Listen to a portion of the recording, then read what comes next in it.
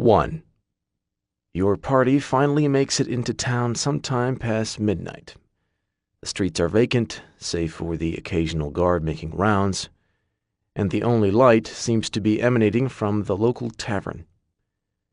Russell took care describing the sleepy hamlet of Maplebark, determined to get all of the details just right.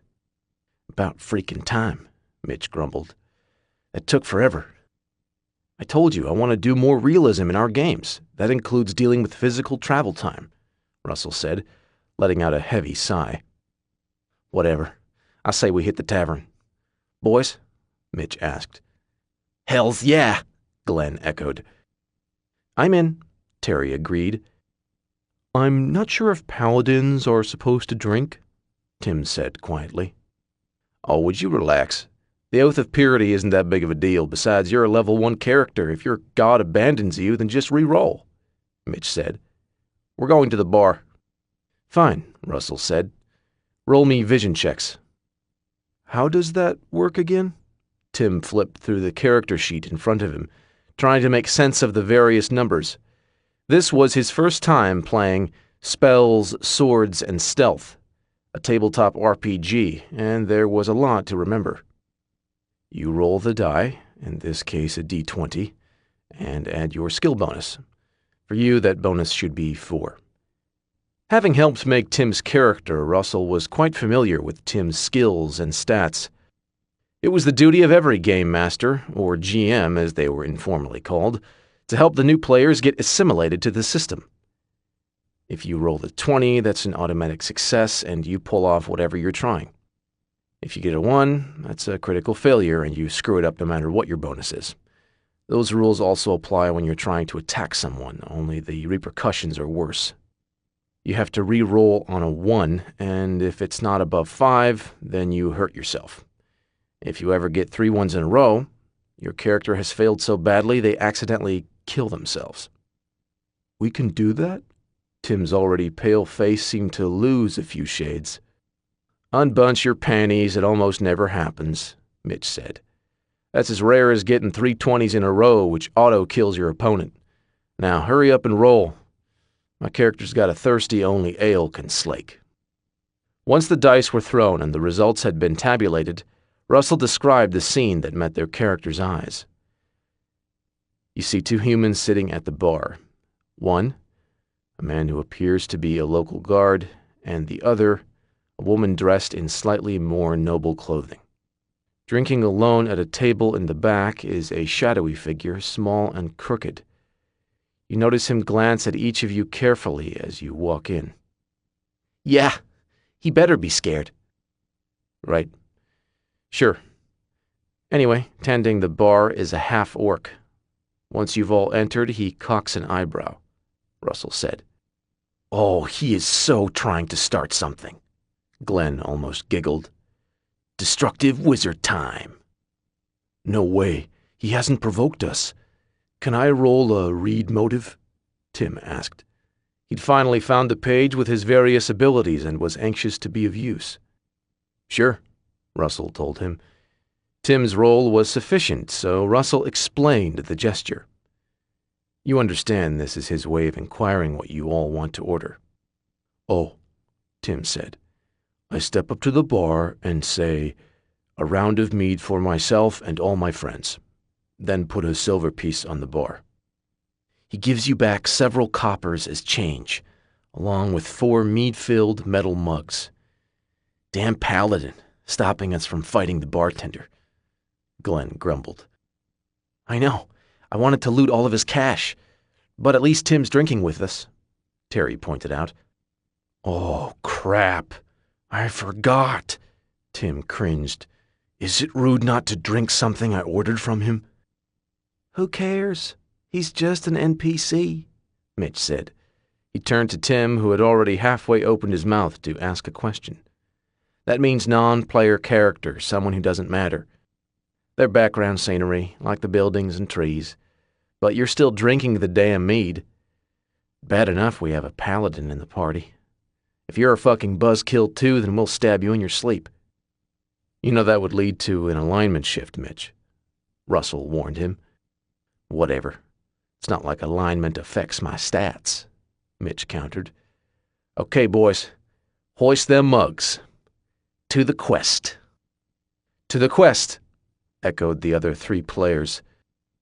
So, you all toasted with your mead. Does that mean you all drink? Russell asked. Duh, Mitch said. I drained my mug in 1 sip. The rest of you ingest alcohol too, I assume? Russell kept probing. Sure, Terry confirmed. Yup, Glenn added. Against my better judgment, yes, I take a deep draw from the mug, Tim sighed. You should trust your judgment more, Tim, Russell said.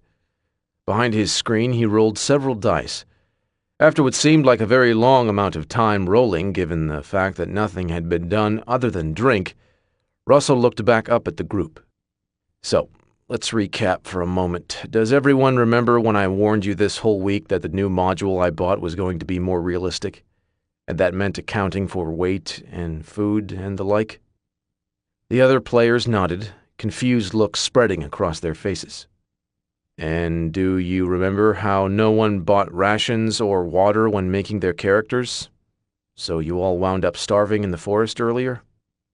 Until yours truly stepped in and found us some food, Mitch declared.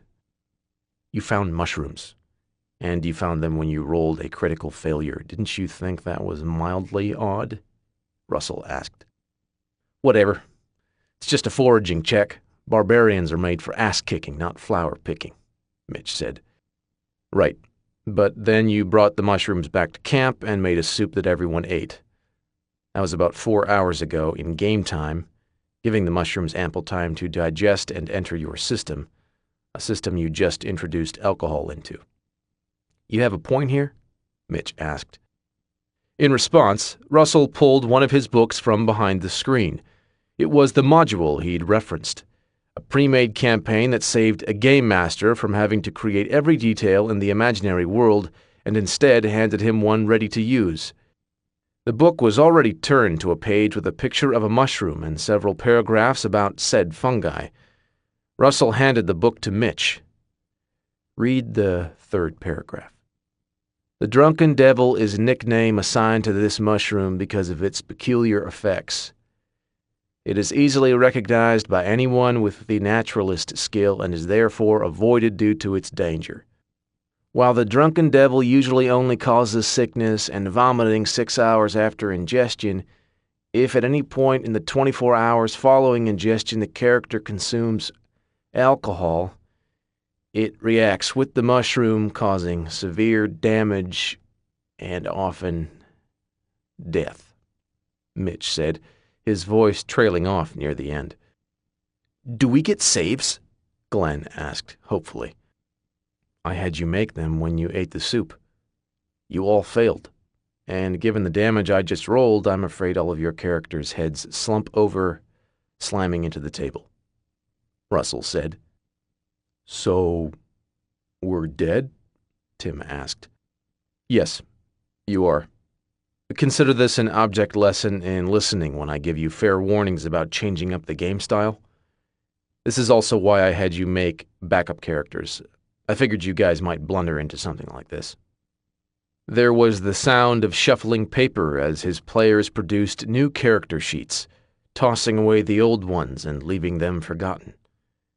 To others, though, the deaths of those 4 characters were anything but forgettable.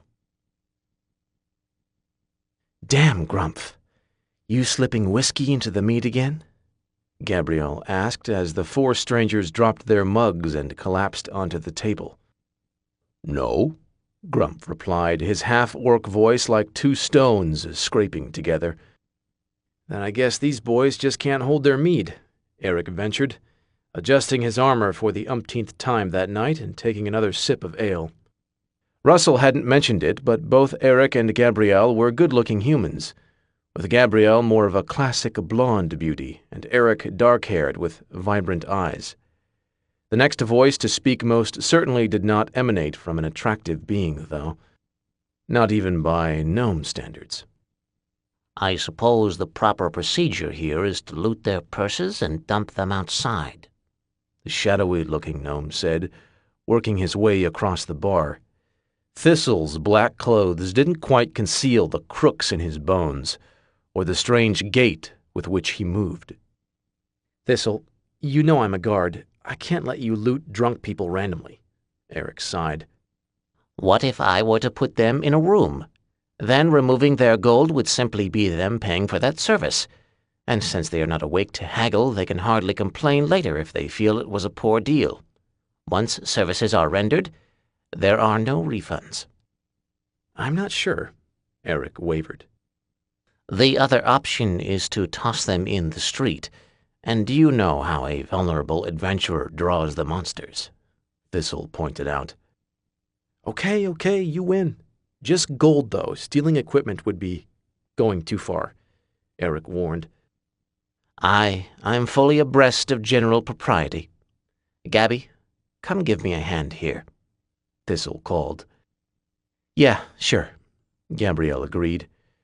For the daughter of the local mayor, she was oddly undisturbed by carrying out acts less savory than a proper lady of society should be comfortable with. Hence why she and Thistle had not quite a friendship, but at least a familiarity with one another. Together, they went over to the party's table and began removing the gold pouches from the fallen adventurers. Gabrielle was on the heavily armored one when she smelled something familiar. It took her a moment to place, but as soon as it registered, she jerked back up to a full standing position and began backing away slowly. "Shit," Gabrielle swore. "What's wrong?" Eric asked her, rising to his own feet in concern. "They're dead," Gabrielle said simply. "What do you mean, dead?" Eric asked. "What do you think I mean? "Dead, gone, no longer with us. Passed on, moved on, bugbear food. Are you getting this?" "But I mean, how? All they did was walk in and drink Grump's meat," Eric said. "Yes, that's what killed them," Gabrielle confirmed. "What?"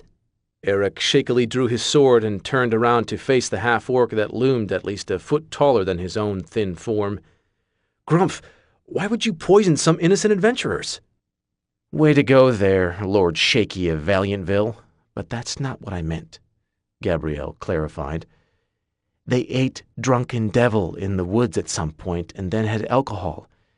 That will kill most people quicker than an axe to the gut." "How can you be so sure?" Eric asked. "The smell coming from their mouths. It's very distinctive. It's one of the deadly plants my parents had a tracker teach me about, since I end up kidnapped in the woods a lot. This was right near the top of the list. They showed me victims as well, so I would recognize the symptoms and scents in case it was ever slipped to me. It's sickly sweet and yeasty, the same smell coming from their open mouths right now," Gabrielle explained. This is bad," Eric said, sheathing his sword. "I mean, this sure looks like Grump poisoned them." "Oh, don't be such a wench," Gabrielle chastised him. "It's not that big of a deal. We throw the corpses in the woods and let the monsters take care of the rest. Look at their equipment. These 4 are nobodies. No priest will be calling their spirits or checking on why they died if they vanish. Easy fix." "Not quite, I'm afraid," Thistle said, shambling over with a scroll in his hand. "I discovered something while scouring their belongings that complicates matters." "Great," Eric said. "More trouble." "That's putting it lightly. According to this writ, these 4 were on their way to the court in Solium to receive a quest from King Lyodon himself," Thistle said. "Wait, so they were summoned to appear before the king in order to receive a quest?" Gabrielle asked. "Correct. Which means from the minute they received this scroll, they have technically been emissaries in the employ of the Mad King, the one who is known to burn whole villages at the slightest perceived offense," Thistle confirmed. "So, we have 4 corpses in royal employ, who are expected in court soon, and who, to an untrained or careless eye, it looks a lot like we've poisoned," Eric said. "That about summing it up?"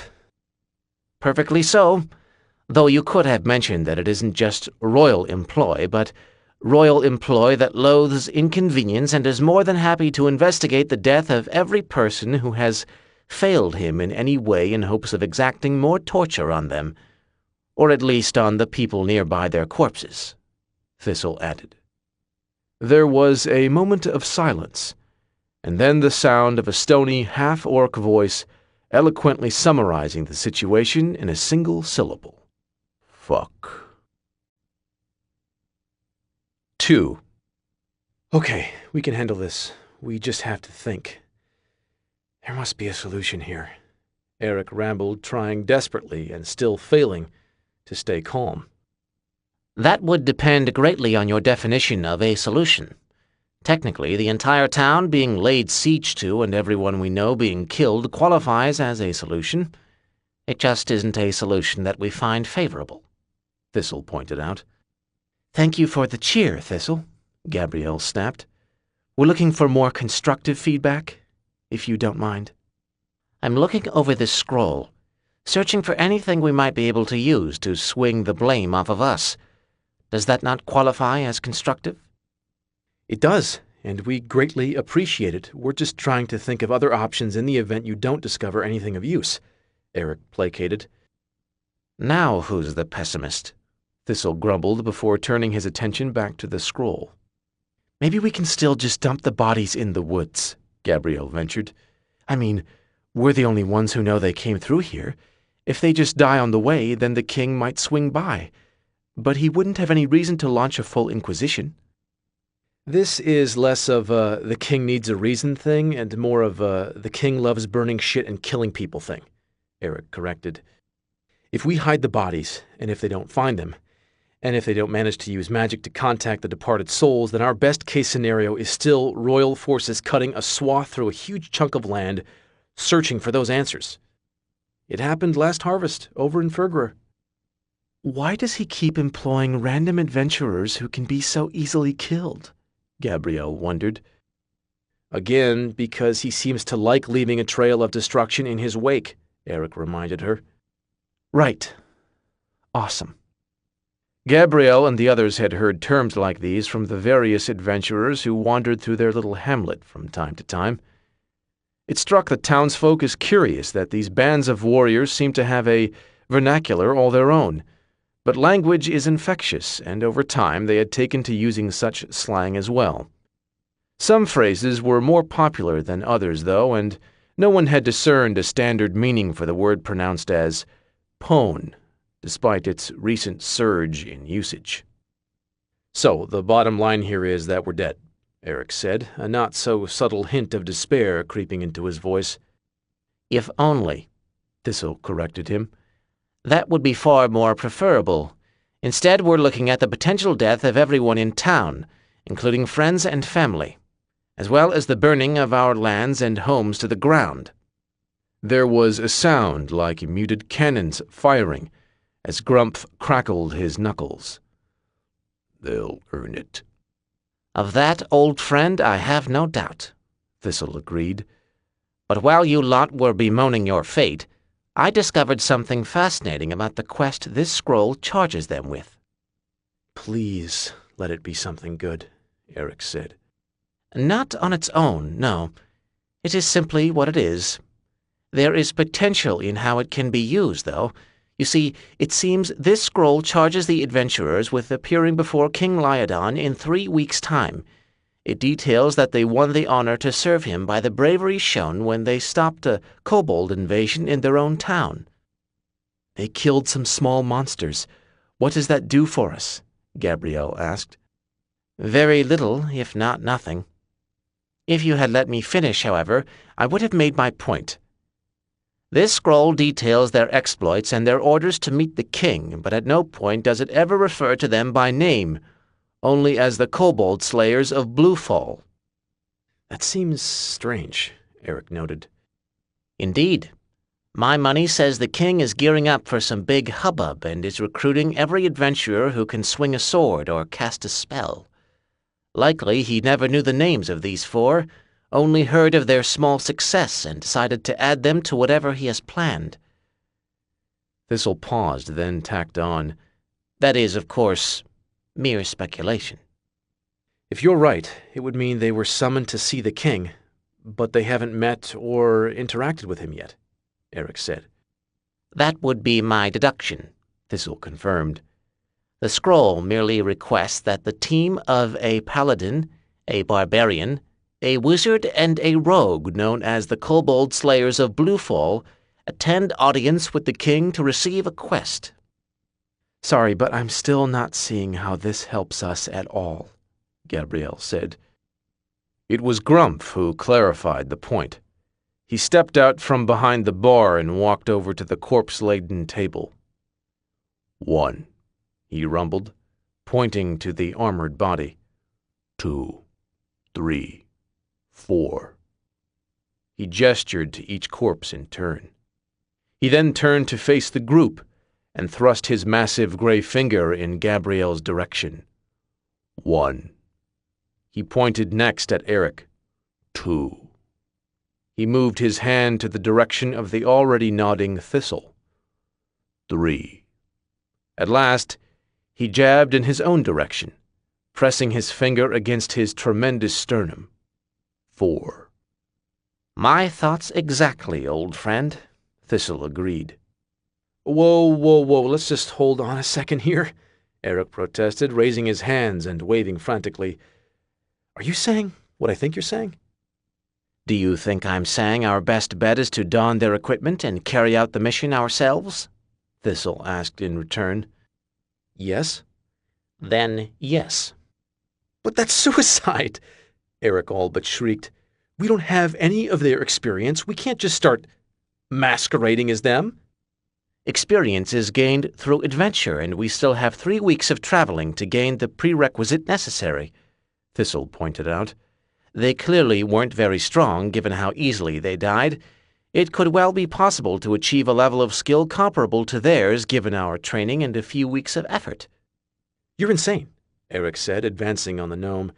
You have finally lost your damn mind. There is no way we can pull this off. Back me up here, Gabby. Actually, Gabrielle said slowly, I think I'm on board with this. What? If you think about it, it's basically certain death versus probable death. If we do nothing, we know the crazy king will do some murdering, and he has the resources to track their death to this tavern. On the other hand, if we pick up the equipment and give it a whirl, we'll still probably die, but at least we have a sliver of hope. Not to mention, if we should fall further up the road, then the king will direct his murderous tendencies elsewhere, Thistle said. Eric had been about to raise another round of objections, but that pulled him up short. Thistle was saying what he should have already realized.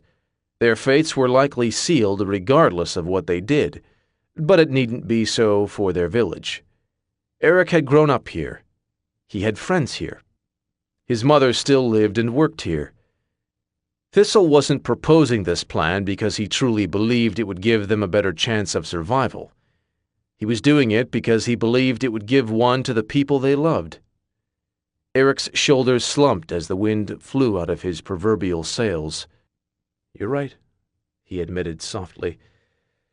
We have to do this. Glad you're with us, Thistle said. Now we come to the next part. Division of roles. As the scroll stated, we still need a paladin, a rogue, a wizard, and a barbarian. I guess I'm probably the best choice for wizard, Gabrielle said, stepping forward. I have more formal education than the rest of you, and I doubt how much use I'd be in a fight. I'm already always getting kidnapped by goblins. True, and despite my crooks and hobbles, I'm likely the best choice for the rogue. I am, after all, not unfamiliar with shady dealings, since I have served as a henchman for many a tyrannical madman, Thistle said. But you did that so you could sabotage them and give away their secrets to the warriors trying to take them down, Eric countered. Knowledge is knowledge. How it was acquired is of no consequence, only how it is used, Thistle said. That leaves the barbarian and the paladin. The paladin wears the armor, right? Eric asked. Yes, Gabrielle confirmed for him. They also wear ardent moral standards and the divine blessing of goodness. I'm not sure about the other stuff, but I know how to maneuver in armor. It takes some practice, so I'm probably the best choice for that one, Eric said. Which leaves only Barbarian on the table. Grump, you possess the raw strength and boot-quaking level of intimidation to play that part well, Thistle said. Grump gave only a nod to signal his agreement. All right, then. Everyone sleep tonight and say your goodbyes tomorrow. Grump and I will move the corpses, then tend to our own farewells. Meet back here at the same time tomorrow night, Thistle told them. We'll loot the bodies and be on our way. The words that start every great adventure, Gabrielle quipped sarcastically. She might have been surprised to discover how accurate that statement truly was. 3. Eric packed a small bag of essentials from the modest farmhouse where he lived. He'd only had it for a few years, finally earning enough money as a guard for the local mayor to move out from under his mother's roof. He wasn't a particularly adept guard, in truth. The goblins had slipped by and taken Gabrielle no fewer than 3 times on his watch. In fact, were it not for his and Gabrielle's childhood friendship, the mayor likely would have dismissed him long ago. Thankfully, the mayor knew his daughter had few friends, so he'd deigned to keep Eric on the payroll, quasi-ineptitude and all. Eric slung the knapsack over his shoulder and adjusted his armor. He was already exhausted.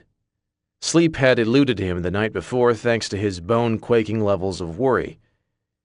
Eric slipped his father's old sword into its sheath and checked his reflection in the mirror.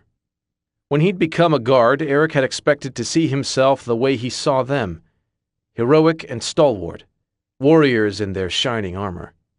Instead, he thought he looked like a child playing dress-up, his ill-fitting armor cinched tightly around his narrow frame. Eric's mother often spoke of his father, the great paladin and unconquerable swordsman. Eric supposed he must take after her side of the family, though, a line of not unimpressive seamstresses and tailors. He looked around his home one last time, then set out to bid farewell to his mother. He hoped that the next time he came upon this cottage, it would not be mere ashes under the king's heel. Gabrielle didn't bother with goodbyes, since her parents wouldn't have let her go anyway. It was all well and good for men to strike out alone, but there was no way her family would tolerate a lady leaving her father's homestead before marriage. She packed a sack of rations and changed into her horse-riding outfit once morning broke over the horizon. After breakfast, she gave her mother a hug and her father a kiss, and told them she was going to spend the day riding the horses. Gabrielle adored riding, and she often went late into the night with her equine friends. When she didn't come home, they'd be annoyed but not worried. It wouldn't be until the next morning that they'd suspect she might not be returning. A stray tear may have slipped from Gabrielle's eye as her steed broke into a gallop. Despite their meddling, she truly did love her parents greatly. She hated having to make them worry as they would when she vanished. Still, it was that same love for them that spurred her on, away from the comfortable life she'd known since birth. This was the only chance she had to protect them. She urged her horse to run faster. Gabrielle was not one to linger on sadness or hard decisions, so she raced forward as fast as she could to meet her future. The grave on the hill was small and simple, yet painstakingly maintained. It was marked by a modest headstone and overlooked a brook that was about an hour's walk from town. It had been one of her favorite spots. Thistle had dug the grave himself so that his wife might have a pleasant view for eternity. "I'm afraid I won't be able to visit again for some time," he said, voice rising over the gentle lap of the water on the bank. "The winds have begun to blow again, it seems." Thistle adjusted his stance in a vain attempt to find a comfortable way to stand on the hill's sloping surface. "I don't want you to worry about me. I'll be safe. Grump is coming along, and so are the human pair I told you about before. They're green as a dryad's hair, but good kids overall. Who knows? We might just pull off this little charade." The small gnome paused and looked out at the scenery. It was truly lovely here. He had hoped to be buried on this hill alongside her when his god called him home. Sadly, it wasn't looking too likely now. The only one he'd have trusted with the burial task was Grumph, and Thistle had a feeling that if he fell on their journey, Grumph and the others wouldn't be far behind. "And if we don't," Thistle added, "then I suppose I'll be seeing you soon anyway." Thistle gently touched his fingertips to the headstone, then shambled down the hill and began the long trek back toward town. Grumph didn't have a family in Maplebark. He didn't have graves to visit either. The only person he truly counted as a friend was Thistle, and that wily gnome was coming with him. Grumph did have his tavern, though. He ran his hands along the wooden planks of the bar, remembering how long it had taken him to get the measurements just so. He sipped the mead, savoring its flavor, thinking of all the careful testing and calculations required to get his brew perfect. Grumph sat at one of the many tables he had constructed in one of the chairs he had carved, and simply took it all in. He had built this bar with love and considerable strength. It had taken the Maplebark residents time to adjust to a half-orc in their midst, but eventually Grumph had been accepted, doing business with all manner of citizens. Grumph hadn't just built a business here, he'd carved a home. And he'd come to love this hamlet of Maplebark, plagued by the occasional weak monsters and villains though it was. Grumph was under no illusions. Much as he loved his bar, his creation, it wasn't a building that made a place home. It was the people. As Grumph poured the lamp fluid on the floor and the tables, he was struck by the poignancy of it all, destroying his house to protect his home. There was a knock on the door, signaling the first of his companion's arrivals. Perhaps it would be Thistle, and there would be time for one last drink. The last drink, as it were. Grumph's tavern burned at their backs as they trekked slowly through the forest. "I still don't get it," Eric said as he checked his footing in hopes of avoiding another impressive tumble. "Why did he burn the bar?" "Let me put it to you this way. What usually happens to abandoned taverns and inns?" Thistle asked him. "They get inhabited by monsters or bandit gangs," Eric replied. It was common knowledge, after all. Adventurers often sought out such locations when hunting for a good fight. "Precisely. Now, setting aside the logistical concerns of creating a temptation like that in our little town, Grumph built that tavern himself. He poured a piece of himself into its frame and foundation. He cared for it with more affection than I've seen some show their children. The idea of some ruffians wrecking it or kobolds shitting on its floor, it's just too much. Just try to understand that sometimes it is better to see a thing destroyed rather than ruined." Thistle hopped lightly along the path in hope of keeping up with his larger companions. It was a difficult proposition, but one he had managed for many years now. Gabrielle patted the half-orc lightly on his muscular arm. "Sorry about your bar." Grumph replied with little more than a grunt, a sound that spoke to both his profound sadness and his appreciation of the heartfelt sentiment. Or it meant he was hungry. Orcish didn't have many unique sounds, so there was a lot of room for misinterpretation. The party, for that is what they were, whether they liked it or not, had set out at dusk into the woods. They had chosen to walk and avoid main roads for two reasons. First was that Gabrielle's family would send people looking for her, and they needed to make a clean break into their new identities if they hoped to succeed. The other reason was because they hoped to encounter some weak monsters.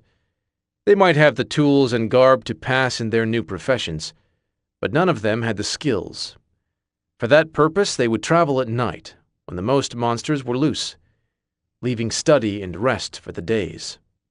It would take them longer to reach the city of Solium. However, it also provided the greatest opportunity for being prepared when they arrived. To their rear, the smoke billowed into the empty night sky. Despite their hopes, they encountered no animal or monster worth fighting through the evening. In fact, they made such good progress that only Eric heard the fire when it reached the liquor tanks in the basement, sending a fresh fireball into the night and a loud boom across the land.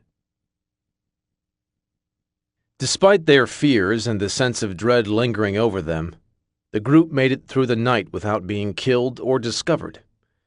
When they rose after a few hours of unrestful sleep, each set about attending to the task they felt most important, using the daylight to its fullest.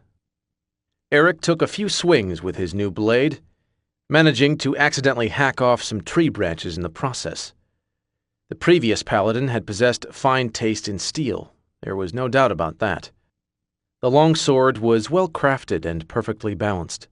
It was also unnecessarily ornate. A gold-plated design worked along the guard and onto the hilt. Unfortunately, its previous owner had also possessed thicker arms than Eric, leading him to struggle with wielding the blade effectively. Back in his guard position, he'd gotten away with using his father's old short sword, its status as an heirloom saving him from merciless teasing by the other guards. Thistle was also adapting to his new equipment. The rogue had kept a pair of long, wickedly serrated daggers that nearly looked like swords in Thistle's small hands. Still, he was at least proficient with his weapons, twirling them about and practicing a few of the defensive moves he'd learned in his younger, more ambitious days. Testing the heft of his left dagger, Thistle cradled it carefully before whipping his arm suddenly and hurling it into a nearby tree. The dagger stuck true, cleaving a few inches deep before wobbling to a rest. Thistle sighed. Accuracy he still had. Power, it seemed, he would need to work on. Gabrielle was seated cross-legged on the ground a safe distance away from the whirling pieces of steel wielded by her comrades. She focused on the wizard's book, picking through its open pages and trying to piece together the art of weaving a spell. Gabrielle turned a piece of worn parchment and began to appreciate the reason wizards spent so much time in school learning their craft. While she could comprehend some of the concepts being put forth, it seemed like grasping the whole would take far more than a quick perusing. Of the four, only Grump was attending to a more immediate concern rather than training. He gathered up some berries and tough meat scraps along with the water from a local brook to concoct a soup. It certainly wasn't his finest culinary achievement. However, in the wild one had to make do with what was available. Grump's new axe rested near him, relatively untouched. Grump knew how to swing and knew how to aim. He had faith he would learn the rest through action rather than practice. Besides, they would need to eat, then rest if they wanted to continue on their way with the setting of the sun.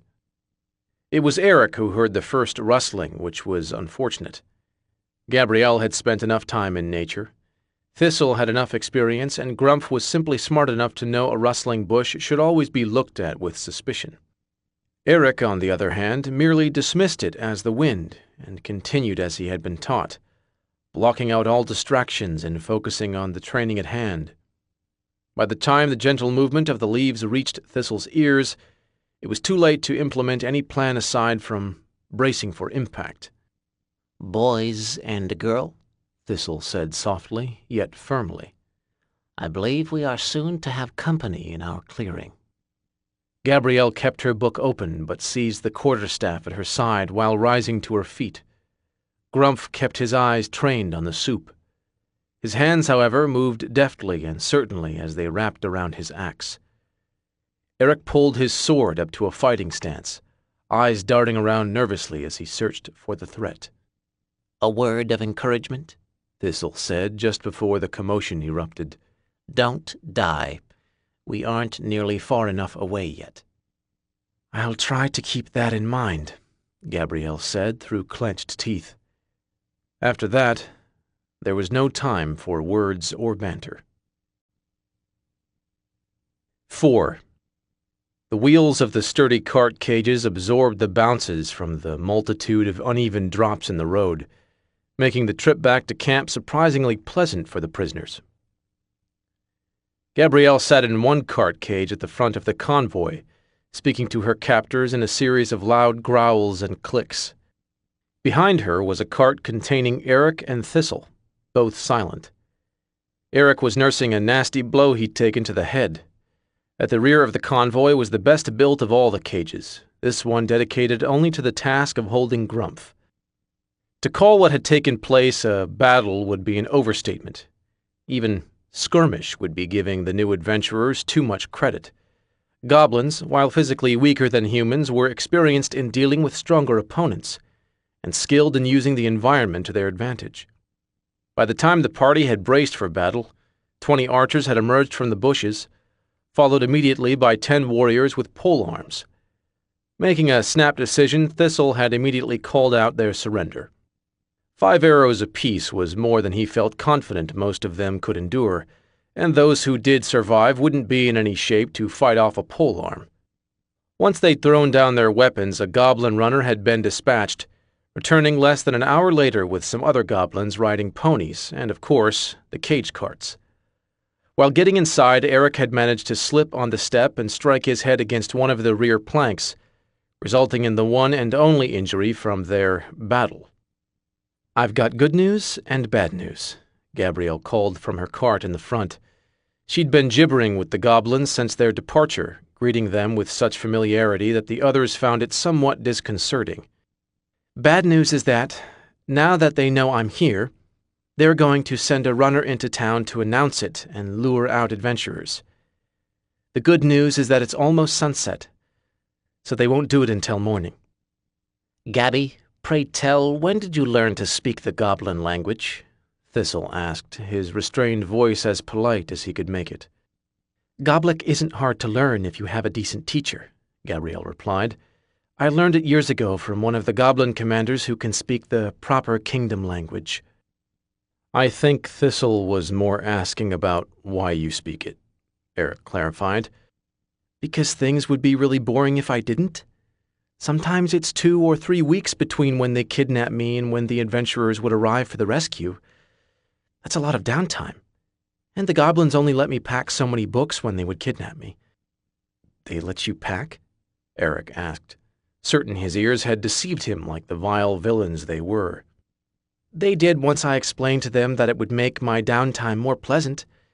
Don't get me wrong, they make a point of teaching me things about the forest and taking me on hunts, but they've got real things to do and can't spend all day defending me from boredom." "It's pleasing to know we have such kind hosts," Thistle said, jumping in before Eric asked any more questions that might ultimately give the young man a stroke. "Any chance they'd let us out of the cages once we arrive at their war camp?" "I don't think so. If it were just me, certainly, but since they don't know you all, I get the feeling they're trying to keep up appearances. They didn't even bring my usual horse for me to ride." "She has her own horse," Eric muttered, slinking down against the firm yet pliable wooden bars of his moving cell. "I once stayed up for 30 hours straight to guard her door because we heard goblins were in the area. And she has her own horse she rides away on." "River Jump is not my horse," Gabrielle defended. "She's just one I like and who knows me. Bringing her makes the whole process easier on everyone." "Gabby, I think perhaps we should let Eric be for a bit," Thistle encouraged. "About how far would you say we are from their camp?" "With no monster encounters, we'll be there within the hour." "Very well. And you, old friend, how are you faring back there?" Thistle called. Grumph let out a harumph, which indicated either that he was unharmed and waiting patiently for a new opportunity to arise, or that a sparrow had shit in his porridge. Thistle nodded that he understood and took a seat across from Eric in the cart. His crooked little mind was already working on a plan for escape. However, it would do no good if his crooked little body was too worn out from standing through the ride. Now was the time to play patient. They would have at least a few days before any more adventurers happened through town. Opportunity would come eventually. As it turned out, opportunity had far less patience than Thistle. The goblin camp was somewhat homier than Thistle had imagined. Certainly there were bulwarks of defense, archer stations, barriers to trip horses, even a few oddly colored patches of earth Thistle suspected to be traps. But there were also things that made no sense in this setting. Things like goblin children racing around, goblin cooks tending to the night's evidently sizable dinner, and several goblin musicians warming up their strange instruments as the last valiant rays of sunlight dotted the landscape. "Gabby, is the camp always so domestic?" Thistle asked. Their cages had been parked next to one another while Grumps sat on the other side of the fire that was the center point of the camp. The goblins had clearly dealt with half-orcs enough to minimize the damage he'd have the opportunity to do. "No, this is how it is when they aren't baiting adventurers," Gabrielle replied. "Once the runner goes out in the morning, they'll move everyone but the warriors to some other site. Then once it's over, they'll all come back." "To what? Corpses?" Eric asked. "Won't the warriors be dead after they fight the adventurers?" "What? Why would you think that? This is their home turf, and they know the adventurers are coming. The goblins almost always win, and even if they lose, they're smart enough to have a retreat plan." "Then why do you always come back after the adventurers leave to get you?" Eric kept probing. "Because they let me go. I'm just bait to lure the adventurers in so they can loot them. Once that's done, they let me go until they're ready to trap another party." Gabrielle looked at him, eyes filled with bewilderment that he'd even needed to ask the question. "Knock off the innocent act, Gabby," Thistle chided. "If you really didn't see anything strange with how you'd been treated, then you'd have told us some of this before." "Fine. So maybe the kidnappings weren't as bad as everyone assumed." Gabrielle breathed out a heavy sigh and let the faux innocence slide away. "At first it was scary, but after a while it's hard not to find some common ground with people you see every day. Honestly, for the last few years, these events have been like vacations for me. Trips outside the protective bubble of being the mayor of Maple Bark's daughter." Eric didn't know what to say to this, his eyes darting about nervously. As they moved, he saw action in another part of the camp, and decided a change of subject was in order. "Hey, what are they doing over there?" Gabrielle glanced over. "Oh, it looks like they found an abandoned caravan and are sorting the goods."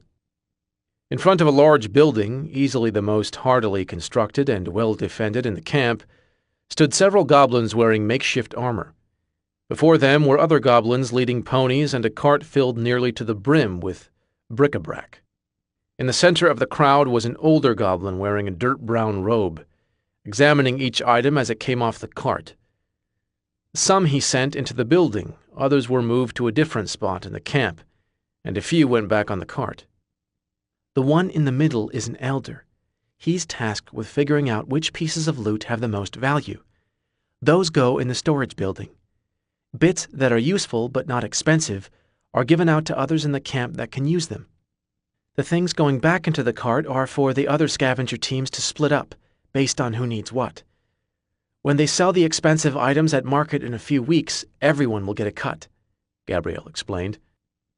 "You'd think the ones who found it would get more," Eric pointed out. "Goblins don't think like that. They regard everyone in the tribe as one big party and believe in a system of equal treasure sharing," Gabrielle informed him.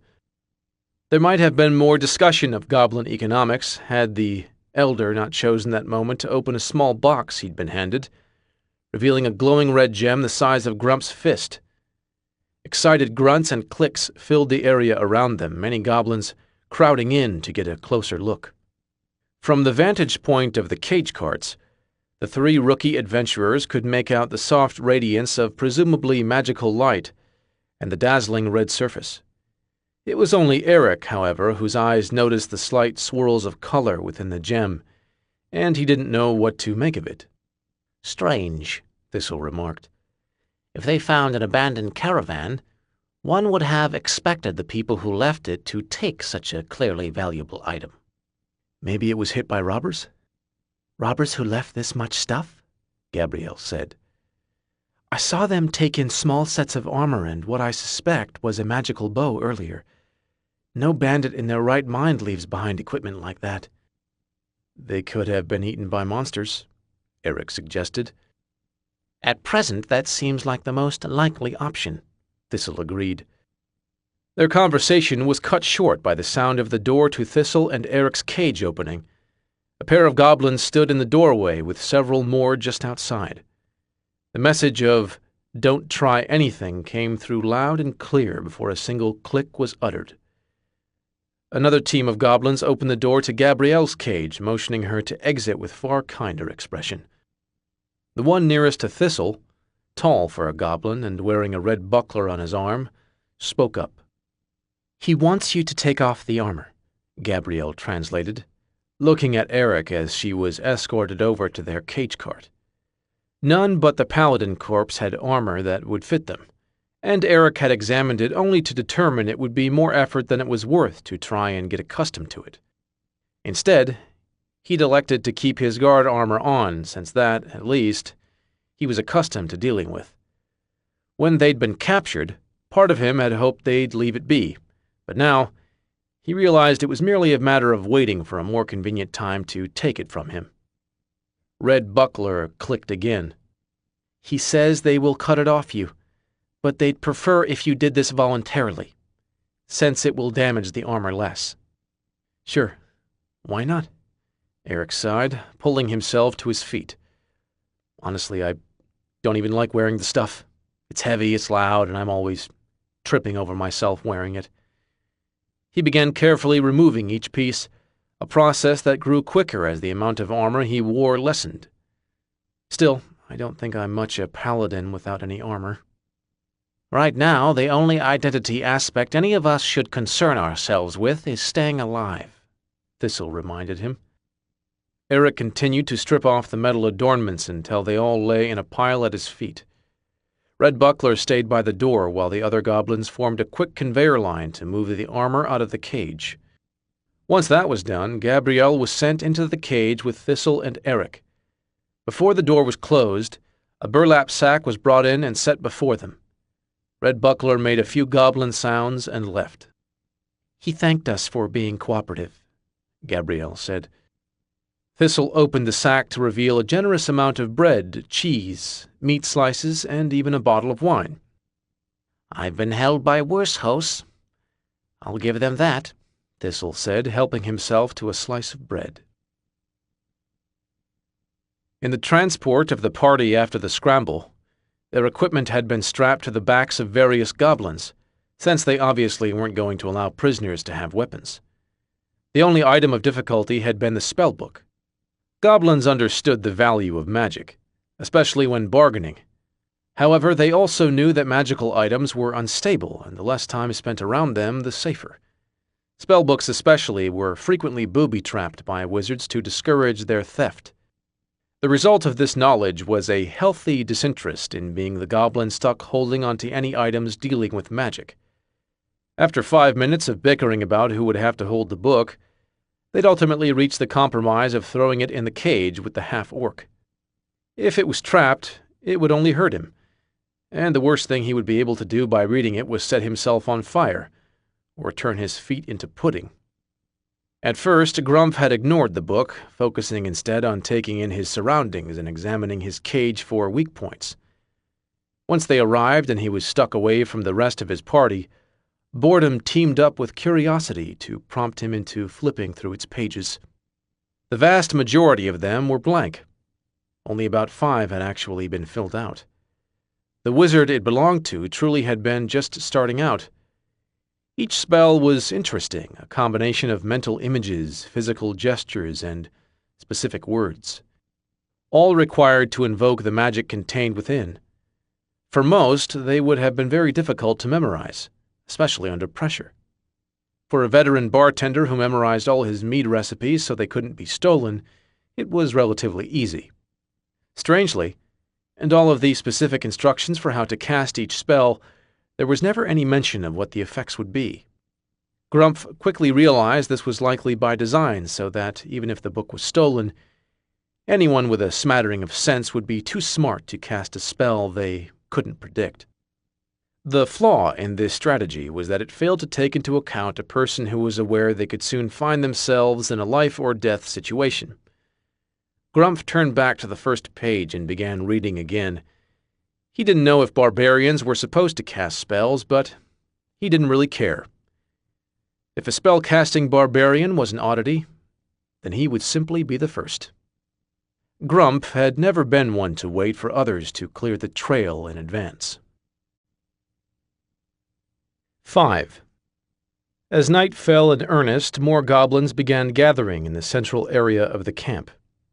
Tables were set up, food brought out, and charming melodies filled the air as the musicians started to play.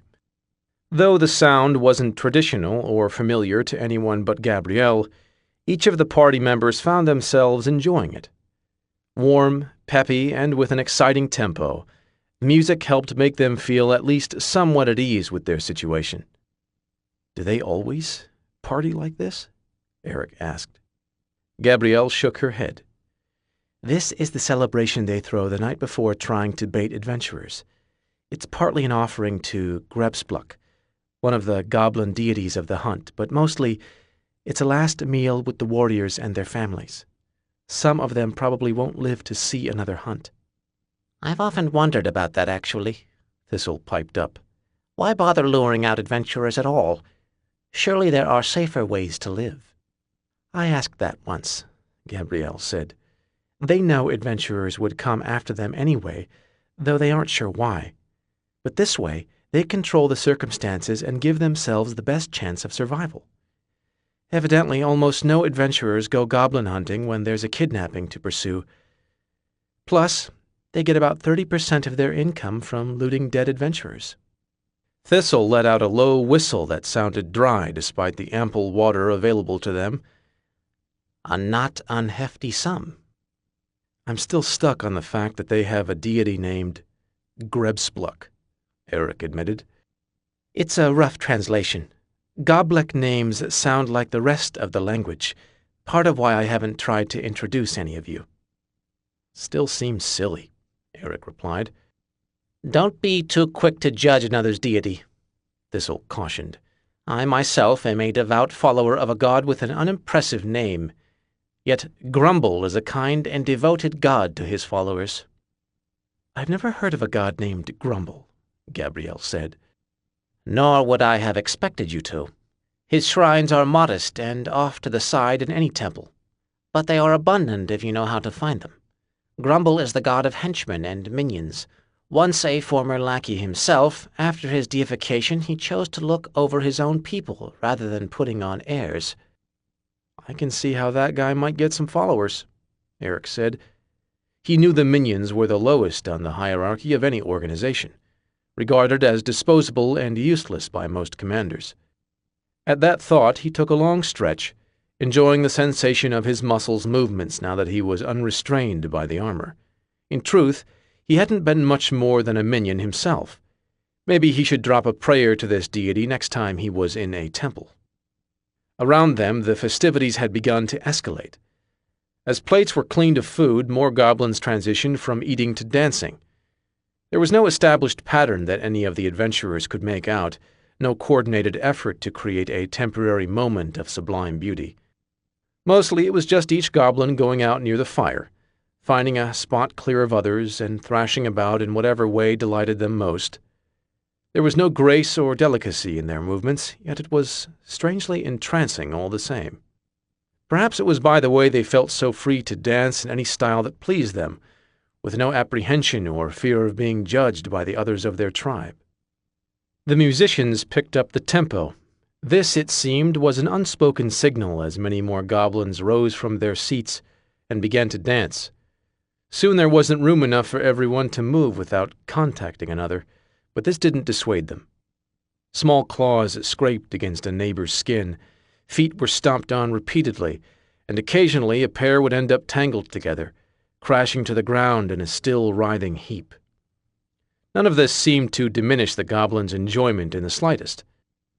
No, what it took to kill the party was a massive explosion from the rear of the camp that sent chunks of wood and unknown trinkets flying through the air. The music stopped abruptly, and the dancers immediately crouched into ready positions. Some of the warriors reached for the weapons at their sides, and the archers on the perimeter turned their attention to the smoking husk. It was their storage building, now bathed in a soft red glow from the pieces that were still on fire. For a moment, silence descended upon the camp, save only for the soft crackling of the flames. Then they heard the clacking of claws and the scraping of feet. Eric said nothing, as he stared at the blade still quivering in the wood less than 2 inches from his head. There hadn't been time to react, not rationally, when they heard the explosion. Eric had merely glanced at the storage building, seen something coming, and hurled himself to the side. So great was the force from the blast that the axe Grumph had been carrying whipped through one set of the cage's bars with ease, sinking at least halfway into the wooden barriers on the other side. Eric was intimately familiar with that spot. His head had been there only an instant before. "The fuck?" Gabrielle said at last, eyes trained on the smoldering building uncomfortably close to them. It was strange, the way the flames were cascading through the smoke. It almost appeared that there were shapes moving in the wreckage. It must be a mirage. Her party members were the only ones large enough to make such shadows, and they were all stuck in cages. "We need to go," Thistle said, grabbing his companion's attention.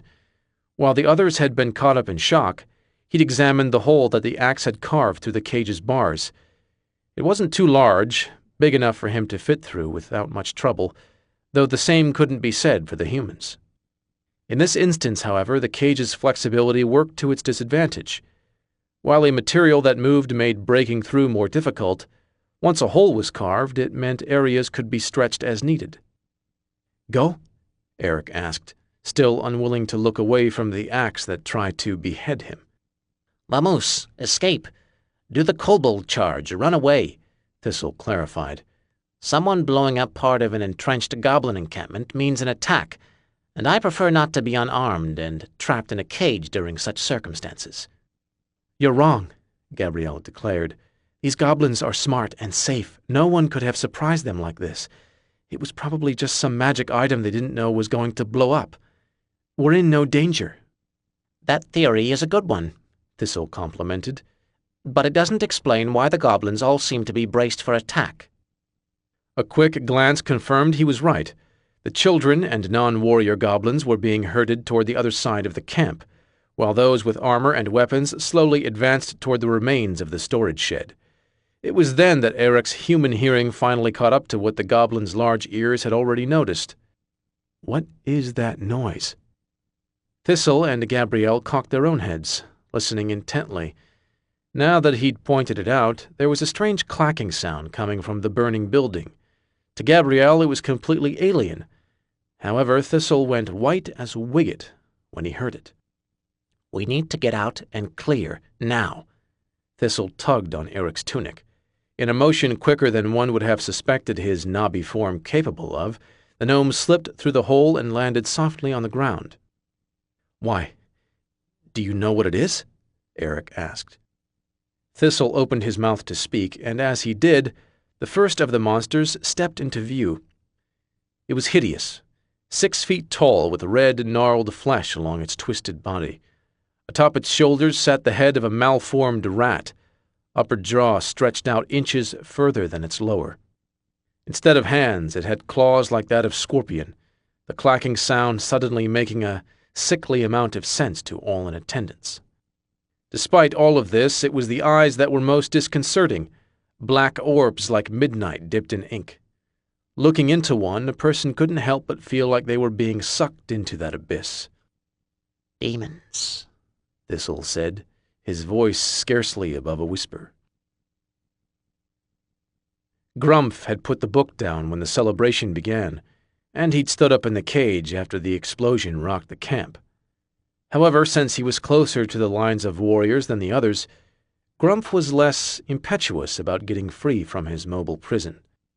As they began advancing toward the building, Grumph shuffled his position slightly. The goblins had their back to him, and the explosion had dropped his importance in their list of immediate priorities. Yet he was patient. Grumph did not move until he saw something that compelled him to. It was not seeing the demon emerge from the smoking ruins, nor was it observing a few of the goblins near the rear drop their weapons and flee. No, the signal that told Grump things were getting dangerous was when he caught sight of the terror on Thistle's face. He'd known the gnome for many years, and anything that spooked him in such a manner was not to be taken lightly. The goblin cages were sturdy, well-designed, and built to last. Grump was impressed by their construction. Had he been a mere mindless brute, the cage would have proved more than a match for his strength. By contrast, had he possessed the knowledge to assess such a contraption, but not the power to act on such information, he would also have been stuck. Thankfully, Grump was an experienced craftsman with muscles cultivated by centuries of half-orc breeding. In a controlled motion, he seized one of the areas in the corner where a bar had been improperly bound. With a grunt of effort that would have been noticeable in any other situation, demons do tend to steal focus, Grump tore the bars apart. From there, it was a simple matter to disassemble a few exposed binding cords and knock away a section large enough for him to emerge from. He landed softly, choosing stealth over speed, the whole process having taken less than a minute. In that time, 3 more of the creatures had stepped forth from the fire. In the chaos, Grump couldn't quite make out whether his friends were free from their cage yet. A quick survey of the ground at his feet netted Grump an abandoned goblin polearm. It felt more akin to a dagger on a stick in his considerable hands, but he would take it over nothing. With careful steps, Grump began edging his way around the bulk of the goblin troops and toward his friend's cage. He might have made it unnoticed, too, if the demons hadn't chosen that moment to leap. The first landed dead center in the mass of the goblin warriors, letting out a horrendous shriek as it seized one in each claw. Another came down on the side of the camp where the largest exit was, clacking its claws excitedly. The initial demon to emerge stayed put. Evidently, it felt no need for relocation. The final demon leapt the furthest, soaring through the air and landing with a muffled thump. It was less than 4 sword lengths away from Grump. 6. When the demon emerged, the humans had needed very little in terms of convincing to leave the cage. Eric slid out with relative ease, his narrow, lean frame no longer encumbered by the heavy metal burden that had weighed him down. Gabrielle had found the task a bit tougher. Though brought up a proper lady, her love of horse riding and self-defense courses, in a vain attempt to stem her kidnappings, had left her strong and somewhat more muscular than one might imagine. After 2 unsuccessful tries to squeeze through the cage, she took a new approach. Seizing the axe wedged on the far side, Gabrielle jerked it free with a solid pull, then slid its head through the hole and set it on the ground. Using the shaft for balance, and with Eric's help, she was finally able to maneuver her way out of the wooden cage and land safely on the ground. Safely here was a relative term, since she was still in proximity of a claw-clacking demon and several dozen armed goblins. Still, she wasn't trapped, and that was progress. Gabrielle's freedom nearly coincided with the demon's leaping. She landed only moments before they took off. For an instant, she thought it was a good thing. After all, fewer demons near them meant a higher possibility of living to see the sunrise, didn't it? Dragon shit, Thistle muttered as he watched the horrid creatures crash back down to the dirt. What? Eric asked. They're coordinating, Thistle explained. The one in the center is there to draw focus and stir up chaos among the warriors. Meanwhile, the 3 on the outside can pick off the ones on the edges of the crowd, while still cutting off the best exit routes. This is very bad. Demons set on a random slaughter are troublesome, but can be outmaneuvered. When they're smart enough to work together, well, let's simply say our survival chances just got lower. What do we do? Gabrielle asked. Without thinking, she pulled the axe up from the ground and brought it to rest on her shoulder. It might not be of much use to her, but better a clumsy weapon than none at all. You 2 get clear, Thistle ordered. Grab any weapons or armor you see on the way out. It wouldn't do to be picked off by wolves after escaping demons. And get out of camp. And what will you be doing while we're turning tail? Eric asked. Someone has to go check on Grump, Thistle replied, and I certainly draw far less attention in this crowd than you 2. That part was true. The gnome stood nearly shoulder to shoulder with the goblins, meaning he could blend in easily. Two humans would stick out like a pair of humans in a crowd of goblins. "I don't want to leave you like that," Eric said. Good sentiment. Hold on to that later on when we're back to playing our roles. This isn't you abandoning me, though. This is you trusting me to do my job and not making me worry about you as well. We're a party. We each have our own tasks to fulfill," Thistle explained. Eric didn't particularly like that answer, but he also didn't foresee changing Thistle's mind, and the longer they were here, the worse their chances of survival grew. "Fine," Eric agreed at last. "We meet at the clearing we passed on the way in." "Deal," Thistle said, almost immediately darting off into the crowd. "Works for me," Gabrielle added. "Glad we're all agreed. Now, which way should we go to get out of here?" "I'm going for a gap I know about on the west side of the camp." Gabrielle pointed somewhere past the goblin warriors. "You should probably go another route. I have to pass a lot of goblins on my way. They know me and won't attack in surprise. I can't say the same for you. Plus, it's probably better to go separate ways, just in case." Eric nodded. There was no need for explanation. They were in a very dire situation, and the odds of all of them making it out were slim at best. At least going different ways meant one might find a clear path. "Be safe," he told her. You too. With that, each hunkered down and began moving away as quickly and quietly as they were able to manage. There are few sensations like staring eye to eye with a demon. Nothing between you and it but a polearm that somehow felt even smaller than it had moments ago. Grumph and the beast locked eyes with each other for less than half a second, yet both could feel the weight of a lifetime in that glance. There was no need for pretense. This moment ended with one of them dead. No other outcome was possible. That sentiment was dispelled when 3 arrows lodged in the demon's back, earning a sickening twist of its rat-like head in an unnatural angle toward its attackers. Behind it stood 3 goblin warriors and a quartet of archers, separated from their main force. The warriors were advancing slowly, polearms extended while the archers knocked fresh arrows into their bows.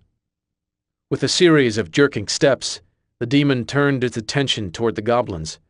Evidently it cared more for quantity than size, as Grumph was left largely forgotten, facing its rear. One of the goblin archers met his half-orc gaze and began speaking fiercely at him.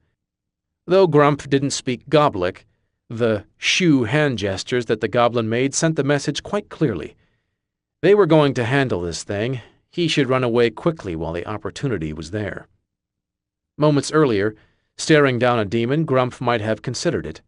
But now, watching his captors, small though they were, confront this monster on his behalf, such an idea was ludicrous. He felt no particular love for these goblins. They were merely beings who'd captured him because he was easy prey. But that as it was, he loathed demons, and he'd be damned to see these 4 ravage the camp.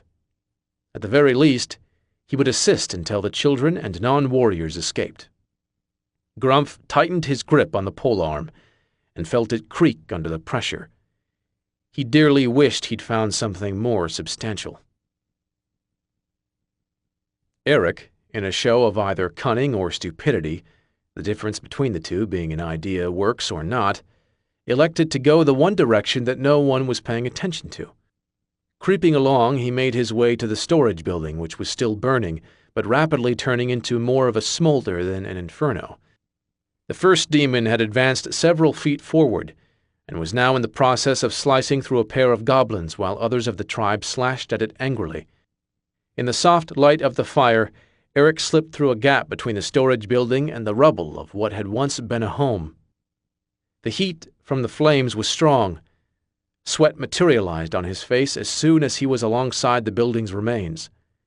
It was slow going, as the gap between the 2 areas had been designed for only goblins to fit through. Moving through the area at all would have been impossible if the explosion hadn't destroyed large sections of both buildings' walls. Even with that, it took careful footing and balance as, at times, Eric had to climb from gap to gap, getting several feet off the ground. He marveled at the speed of his body, feeling for the first time in years the freedom of movement when not confined by that damn armor. He'd only ever taken it off for bathing and bed, activities which rarely offered the chance to stretch his limbs. He was back on the ground, moving beside a gap in the storage building so large it accounted for at least an eighth of the wall, when he saw it. Sitting there, miraculously untouched by the explosion or the fire, resting on a pile of wrecked chests, was his sword. Not the cumbersome one he'd lifted from the paladin's corpse, but his sword. The one his father had given him when he was a child, meant to be a training blade. The one he'd used as a guard even though the others had laughed at him for it. The one he'd been able to leave behind even when packing light less than a day ago. His sword. Without a thought, Eric reached through the hole and grabbed the hilt of his blade. It was warm, but not as hot as he'd expected given the environment. The scabbard had melted slightly, however, the blade still pulled free with a little effort. Eric sheathed it once more, tucked it into his belt, and continued his movements toward freedom. In almost no time, he'd passed the final few hunks of rubble obscuring the way and stepped out of the narrow gap. Eric was surprised by how sweet the night air smelled. The tight goblin perimeter had contained much of the soot and violence, so much so that once on the other side of the buildings the world seemed almost peaceful. There were still a few more traps and hurdles to get around, but as Eric looked out into the dark depths of the forest, reality set in. He'd made it. He was free. In different circumstances, Gabrielle might have made it. Her idea had been a sound one. Sneak behind the bulk of the warriors to a secret getaway path she knew about. It was near the main entrance, obscured enough that one wouldn't find it unless they knew it was there. Her movements were controlled, careful and precise. She knew this camp well, and if any of the goblin warriors noticed her making for the exit, they did nothing to impede her. For one thing, she'd been around so much they considered her a friend. For another, they had far bigger problems on their hands. The demon in the center of the warriors was beginning to show signs of wear. Tough though its hide was, the sheer number of arrows and polearms were beginning to tear away bits of its flesh. The one near the building seemed to be faring better. Not enough of the goblins were focused on it, and the monster was dropping their numbers with nearly every swipe of its claws. Gabrielle couldn't make out the one that had jumped across the camp, but she assumed it was probably doing well too. For a time she didn't know where the fourth demon had landed. Then she arrived at her exit point. At first, her heart felt lighter as she saw the swarm of goblins around the demon. This many would end it swiftly, and then they could focus on the other two. The tribe might just have a shot at this. Then she noticed how quickly they were falling and realized few of them had armor or weapons. A quick glance toward the area where the secret getaway was located showed that the entrance was blocked. Blocked with goblin corpses. The reason there were so many goblins around it was because the demon had caught onto their escape attempt and sealed it. Now it stood between them and escape on the main road. It wasn't being swarmed with warriors. It was cutting a swath of death through the children and peaceful goblins that had been trying to evacuate. Thistle moved with all the speed his crooked, gnomish body could muster, which was, unsurprisingly, not a lot.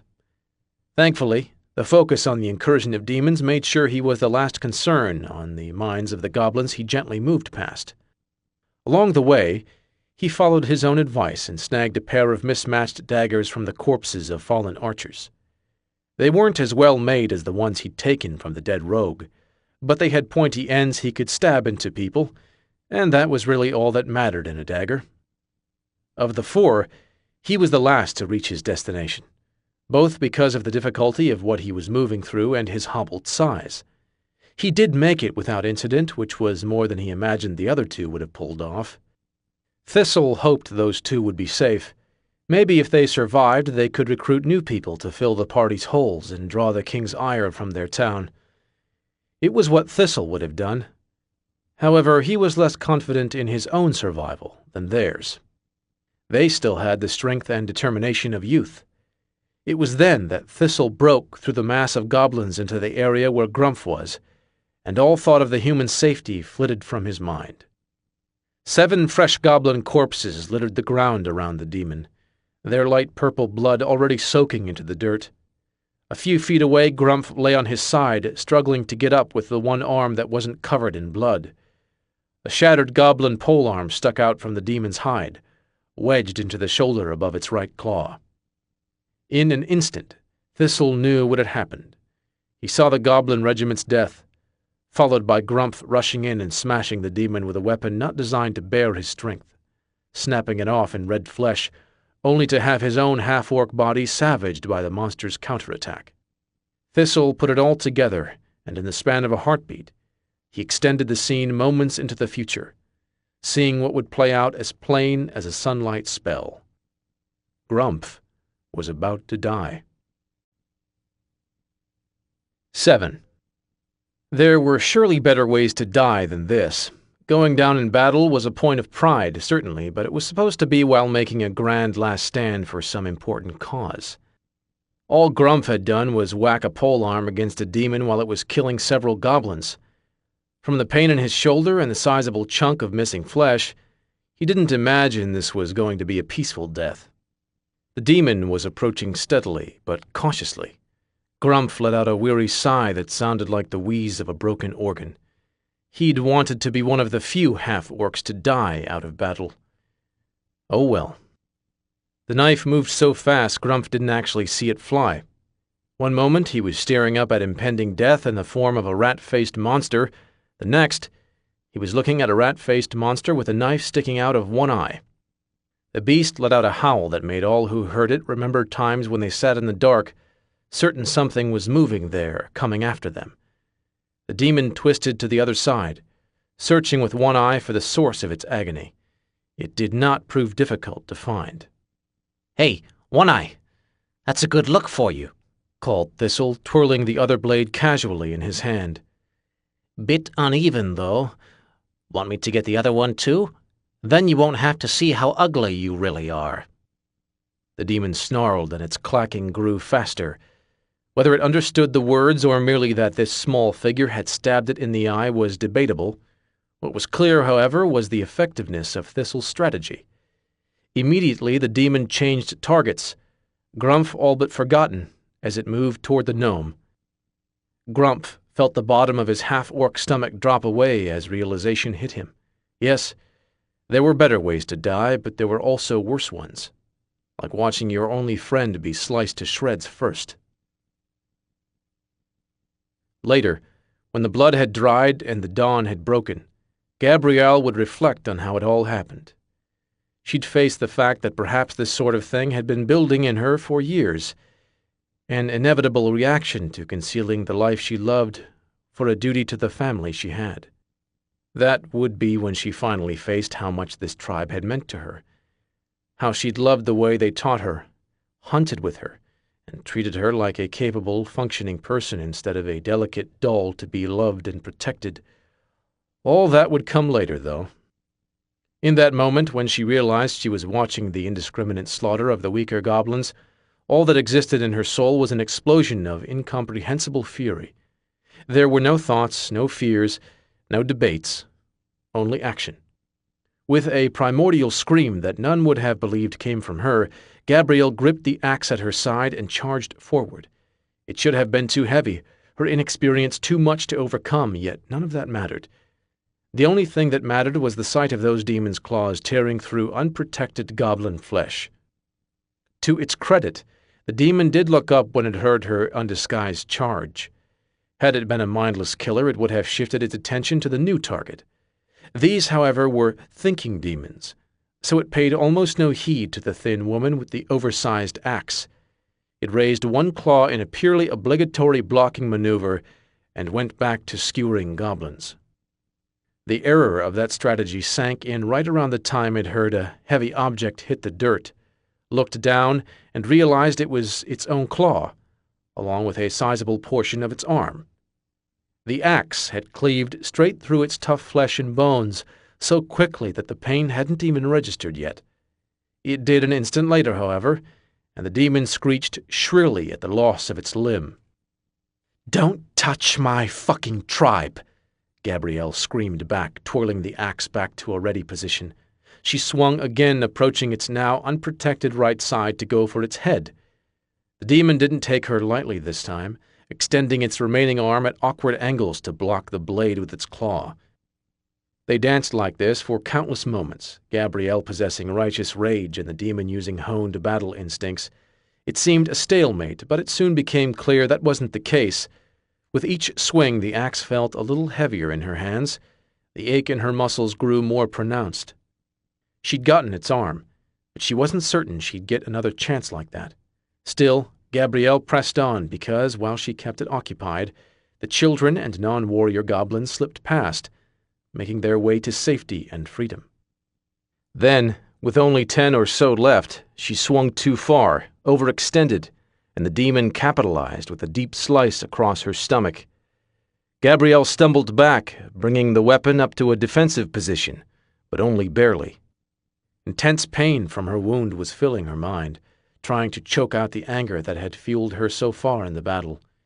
From the amount of blood pouring onto her tunic, she suspected that soon she'd be too weak to even stand, let alone keep attacking. It seemed this was as far as she could go. The demon thought so too.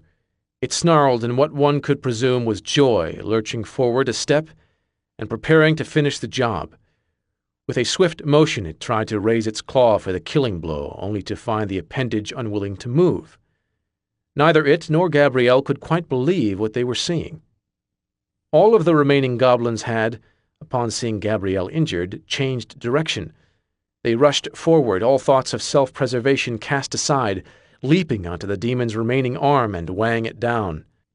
The monster tried once more to lift it, only to find that the goblins who couldn't find a place to grab its arm had latched onto other goblins in an effort to increase the weight. The demon let out a rasp of frustration. Gabrielle, on the other hand, took a deep breath. She blocked out the pain and focused on the anger. She looked at the goblin corpses that surrounded her, listened to the screams of others dying behind them, and imagined how many of her people had heard that damn clacking as their final memory on this plane. Her rage built upon itself, a fire rekindled until she could stay still not a moment longer. This charge was, somehow, clumsier than before, not to mention shorter given her proximity to the demon. It snarled and tried to raise its arm for defense, only to find the goblins clutching tighter than ever. The awkward bird feet attempted to shuffle backwards. However, their sheer power left little dexterity with which to reorient in battle. Before it had any other chance to react, Gabrielle was upon it. Her axe moved so quickly that a soft whistle penetrated the carnage-filled night air, a single sound of beauty amid the turmoil. The only thing more pleasing to her ears was the audible thump of the demon's head as it landed on the ground. She surveyed her work with a deep sense of satisfaction and turned to the goblins who were now untangling themselves from a demon corpse. "Hurry and go. It should be Gabrielle's next words were lost as the tremendous physical exertion and blood loss struck. Without so much as a staggered step to stop herself, Gabrielle collapsed in the dirt, mere inches away from the remains of the demon.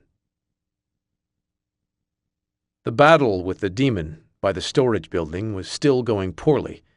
Despite more goblins stepping in to help, it was simply too strong and resistant to their weaponry. They'd managed to push it back, moving it toward the building from which it had emerged, but the effort had cost them several goblin lives.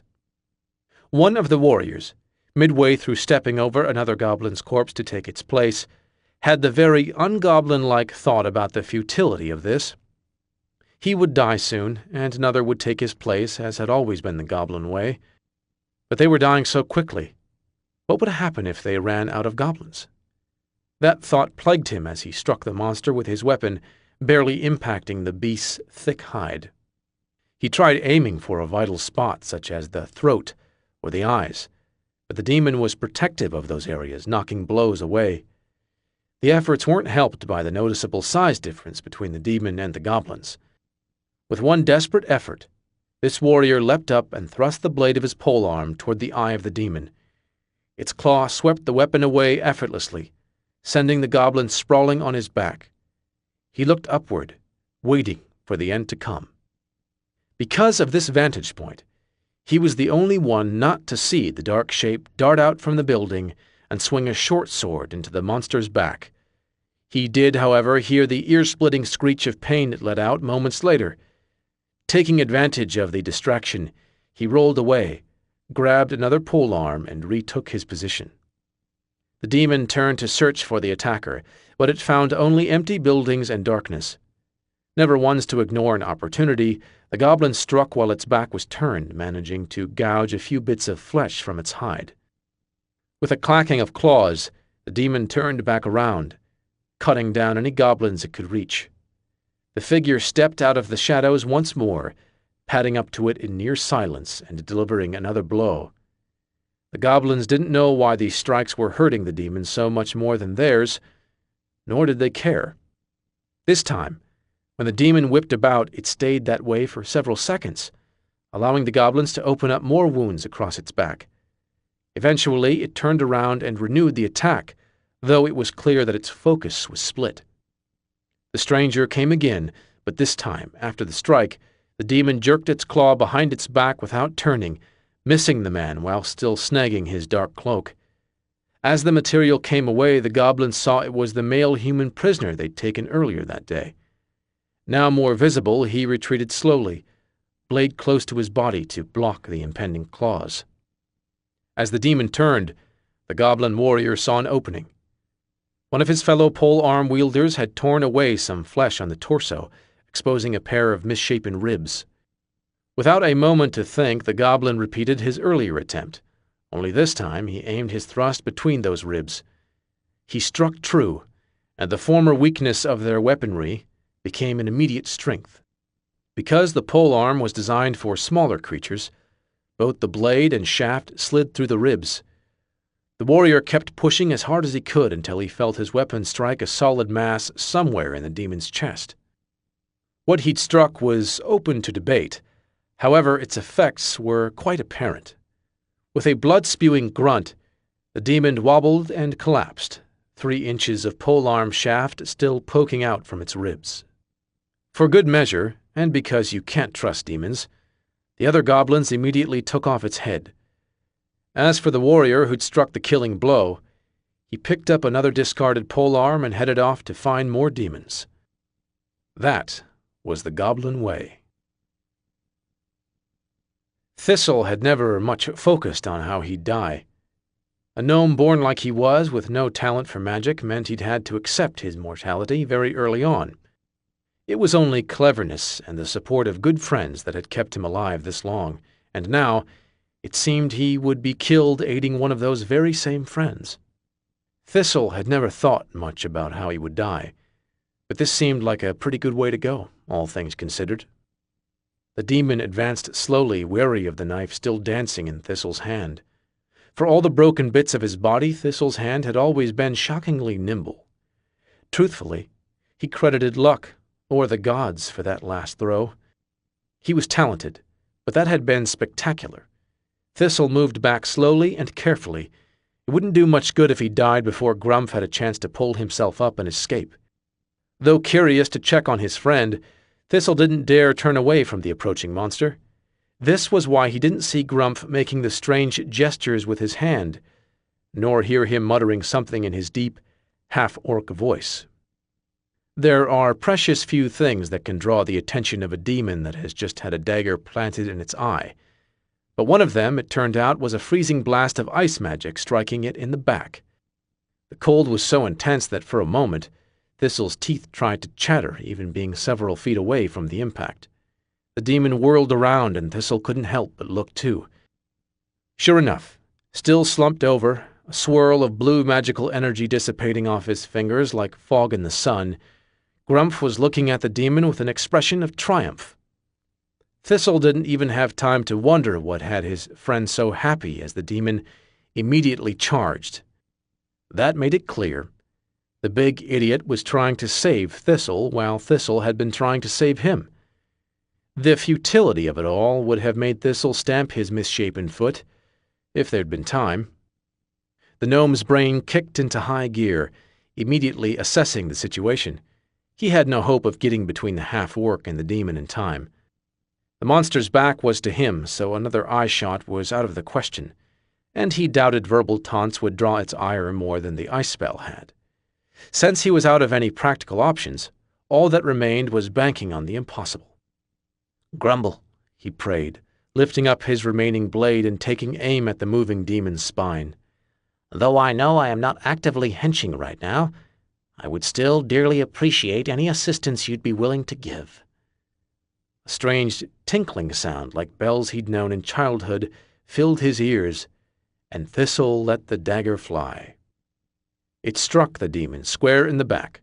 Though it did not sink in and sever the spine as Thistle had hoped, instead it continued onward, carving through the demon's bones and flesh and exploding out the other side in a shower of muscle and blood. The goblin knife had somehow left a hole in the demon's chest so large that Thistle and Grumph were able to make eye contact through it. The demon fell down dead, and the knife clattered to the ground some feet away, tendrils of white smoke rising off it. For a moment, there was only silence between the two, neither one certain of what to say in such a strange situation.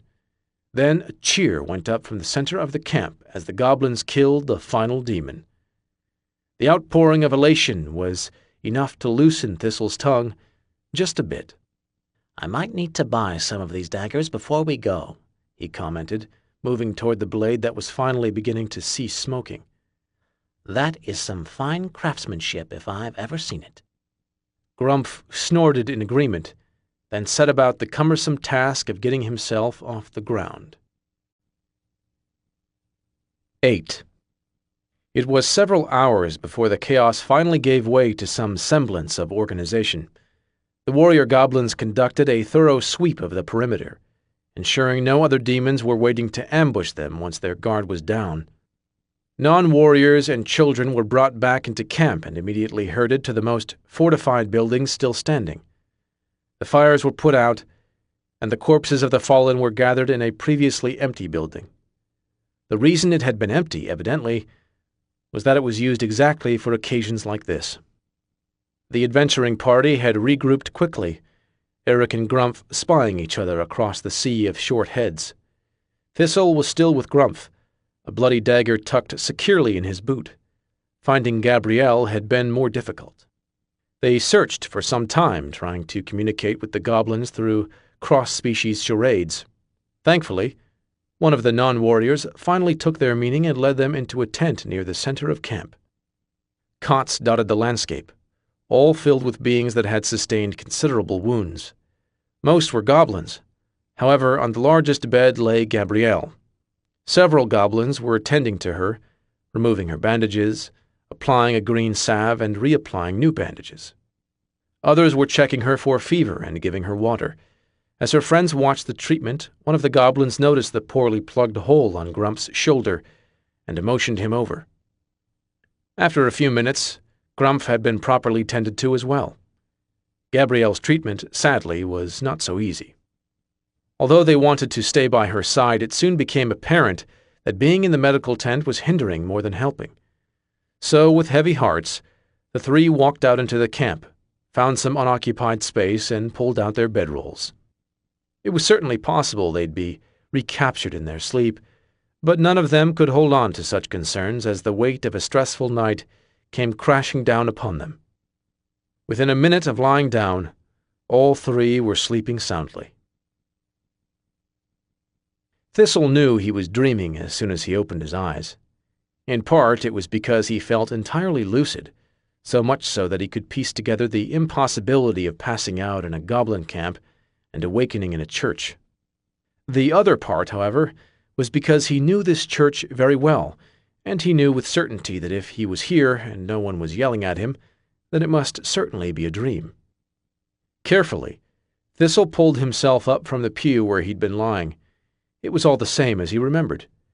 Same large ceiling, causing a breeze, same enchanted glass windows, swirling with ever-changing colors, and same dusty rug running up to the pulpit. That was when Thistle realized that something had changed. Instead of a glowing orb surrounded by mist, the symbol of Mythingau, the gnome god, there was a picture of a broom with a dagger tied to the top. This was the symbol of Grumble, God of the Minions. Thistle had no sooner reached this revelation than he saw a male kobold, at least male if Thistle correctly recalled how to interpret the number of spines atop their head, hop up onto the pulpit from the front pew. He was scaly and orange, though the bits around his knees and elbows were starting to look ashen. His lizard's head was wide, yet when it paused to flash a smile, Thistle found it oddly comforting. The kobold walked to the front, but didn't take a place behind the altar. Instead, he moved in front of it and looked directly at Thistle. Underwhelmed? It's okay if you are. I get that a lot. No, nothing like that, Thistle told him. Just surprised. It's not often one dreams of meeting their god. This is a dream, but I think we both know it's not just happening in your head, Grumble informed him. I've come to have a talk with you. Forgive my foreboding, but those words rarely mean good things, coming from deities. Well, I guess you're not wrong, Grumble agreed. I've come to discuss something, and whether it's good or bad will be up to you. This is about the knife, isn't it? Grumble shook his head. No, this is about the prayer you said right before you threw the knife. I'm not the most popular god in the pantheon. I'm the first to admit it. But I get my fair share of prayers. Please, don't let the master beat me tonight is a big one. Right up there with, please, don't let these adventurers find my hiding spot. Yours, though, that was a rarity. One of my worshippers charging into danger rather than scrambling away from it, and all to save a friend. Your faith does teach the importance of looking out for one another, Thistle said. Grumble hopped down from the pulpit and landed on the dusty rug. He'd have been shorter than a normal gnome, but Thistle's crooked body left him eye level with his deity. It does teach that, but you went above and beyond. What you did was brave and selfless, and dare I say, noble. Comprehension dropped on Thistle like Grumph after too many shots of dwarven whiskey. Oh, no way, look at me. You know this doesn't work. I'll admit, you're not exactly what most gods look for, but I don't get a lot of options from my following. Besides, technically speaking, I don't have to ask, you know. Grumble walked forward until he was only a few paces away from Thistle. I can just give you the calling, and then it's there, and you're stuck with it. You could do that, but I don't think you will, Thistle ventured. And why is that? Because you're the god of the minions, those who are already shoved around and controlled by the powerful. If you were the kind of god who did that, you'd never have chosen us to look over in the first place. Grumble gave a brief nod. You caught me. I don't force this on anyone. If you tell me your final answer is no, then I'll let it be. You can consider what happened with the dagger a divine boon and go on your way. My final answer is... Thistle kept mouthing words, but found his voice no longer functioned. You could at least hear me out, Grumble said. That would be the polite thing to do. Thistle gave no response. However, he did close his mouth and cease his attempts to talk. Good enough. Anyway, there are perks to what I'm offering. Increased strength, a significant bump in endurance, and the ability to bless weapons. Not quite as extreme as you saw tonight, but still impressive. Plus, there are the non-combat boons, some divine magic, prayer priority when calling your god, and, of course, healing. Grumble leaned forward on the word healing so close that Thistle could feel the breath from his snout. If you have something to say, please just say it, Thistle urged, glad to hear his voice had returned. The woman who was with you, she's not long for this world, and Grumph will only be a few days behind her. Demon claws are nasty things. The damage they do gets in the blood, rots the body from the inside out. Herbs and time won't save them. They need healing magic, the kind powered by a divine backer. That's your deal? Do what you want, or you let my friends die? Thistle, I'm not the one who attacked them. I didn't unleash those demons. Honestly, if not for your prayer, I never would have known about any of this. Grumble said, his voice surprisingly gentle. I'm not trying to bully you. I'm offering a way to save them, something you wouldn't have any other way to do. Without this conversation, they'd have just died and that would be the end of it. I'm trying to help. I'll grant you that, Thistle said after a moment's consideration, but it hasn't escaped my notice that you're helping in a way that gets you what you want. I am still a god after all. There's a certain way these things are done. Aye.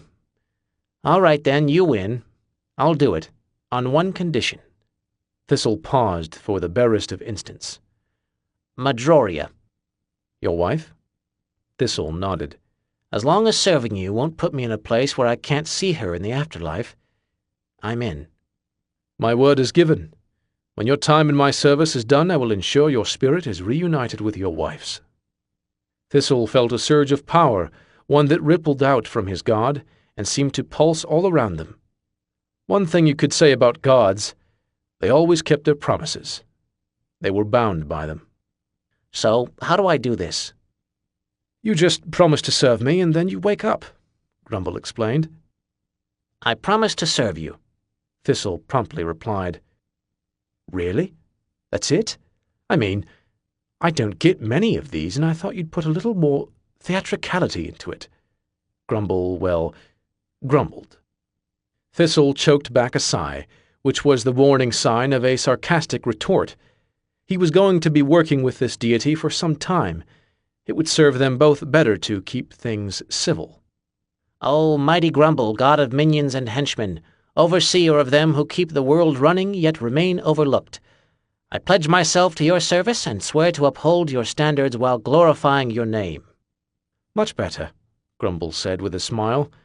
Welcome to my service, Thistle the Paladin. When the gnome re-entered the tent, flanked on either side by a bewildered human and a half-orc whose bandages were now removed, the goblins were a touch confused. When he jostled his way to the side of Gabrielle, moving others aside politely but firmly, they grew concerned. It was only when he pressed his hands on her stomach and the dim glow of golden light began emanating from them that they put everything together. At their capture, the goblins had assumed these folks were searching for a quest, looking to become adventurers, yet not strong enough to actually go by the title. Once the light faded, and Gabrielle's eyes flickered open, there was no doubt left. In the battle, something had changed. One of them, at least, had become a true adventurer. Despite the divine patch job, it was several more hours before Gabrielle was cleared by the goblins' medical team and allowed to join her friends. She found them at one of the few tables not destroyed in the previous evening's chaos, eating a few bits of jerky and large amounts of fruit. Pull up a seat, Eric welcomed, motioning her over. There wasn't much meat that survived the fire, but a big gathering party rounded up plenty of apples and berries this afternoon. Gabrielle nodded and sat down next to Eric. He looked different somehow. It took a moment for her to realize that he'd yet to redon his armor. How many years had it been since he'd seen him sans reflective protection? It seemed to have done him good. His back was straighter, and the usual pained expression was nowhere to be seen on his face. Not to pester, but I wanted to make sure of something, Thistle said as Gabrielle piled her plate full of various fruits. I assume they didn't send a runner this morning? Definitely not, she confirmed. After last night, they aren't ready to take on a band of adventurers. They need time to rebuild and refortify. Besides, they said it didn't seem right, keeping us after we helped them. As far as they're concerned, we're free to go. Good, Thistle said, nodding his head. I'd already chatted with them and gotten that story, but I just wanted to make sure they'd told you the same thing. Gabrielle's hand froze, a fistful of grapes suspended midway to her mouth. Thistle, you don't speak Goblek. Correction, I didn't speak Goblek, Thistle said. Technically, I still don't. Everything they say sounds to me like it's being said in the proper kingdom language. Presumably, they hear my responses in proper, as if I'd said them in Goblek. That's impossible, Gabrielle pointed out. Not really. It makes ample sense. Goblins are one of the most frequent races used as minions, and as such, they are devout worshippers of Grumble. It seems perfectly fitting that a paladin of Grumble should be able to speak with them. You're not a... I am, Thistle said, cutting her off. Unlikely as it sounds, I assure you, I am. Presumably, they told you about your miraculous healing? Yes, but I just assumed they were mistaken, and some other traveler had done it.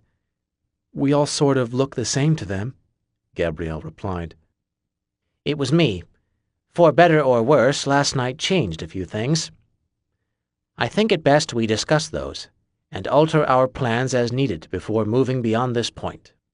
Goblins don't talk much with travelers, but in a few days we'll reach Apple Ram up the road. Whatever identities we introduce ourselves as there will then be set in stone, because changing them could end with us coming out as frauds.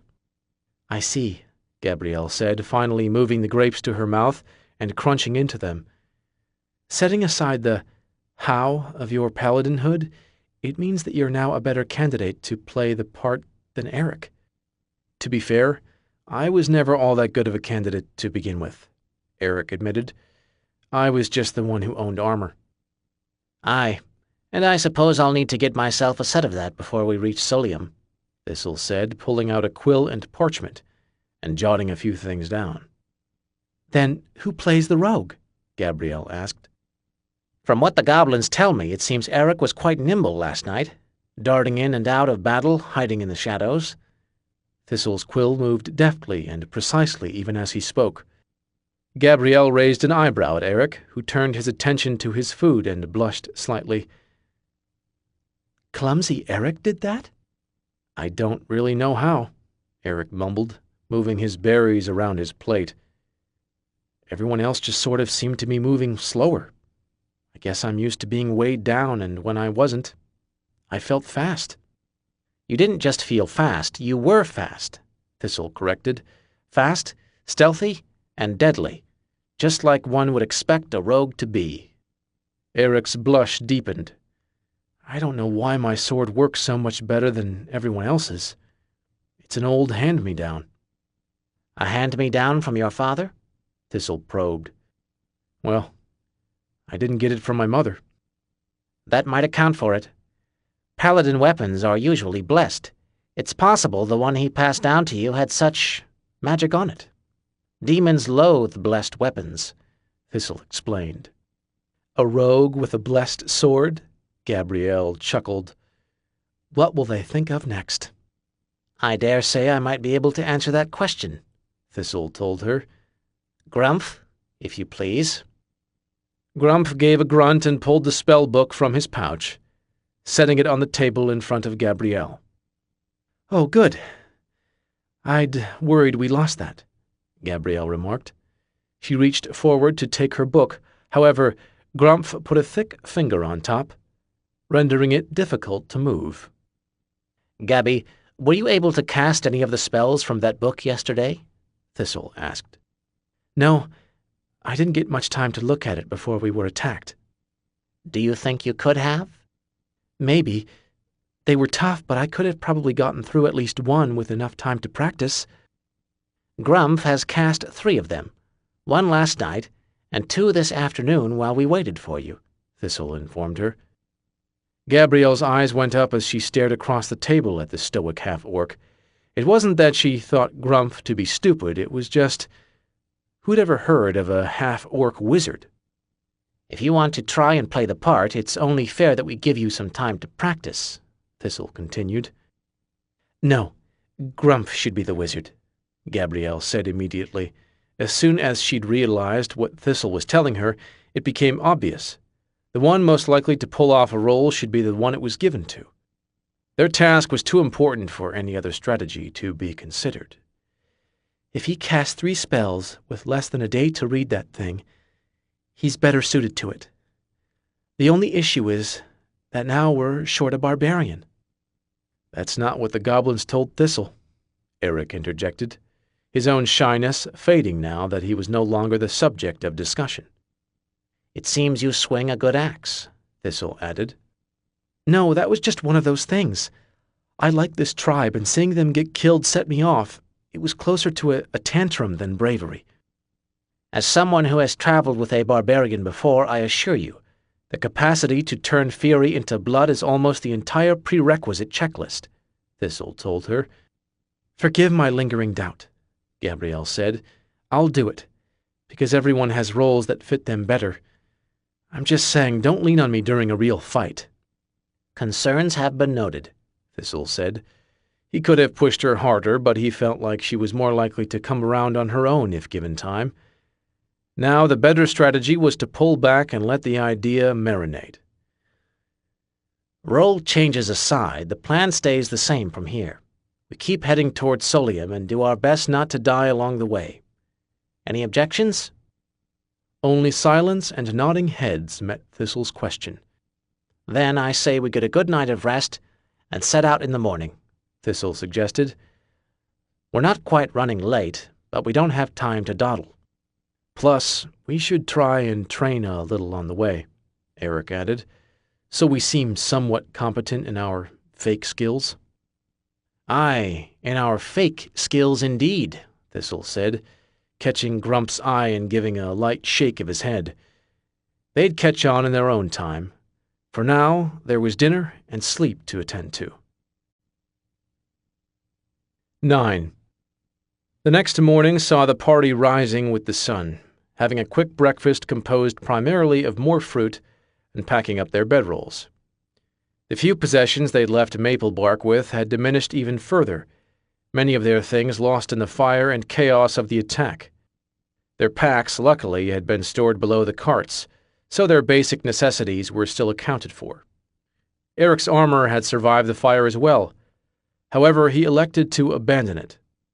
It was part of his old life, and any sentimentality he might have held toward it was suppressed by the stomach-turning thought of strapping himself back into the cumbersome apparatus. The goblins did their best to replace what they could, offering ponies and provisions for the journey ahead. The ponies were mostly declined, because even the hardiest of them would have broken under Grump's weight, though Thistle accepted one on the grounds that his normal gait would slow everyone else down. The provisions were also taken with thanks. Thistle was offered a set of goblin armor, since he was the only one that was small enough to wear any, but he declined and instead requested a pair of sturdy daggers, a matched set, if possible. The goblins brought forth an array of their weapons, and eventually Thistle selected two that, while not actually a set, were close enough to fool a casual observer. With one last word of thanks and a promise to slow any Maple Bark citizens that might come through the camp in pursuit, the goblins waved goodbye to the strange party that headed down the road to Appleram. Once they'd been on the road for some time, Eric broke the silence that had seamlessly settled over them. I wanted to ask, why'd you turn down the armor? I thought you said you needed some. Aye, I likely do, Thistle agreed. But right now we're a rather bedraggled bunch. When we get to Appleram, people will ask what happened. I intend to tell them the truth. We were kidnapped by goblins, and we fought our way free. That makes it sound like we fought the goblins, Gabrielle pointed out. Which is what I want them to infer, Thistle clarified. People get waylaid by goblins all the time. It won't raise a single eyebrow or prompt many questions. And that's what we want. Get in, resupply, get back on the road, and remain as unmemorable as possible. Why bother? Eric asked. Look, when we get to Solium with the scroll, there might be a bit of curiosity about us. But unless we give them a reason, they won't waste the magic to verify we're really the same adventurers who killed the kobolds. Appleram, however, is close enough to Maple Bark that if we make anyone too interested, they might take a leisurely ride back in this direction. A ride that would take them through Maple Bark, and it wouldn't require more than one or two questions to piece together who we really are. That is, and I say this having known you for years, just amazingly paranoid, Gabrielle commented. Better paranoid than dead, Grump said, momentarily looking up from the spellbook he'd had his face buried in for hours. How he walked and read at the same time was a mystery to all of them, yet the lack of tripping clearly indicated that he had a system, and it worked. Precisely, old friend, Thistle agreed. Anyway, a few daggers and a pony can be explained away as things grabbed hastily in battle. A set of armor is far more conspicuous, hence why I didn't accept the offer. If anyone asks why I'm an unarmored paladin, I'll just tell them a set of armor was one of the things we lost in the capture." "We lost my set of armor," Eric said. "What I said is still technically true," Thistle pointed out. "Oh yeah, now that you're a paladin, does that mean you can't lie?" Gabrielle asked. "Different gods have different rules. Given that minions constantly have to lie to their master, if only to assuage their egos and assure them they're brilliant and unbeatable, I doubt Grumble objects much to an occasional fib. Still, I find lying to be more dangerous than expertly telling the truth, so I avoid it whenever possible." "Whatever floats your galleon," Gabrielle said, adjusting the axe strapped to her back for the umpteenth time since setting out.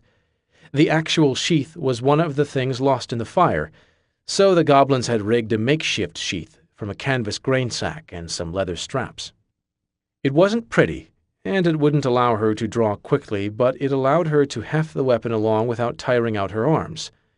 Grumph had offered to carry it for her, but Gabrielle's own paranoia had reminded her to stick to her role. She was the barbarian. She would carry her own axe.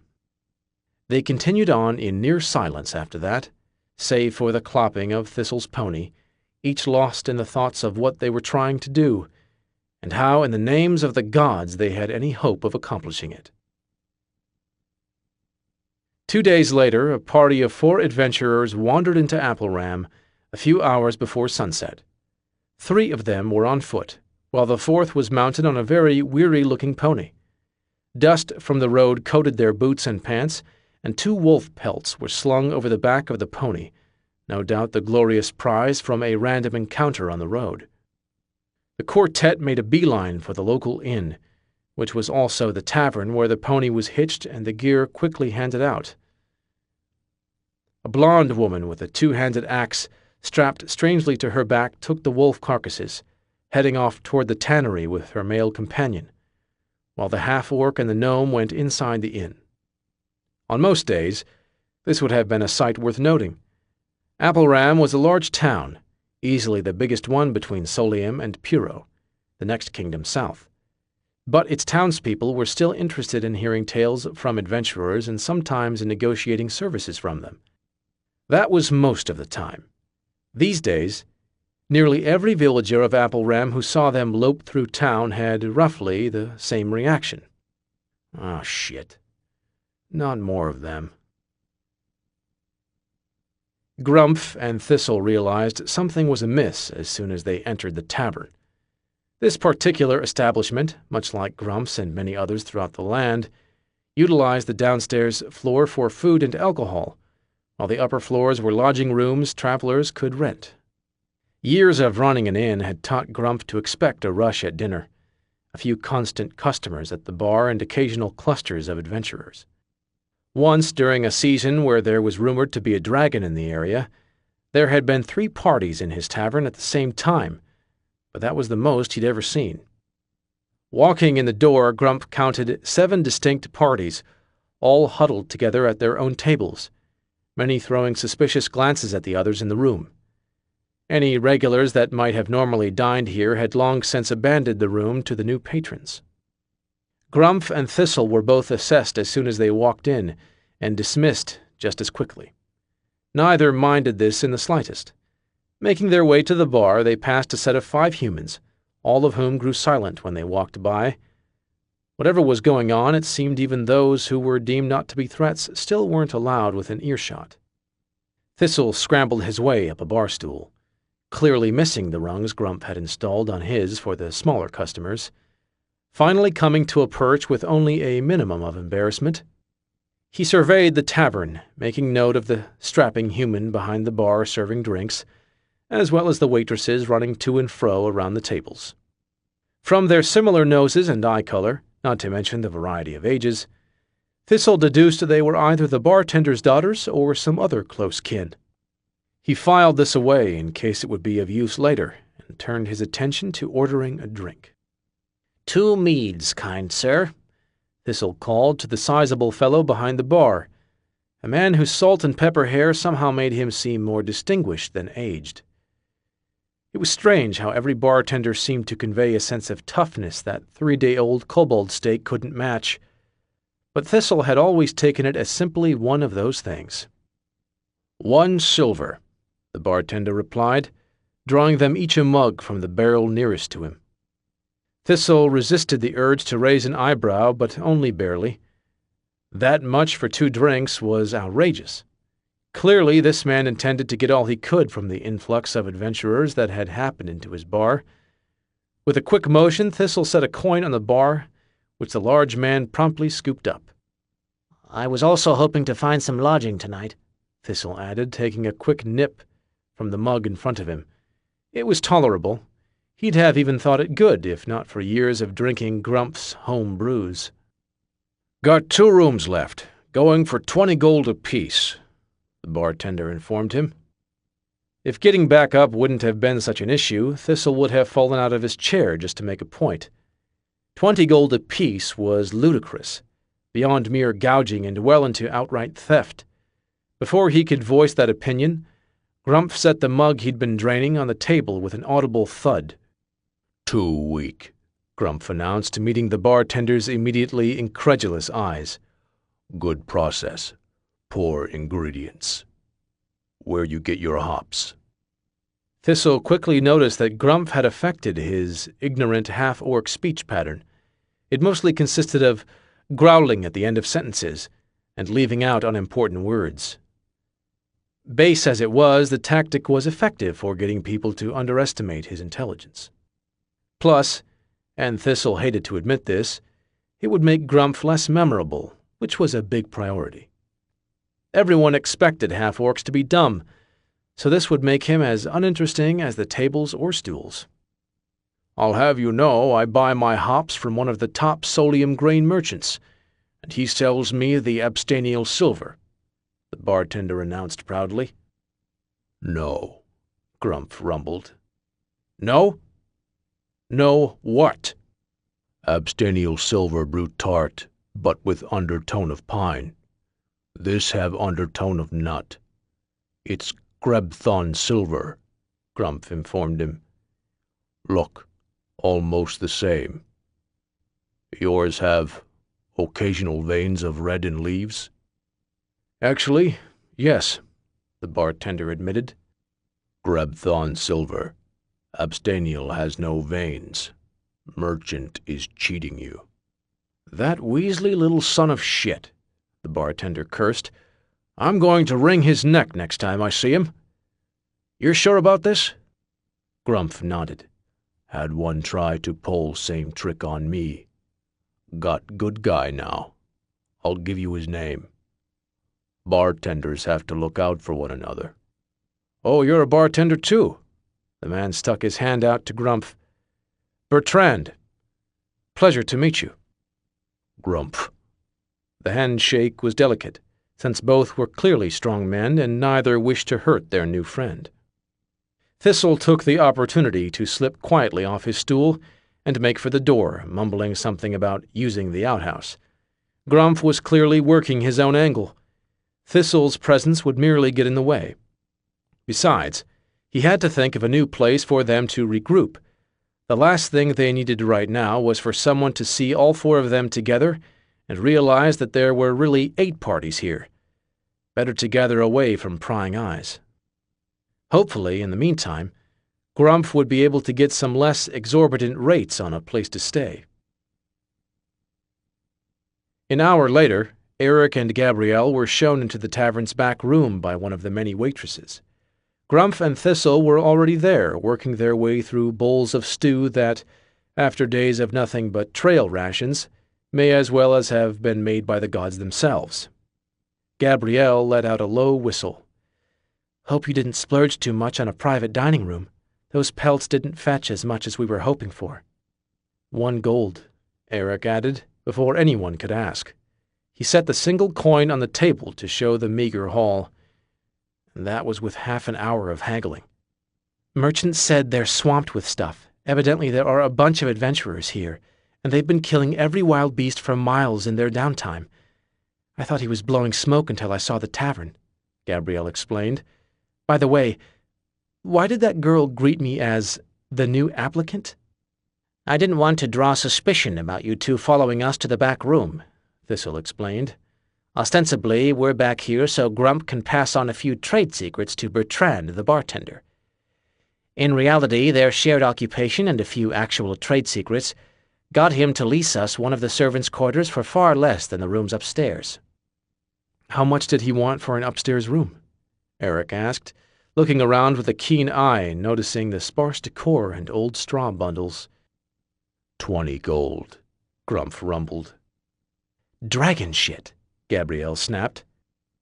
Sit down, eat, and I'll explain, Thistle said, motioning to the table.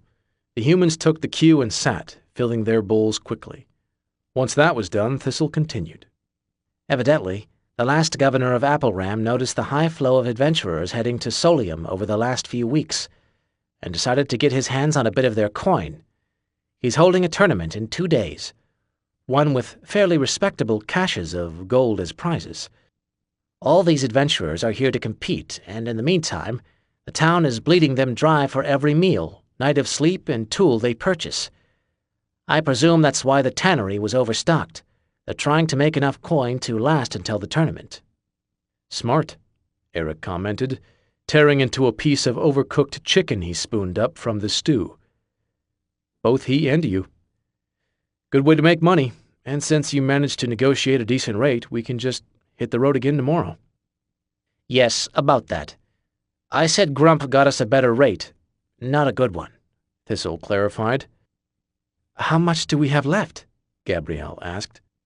Well, as of right now, Thistle said, picking up the coin from the table. 1 gold. What? The ferocity of Gabrielle's yell was only matched by the strength in her grip as her hand grasped her axe. That's insane! Calm down, Grumph told her. It's a good deal. How is that a good deal? Because he easily could have made 20 times that, and fully intended to, Thistle told her. He's not likely to see a chance to make this kind of money again for years, if ever. Bertrand has done us a tremendous kindness by allowing us to stay here at such a paltry rate. We could have slept outside, Eric pointed out. We've been doing it for days now. There is a sizable flaw in that plan, Thistle told him. Right now we have an exceptionally high concentration of adventurers. I don't have to tell you how dangerous that makes being outside of town. We're lucky we arrived in the day, and that they've been going out to hunt. Otherwise, we'd likely be dead already. Eric nodded. No one understood why, but the more adventurers were around, the greater the number of monsters that were drawn. It was like they grouped up in scale to the number of adventurers present to give a proper challenge. That's it? You traded all our money for 1 night of lodging and a pot of stew? Gabrielle asked, sitting back down. The flash of anger that had bubbled up had subsided, though she was surprised to have even felt it in the first place. She'd been raised to keep an even temper, as a proper lady should. These bursts of fury were a new and not entirely welcome occurrence. Don't be silly. I traded it for 3 nights of lodging and 3 meals each day, Thistle said. We're not even going to be here 3 nights, Eric pointed out. Actually, we are, Thistle corrected him. We can't very well walk into Solium like this. No one would believe we beat a wild badger, let alone a kobold invasion. We require equipment that makes us look at least reasonably respectable, and for that, we'll need money. Money that you spent, Gabrielle muttered. Money I invested. What we had wouldn't have gotten us a decent buckler, let alone outfitted us all, Thistle said. No, we need to make some real coin and fast, which leaves us with only one viable option. You have got to be joking, Eric said, filling in the gaps before Thistle could say it. I am completely serious, Thistle replied. The 4 of us are entering Appleram's tournament. 10. Thistle slurped down some stew while he waited for Eric and Gabrielle's flurry of objections to die down. Even if he'd wanted to address them, there was no way he'd be able to with the speed at which they were speaking. Instead, He filled his belly and sat in silence until they realized he wasn't going to speak until they ceased yelling. It took longer than he expected, which worked out well. He was still quite hungry, and it was impolite to eat when talking.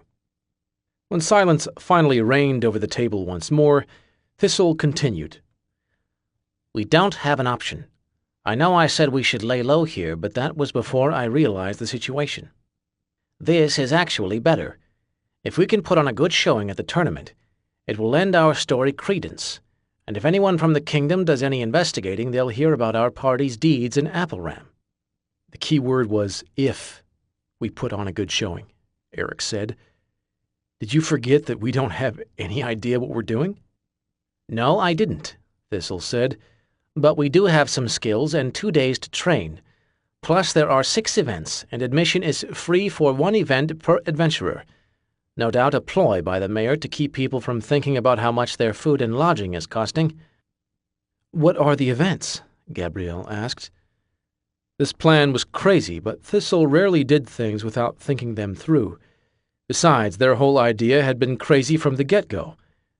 Why should this part be any different? Glad you asked, Thistle said. 6 events are being held. Sword fighting, archery, dagger throwing, feats of strength, general melee, and magical duels. I would have expected a joust, Eric commented. Not outside of a royal tournament. Most real adventurers aren't that skilled in mounted combat. You seem to know quite a bit about adventurers, Thistle, Gabrielle said. There was no malice in her tone, no wheedling waves in her words, yet they still halted the conversation effectively.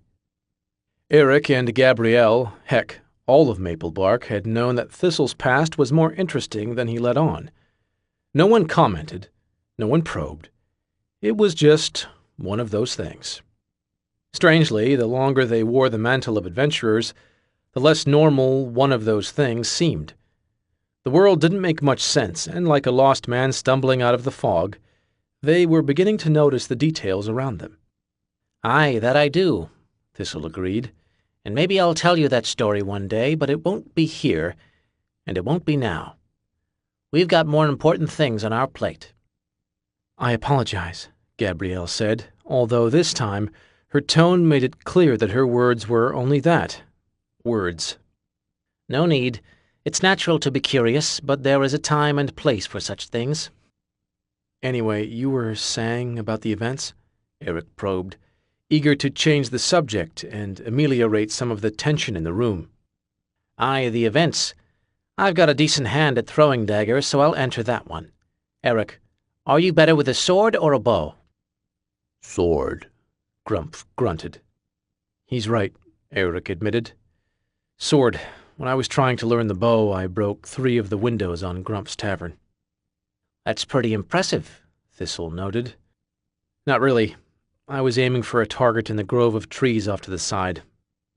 Thistle knew the forest Eric was speaking of. It was nowhere near Grumph's windows. Sword it is, Thistle announced. I don't have my armor. Don't worry, you'll be using wooden tourney swords, Thistle assured him. Besides, I think you're better off without it. Eric couldn't argue with that logic, so instead he merely gave a nod and turned his attention toward his meal. Next up, Grumph. I dare say you've got a real shot at winning the Feats of Strength event, old friend. True, Grumph agreed, but I'm in magical duels. Come on, Grumph. Do the one you can win. We need the money, Gabrielle wheedled. We need practice, Grumph countered, his thick, rumbling voice moving far more fluidly than it did around those he didn't trust. Experience is worth more than gold. Very well, then. Grumph is doing the magical duels, Thistle said. He personally agreed with Gabrielle, however. He knew Grumph well enough to understand that when the half-orc was set on something, it would take an act of the gods to deter him. Gabby, that just leaves you. I might be able to do okay at archery, she replied. I was decent at it.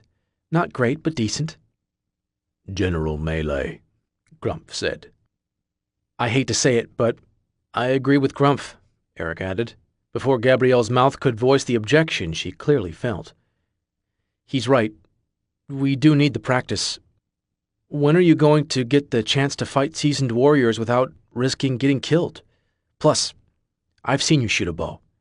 You're better than I am, but that's not saying much. Do the event where you'll at least learn something. Gabby, to be clear, General Melee will use wooden weaponry as well. However, they will still be swung hard, and broken bones are not unheard of, Thistle told her. I won't ask you to register in an event you're uncomfortable with. If you say archery, then it's archery.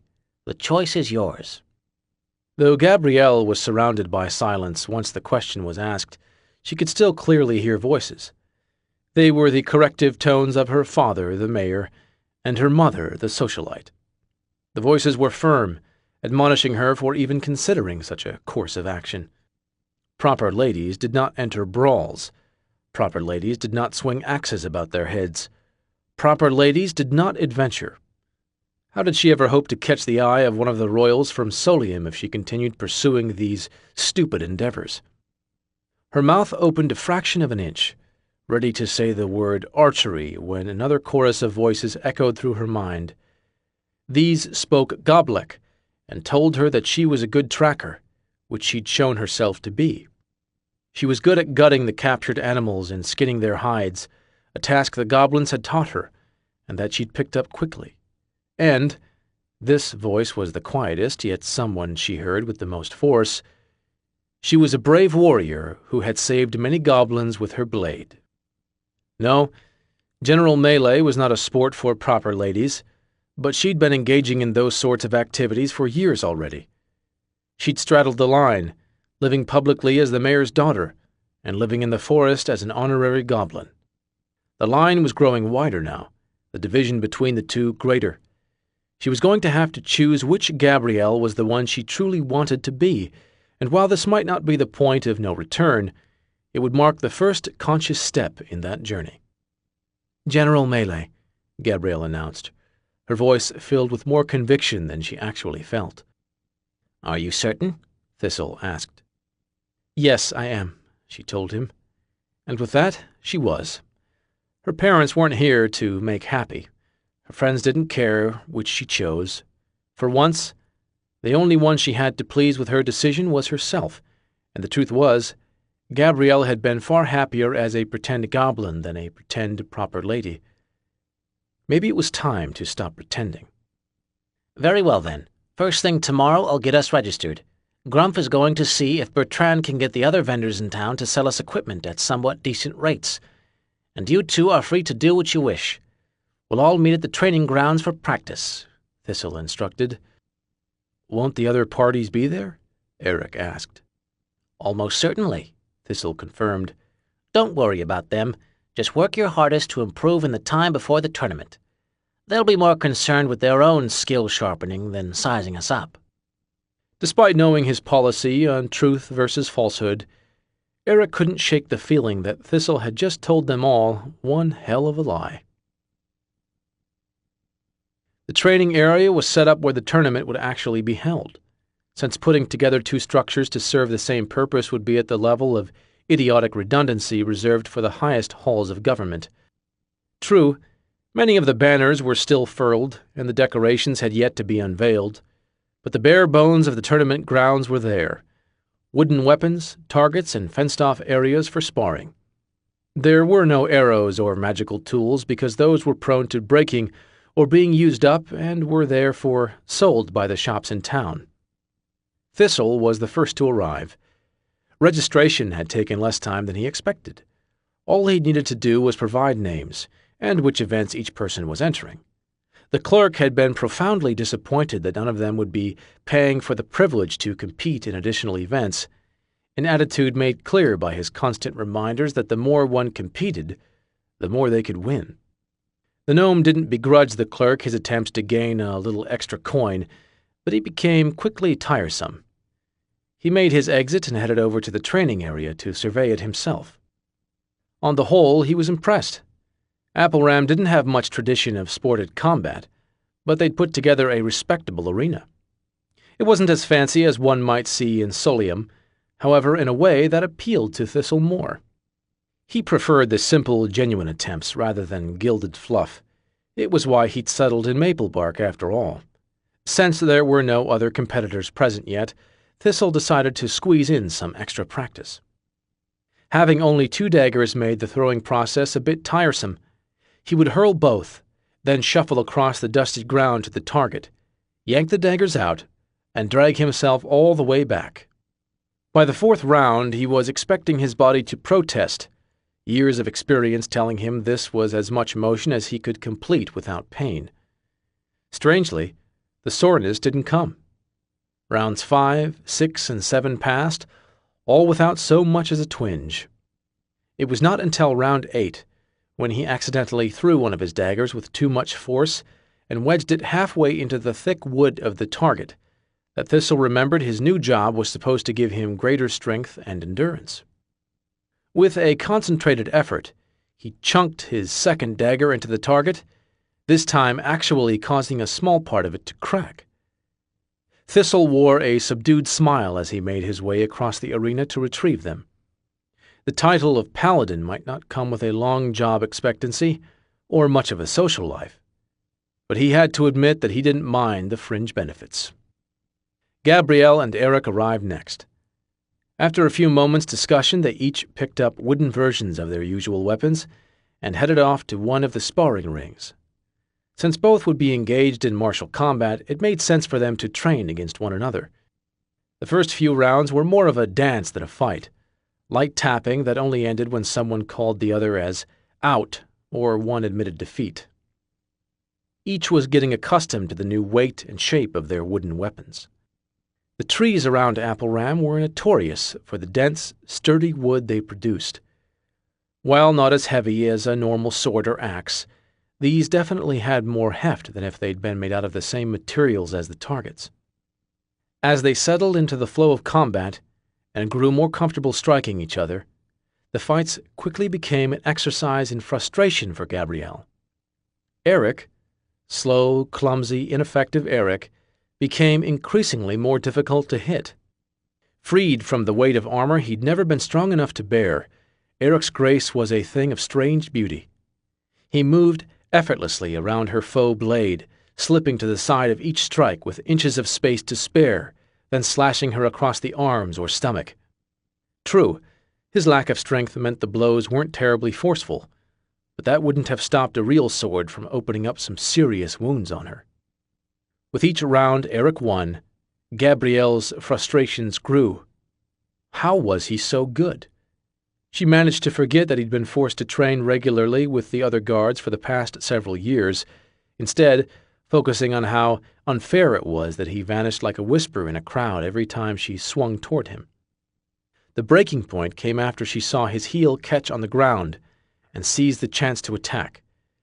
Gabrielle swung high and wide, giving it all she had, sure this was the time she'd win. Somehow, Eric recovered his footing and dodged the blow, circling around in the same fluid motion and pressing his wooden short sword against the back of her neck. "Got you," Eric said, his voice perfectly calm. It was the way he said it that got her. If he'd been glib or taunting, she could have dealt with it. But no, Eric said it as though he were stating the weather, as though it were an obvious fact. Of course he won, because he was just so damned much better than her. Gabrielle knew he said something after that, but she couldn't make out the words over the sudden pounding in her ears. Her grip on the fake axe's shaft grew so strong that the sturdy wood creaked. Without thought or warning, she spun around, weapon pulled back. Though in the moment she ignored it, she would never forget the look of sudden terror in Eric's eyes as she faced him. It would plague her for years to come. She released a guttural yell and struck with all her suddenly considerable might. The blow nearly landed true, a blow that would have shattered Eric's arm and shoulder at the very least. At the last moment, however, she felt her entire body be jerked back, throwing the blow wild and smashing the wooden axe into the dusty ground. Gabrielle was lifted off her feet, arms pinned to her sides as she thrashed about wildly. It took a few minutes, but eventually her anger subsided enough for coherent thought to return. For the first time, she realized that the arms holding her belonged to a half-orc, and from there it didn't take much thought to put things together. I'm okay now, Grumph, Gabrielle said shakily. What in the seven hells was that? Eric asked. Side effect, Grumph said before Gabrielle could answer. Go practice alone. We need to talk. Eric nodded his understanding and jogged off toward one of the human-sized dummies set up near one end of the arena. Once he was gone, Grumph's grip loosened, and he set his friend carefully down on the ground. I don't know what happened, she said, shocked by how hard it was to get her legs to bear her weight.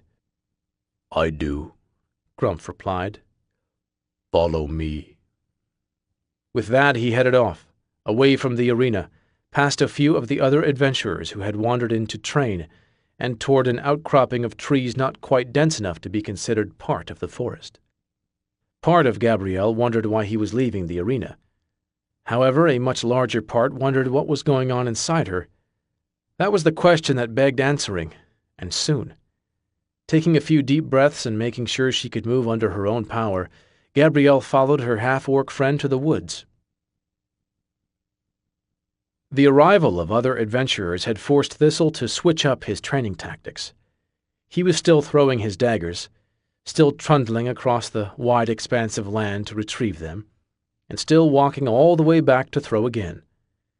What was different, now that others were also there, was that Thistle was missing. It was a simple strategy, really. Instead of aiming for the center of the target, Thistle would aim for a spot closer to the outer edge. He'd change spots each time, throwing one in the center on occasion too, just to keep it interesting. In this way, he was still working on putting the dagger exactly where he wanted it, but to an observer it would appear his throws were all over the place. Despite knowing he'd be putting on a show for these people in a few days' time, lying low was too ingrained in Thistle's nature to buck against it. "Nice throw," said a female voice from behind him.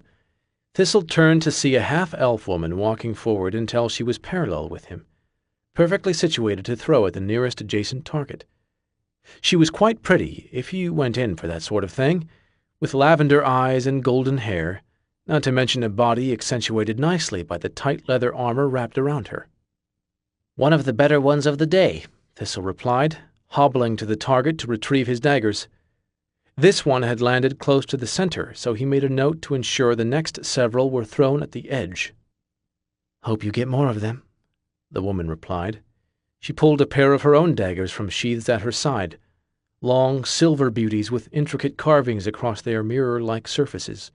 A quick motion from each arm and the blades were buried on either side of the target's bullseye. "Not too shabby yourself," Thistle complimented. "I try." The woman let out a low whistle and both daggers glowed lightly, vanished, and then reappeared in their sheaths at her side. "Handy trick." Thistle sent his own blades into the high and low edges of the target. "Daggers with a calling spell are the only way to go. I'm Sirva, by the way." "Thistle," Thistle replied, once his journey to and from the target was complete. "Pleasure to meet you. Looks like we'll be competing against one another," Sirva noted. "Aye, so it does." This time Thistle watched her as she whipped the daggers through the air and sent them quivering into the target. Both landed close to the bullseye, but neither actually hit it. This would have been a more comforting observation if not for the fact that Sirva's eyes had never focused on the bullseye in the first place. She was using his same strategy, purposely missing in order to appear more inept. What was more, given how many empty targets were around, she likely caught on to the fact that he was doing it too. That was why she'd greeted him and gotten close enough to be observed. She wanted him to know she'd caught on to his trickery. Thistle smiled as he took aim, and let the first of his own daggers fly. He'd been worried things would get boring, but it seemed he might have a little fun at this tournament, after all. Unlike Thistle, Eric wasn't particularly interesting to the other adventurers who wandered into his area of the training arena.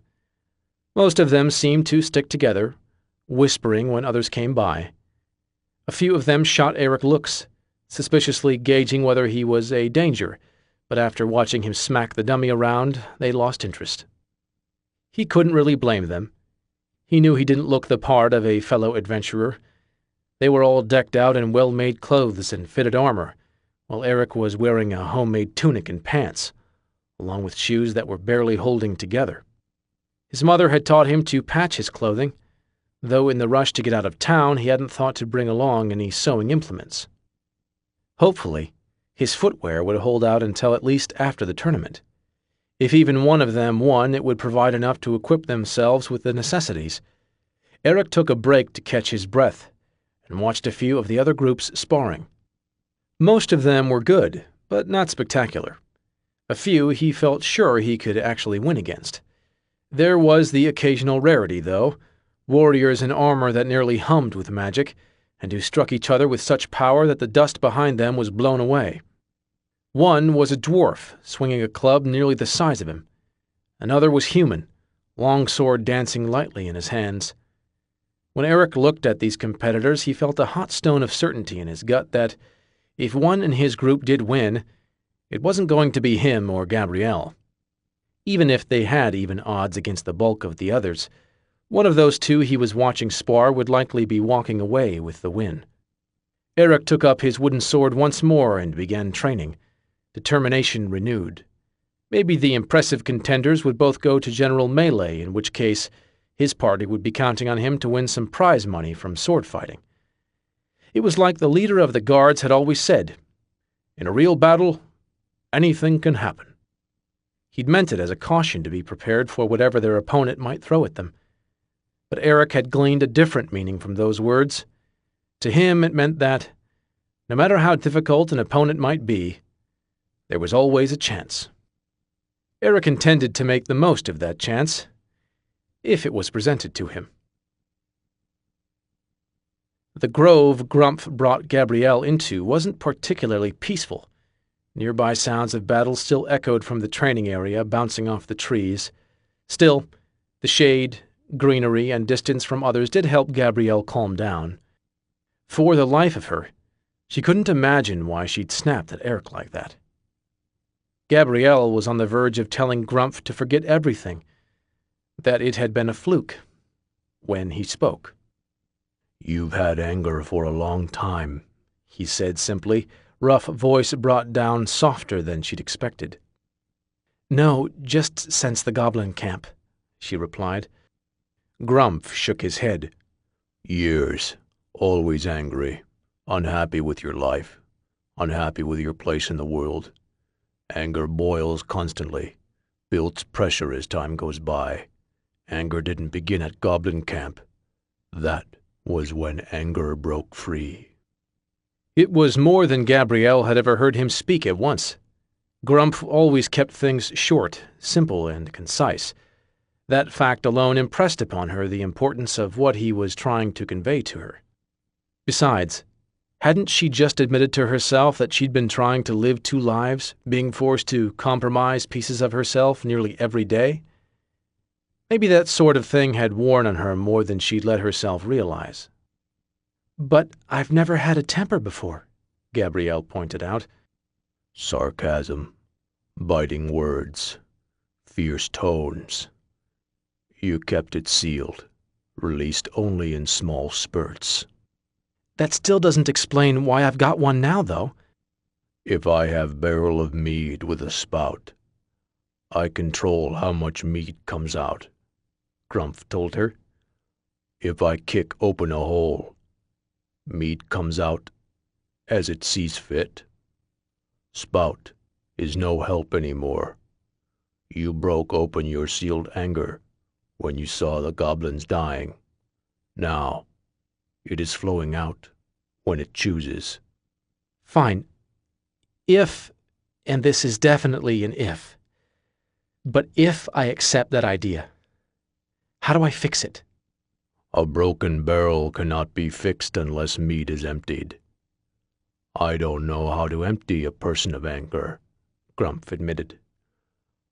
"Fixing is off the table for now, so we have to work with next best thing." "What's that?" "Learning to aim," Grumpf told her, a slight smile creeping across his wide, hairy face. 11. The day of the tournament was a gorgeous one, sun shining brightly overhead and not a single cloud in the sky. Of course, this was the worst possible weather for the competitors. It meant glares of light in the eye from every reflective surface and stifling heat for those equipped with armor. Despite this, spirits were high as the various parties wandered into the arena. Unlike on the days of training, all the decorations had been set up and unfurled the previous evening. Large banners, sizable signs, and endless knickknacks were positioned all over the arena. While at a royal tournament these would have shown the standards of great houses or of the warriors for whom various groups were cheering for, here, nearly all of them were advertisements for various stalls and vendors in town. One for the local herbalist, showing a wounded knight being magically healed, would prove to be particularly well-targeted advertising by the day's end. Another notable difference from the days before was the people in attendance. A peasant or two had wandered by the training grounds on days prior, though the vast majority of them were working or manning shops in order to squeeze every coin they could from the adventurers. Now that their cash cows were otherwise occupied, it made all the sense in the world to come watch a free show. After all, they'd put in a lot of work over the last week. They deserved a day off. The mood in the stands was festive, buoyant even, as locals with more gold under their mattresses than they'd ever had before kicked back to be entertained. A few die-hard entrepreneurs were walking through the stands, selling mead and meat, though pointedly not calling out prices. They wouldn't want an adventurer to overhear how much things really cost. Near the center, in a part of the stand slightly sectioned off, was the mayor of Appleram and his 2 children. Despite his high office, Mayor Branders still worked his farm daily, leaving him a muscular man with a sun-beaten face. The young boy and girl scrambling about energetically had similar features to his, but theirs were turned up in smiles and glowing with excitement. They raced alongside the railings, pointing to each new adventurer who entered the arena, frantically speculating about what their events were and how they would do. The mayor's children were far from the only ones doing some speculating. A buzz swept through the crowds any time an adventurer did so much as stretch their back. Bets on who would win what events were made and taken in covert gestures and secret handoffs. Many made their guesses based on the interactions they'd had with the adventurers during the week, while others used physical stature as their betting benchmarks. And still a third camp made their speculations based entirely on the quality of the armor an individual was wearing. Due to this third camp, there was already heavy money riding on the party Eric had watched during his training, and more would certainly be added to that sum as the day wore on. One group, on whom no one had placed even a single copper coin, was the party containing a human female wearing a large axe, a half-orc clutching a spellbook, a crooked gnome fiddling with a pair of goblin-made daggers, and a human male with a hole in the left heel of his shoes. Truthfully, their drab equipment didn't stand out as much as their motley assortment of races, and even that wasn't terribly divergent from the other groups. Many of the other parties had a similar quality of gear and more than one race of warrior in their arsenal. What set this group apart was the simple truth that they appeared to have no idea what they were doing. As they wandered around the arena, muttering to themselves, the other parties were warming up, doing some mock sparring or just posing for the crowd. These 4 merely kept to themselves, tried to stay out of everyone else's way, and waited for the events to begin. They did not have to wait long. The mayor soon rose from his seat and walked to the edge of the railing. The crowd immediately grew still. Even his children subdued themselves. Mayor Branders was not a violent man, nor did he have a proclivity to raise his voice, but there was something about the way he moved, and how his eyes gauged everyone he met, that spoke of more power than he let on. He was like a pot of simmering silver, simple and serene to look at, but with a scalding danger waiting beneath the surface. "Citizens of Appleram, travelers, and brave adventurers, I thank you for joining in our humble festival." Even without magical aid, his words carried across the arena effortlessly. Mayor Branders was a man who was seldom, if ever, asked to repeat himself. "I'm not a bard, so I'll be quick. Good luck to all the competitors. Battle with honor and dignity, and no cheating." Though the last two words were pronounced the same tone as the others, they rang powerfully in the ears of each person present. "We shall begin with dagger throwing. All those signed up to compete, to the targets at the west of the arena. Everyone else, stay clear." Words spent, Mayor Branders walked back to his chair and sat, while in the arena, adventurers scurried toward or away from the arena's western side. Within moments, it had filled with competitors of various shapes and sizes, each holding their daggers at the ready. The tournament had begun. "The rules for the dagger-throwing event are simple," yelled the portly man standing between the gathered contestants and the targets. "We will have 5 rounds. Each competitor will throw 1 dagger each round.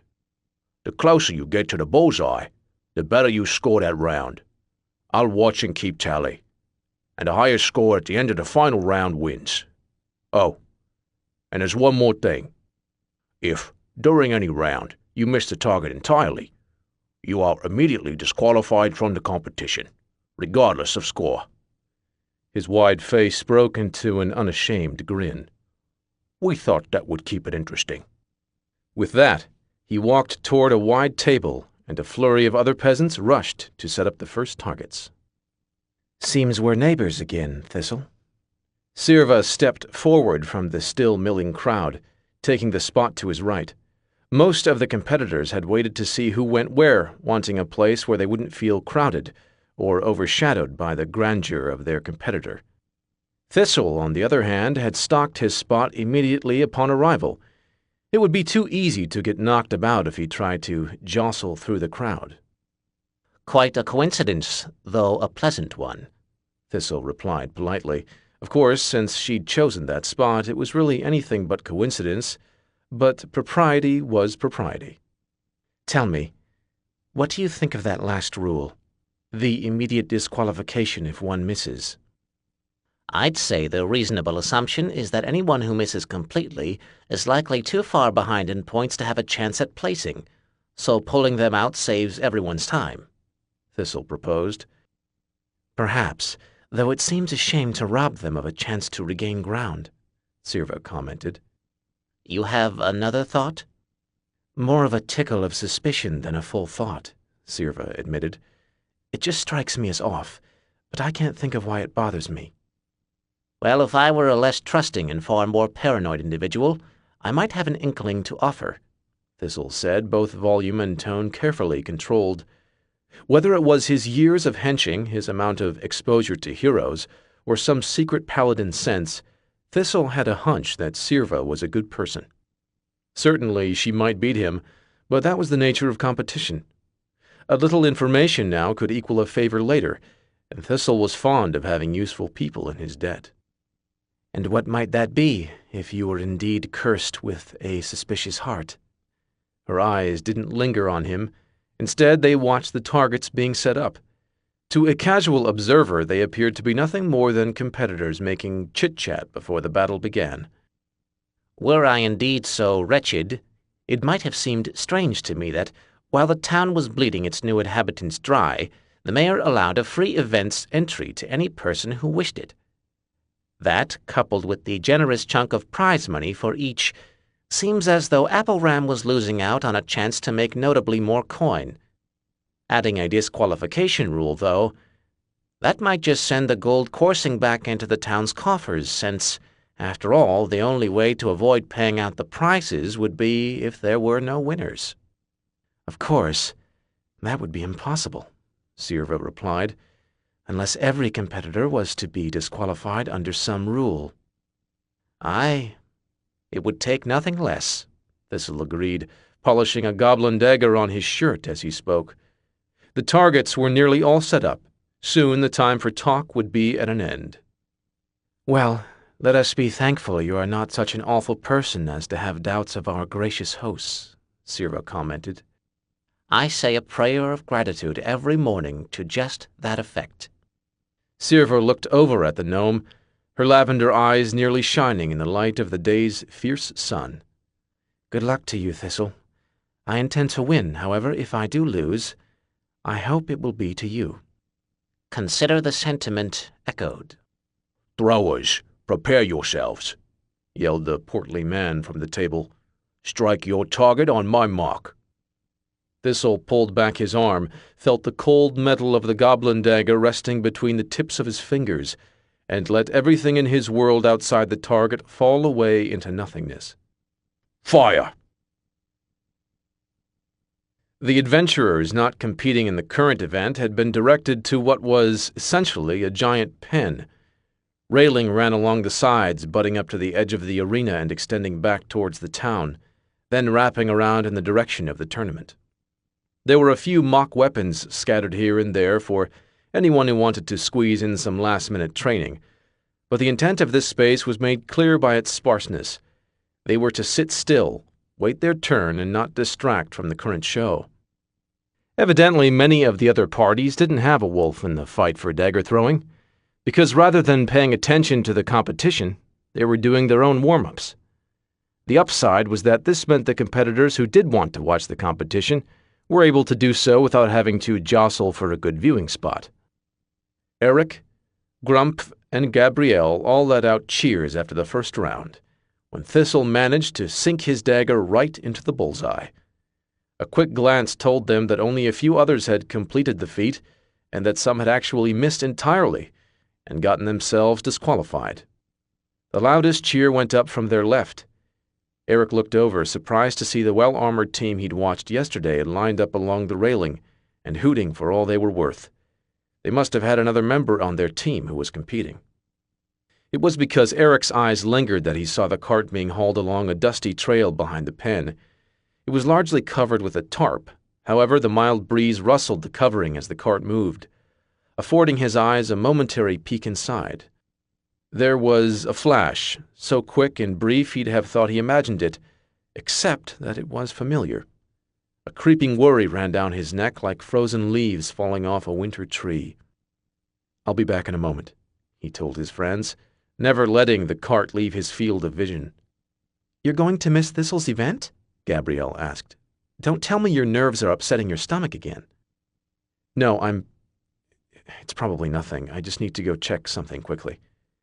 Without another word, Eric was off, moving through the pen as inconspicuously as possible while still keeping up a steady pace.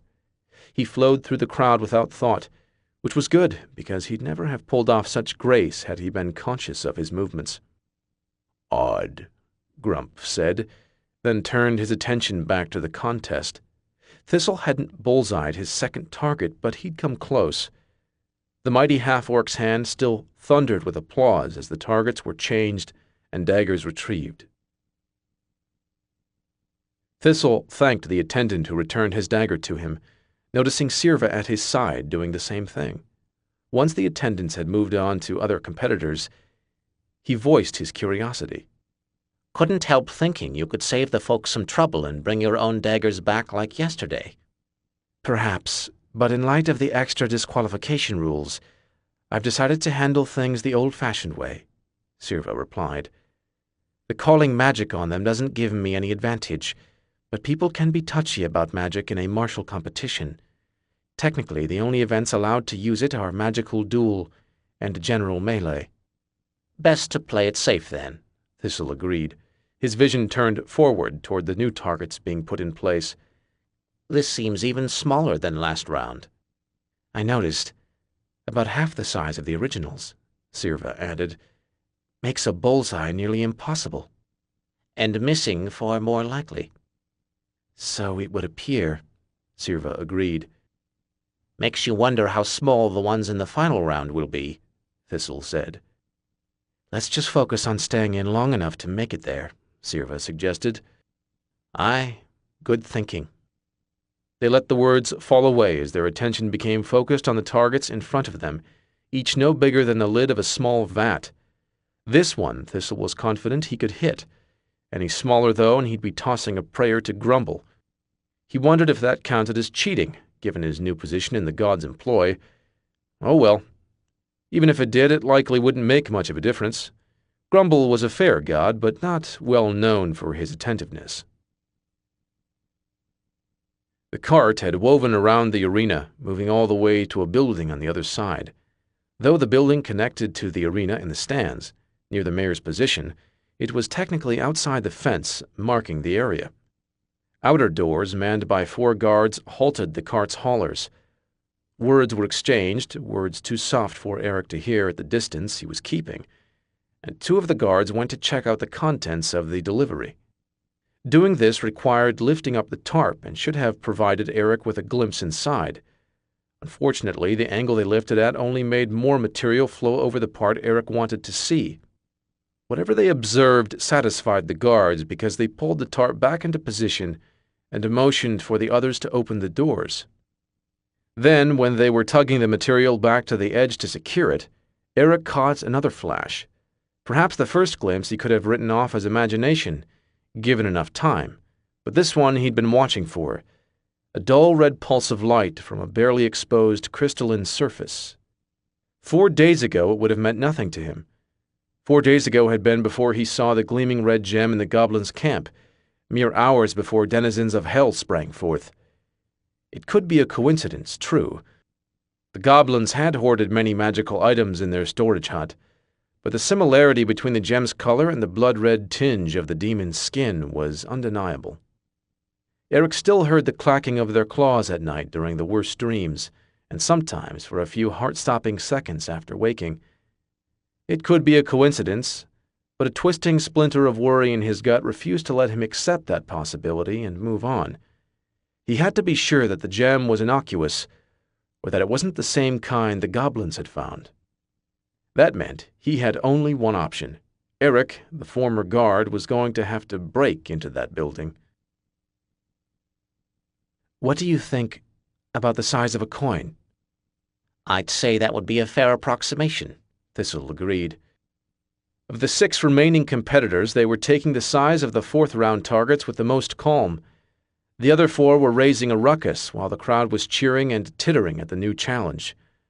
Likely they didn't realize the implications of such tactics. To them, this just made for a better show. The weight of his dagger shifted as Thistle readjusted his grip, what he wouldn't have traded for a better set of blades. These were functional, and he'd overcome their rudimentary design and lack of balance so far, but the margin for error was narrowing by the round. At this point, there was no longer any need to keep score. Whatever one got in the first 3 rounds would be the deciding factor. Now it was just a matter of making it to the end. Eventually, the other 4 competitors realized what Thistle and Sirva already knew. No one was listening to their complaints because no one cared. The money had been collected. All that remained was to take out as many competitors as possible. Good service for adventurers was for the tavern, not the tournament. Once this sank in, they moved back to their throwing positions and tried not to let the anger cloud their focus. I wonder how they'll handle the other contestants, Sirva speculated. They've got something. I've no question on that, Thistle told her. I'm glad this is my only one. Perhaps that would have been a better strategy. I still have magical duel remaining. Thistle's eyebrow rose slightly. You do magic? Of course. I am a wizard after all. Throwing daggers is just a favorite hobby. Thistle looked her over once more, taking note of the flexible, sturdy armor. She didn't look like any wizard he'd encountered, but then neither did Grumph, so perhaps he should stay such judgments. You're quite good for it being a hobby. I suppose we'll see if that's good enough. Eric had never been a very adept guard, but that hadn't come from lack of trying. Quite the opposite. Knowing how unskilled he was, Eric had studied harder than any of the others to improve. He'd gone over the floor plans of the mayor's house, constantly searching for undefended points that needed more attention. In his free time, Eric read books on trap-making and methods for breaking and entering so that he could be steps ahead of any intruders. He'd even tried a bit of lockpicking to see if he could find a way to improve the model's designs. That ambition failed, but it still left him with a working knowledge of most common locks. No one in Maplebark knew more about guarding than Eric, which made it all the more frustrating when he'd consistently failed to keep Gabrielle from getting kidnapped. Now, stepping carefully into the guarded building, he was grateful for all that research. Learning how to stop thieves had inadvertently also given him a good background on how to be one. He'd realized that the outer doors would prove impossible to assail without drawing a ruckus, and sneaking in on a cart was unlikely since those were searched. No, the weak point of the structure was the outcropping that connected to the stands. There was a tunnel leading from it to a spot deeper in, a place where Eric assumed it opened up in the mayor's area. The beams and columns surrounding it were dense, too dense for anyone to move freely through them. For that reason, the guards only walked around to check it infrequently, and then it was more a glance than a thorough scan. Eric understood. Guarding meant it was impossible to see everywhere at once. So you had to allocate your time to the places where the chance of intrusion was the highest. In this case, it meant the outer doors. Of course, that also meant a lean, nimble man had enough time to work through those beams, making his way to where two of the tunnel sections joined. It was still slow going, but the inattentiveness of the guards gave him the freedom needed to accomplish the task. The shoddy construction of the hastily built arena also assisted him, as it meant the sections were joined loosely, making it easy to wedge open a gap and wiggle inside. Had Apple Ram spent any real time or money on their impromptu tournament, such tactics would have failed catastrophically. Thankfully, the emphasis had been on getting the structure built quickly before the adventurers lost interest. The actual contents of the building were approximately 20 boxes, 6 small chests, and 3 carts. A quick inspection of the chests revealed they were filled with coins, so presumably this was where the prizes for those who won were stored. The boxes held various bric-a-brac, tunics and scrolls and banners all emblazoned with an Apple Ram tournament logo, probably souvenirs they were planning to sell sometime during or after the contests. The carts held other prizes, a gilded buckler that Eric suspected was more paint than gold, a silver statue of a dragon with blue gems for eyes, and a very ornate hat with an odd, mismatched design. Eric picked up the hat and turned it around in his hands. He was amazed by how truly hideous it was. Perhaps this was the fashion in the kingdom, but he'd take a good wide-brimmed hat to keep the sun at bay. With that thought, the gaudy hat shifted and was replaced by a simple one with a wide brim, just as he'd envisioned. Eric set it back down, and it took back its original form when it left his hand. The magical, style-changing hat was interesting, but he was already worried about one magical item. He didn't need to mess around with a second. Then, a few feet over, Eric saw it. There was no question. It was almost exactly the same as the gem he'd seen at the goblin camps. Same dull red glow, same egg-like shape, and same shifting patterns if one stared long enough. There were, however, 2 differences from the gem Eric had seen previously. This gem's glow wasn't constant. It brightened and dulled rhythmically at regular intervals. As he stared at it, Eric thought he caught the slightest increase in the tempo. That, he imagined, couldn't be a good thing. Because the other difference between this gem and the one from the goblin camp was that the gem currently in front of Eric was bigger. Roughly 3 times bigger. Thistle stared in amazement at the protruding dagger, barely embedded in the wooden target, yet holding firm all the same. He was sure he'd felt it slip slightly on his throw, a minor error that should have eliminated him from the game. His saving grace had been an unexpected wind gust that moved his dagger's course. Only by half an inch, but it was enough. Of course, one gnome's good fortune was several other competitors' oblivion. Only a single other dagger had found its target besides his own, one that belonged to a long-haired human several spaces down from him. Damn wind, Sirva cursed, accepting her dagger as the attendant rushed it over to her. Sorry, Thistle said. Don't worry, it wasn't your fault, she assured him. Thistle felt a kernel of doubt, though. Perhaps the wind had been chance, or perhaps Grumble was showing favoritism to his newest recruit. The gnome shook off such thoughts forcefully. If one looked for the will of the gods in every turn of fate, it would soon overwhelm them. Better to take things as they were, unless the deity physically showed themselves. Good throw, Sirva complimented a moment later. Not really. It would have gone wide if not for the wind. Your form was fine. I think the issue is, without meaning offense, that you're using daggers ill-suited for throwing. Aye. No argument here, but we work with what we have. Thistle agreed, accepting his own blade from the attendant. He heard a rustling sound to his left and glanced over to find a leather belt dangling in front of his eyes. A loan, Sirva explained. Her daggers were sheathed on opposite sides of the belt, silver handles gleaming in the light of the relentless sun. Whatever the next phase is, you need a better blade. Are you certain? A weapon, especially one with that much worth, was a precious and personal thing. To hand it off to a stranger was quite odd indeed. I'd like to see one of us win. Didn't we agree on that? Besides, I detest this town's greedy trickery. Separate them from at least some of the gold that's been spent in the last week. With all the skill I possess, Thistle promised, accepting her gift. He wrapped the belt around himself twice in order to get it to fasten, then pulled the blades from their sheaths.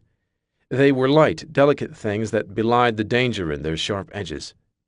Up close, they were even more beautiful than before, the intricate etchings weaving across the surface in a pattern that shifted as the eye moved.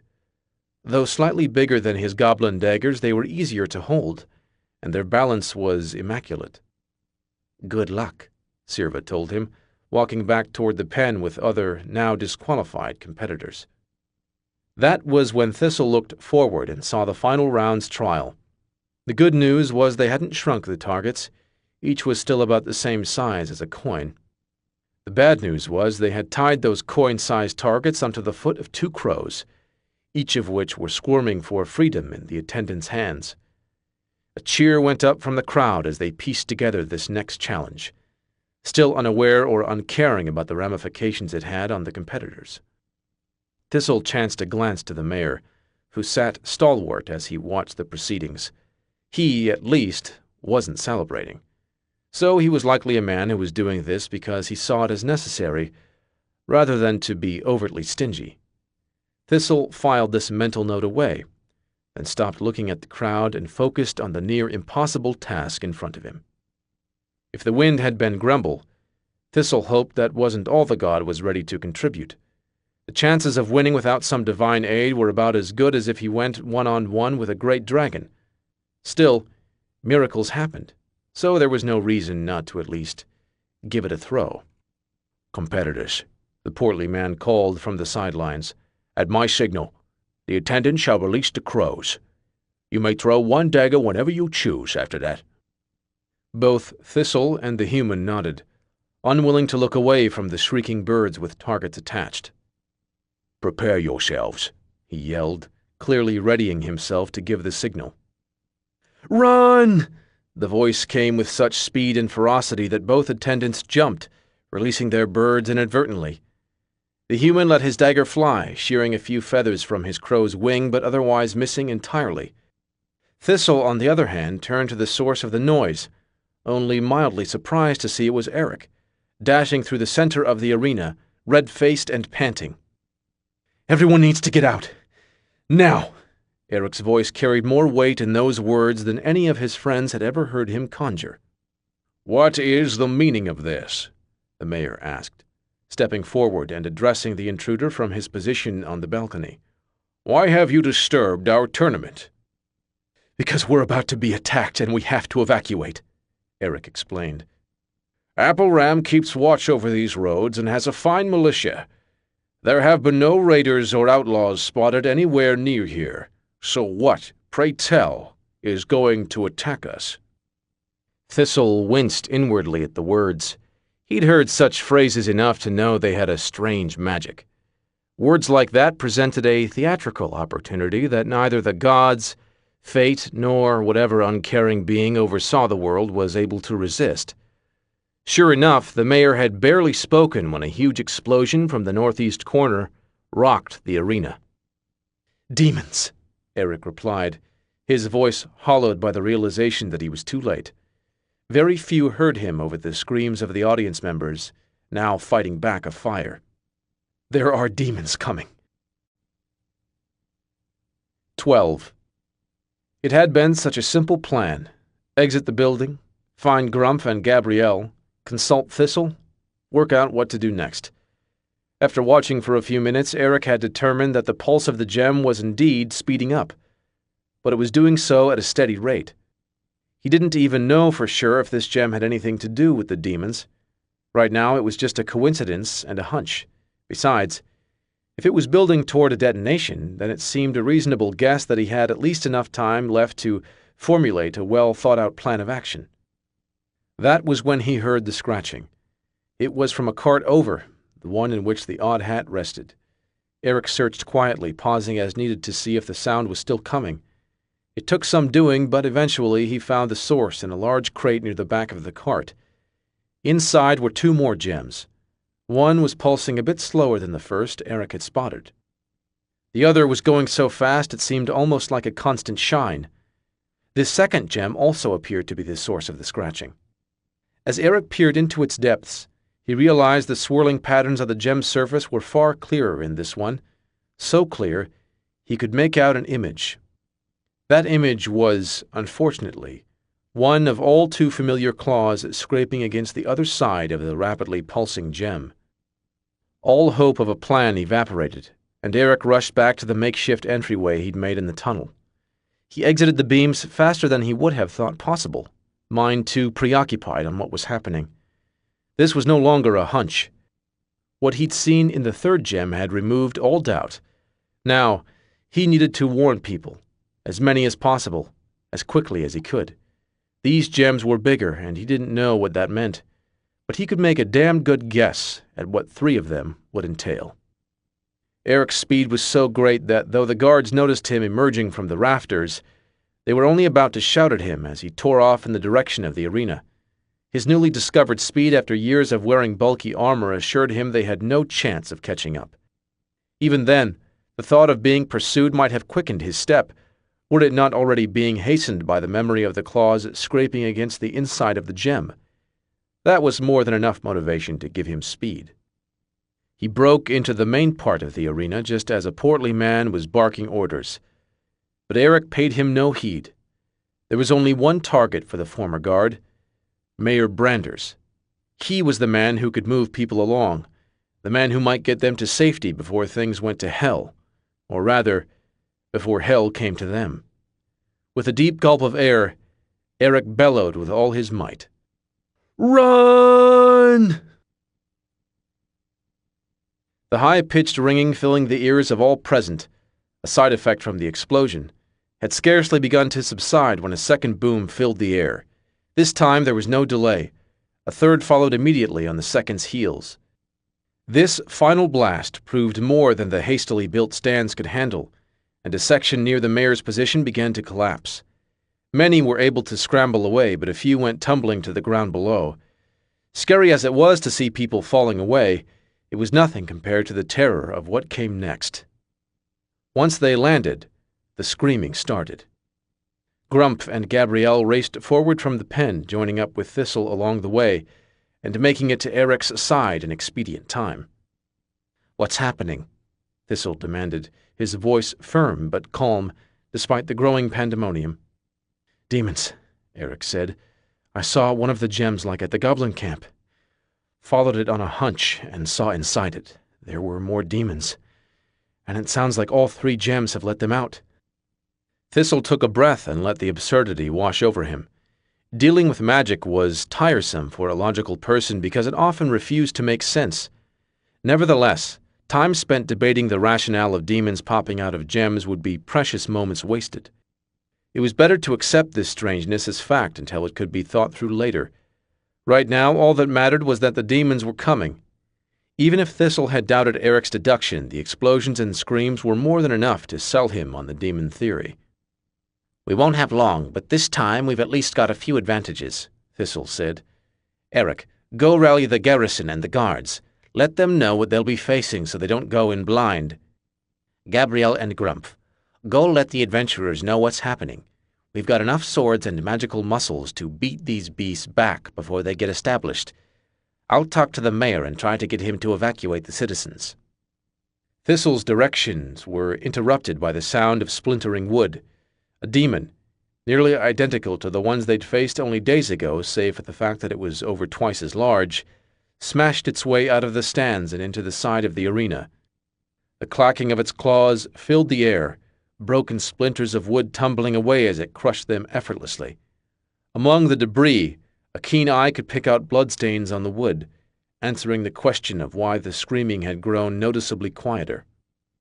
"Well then, I guess we don't need to alert people after all," Gabrielle sighed, unsheathing her axe with some effort. "You're very wrong," Thistle informed her. "Remember, these aren't just demons. They're smart, at least, smart enough to work together. If we don't spread that information, lives will be lost."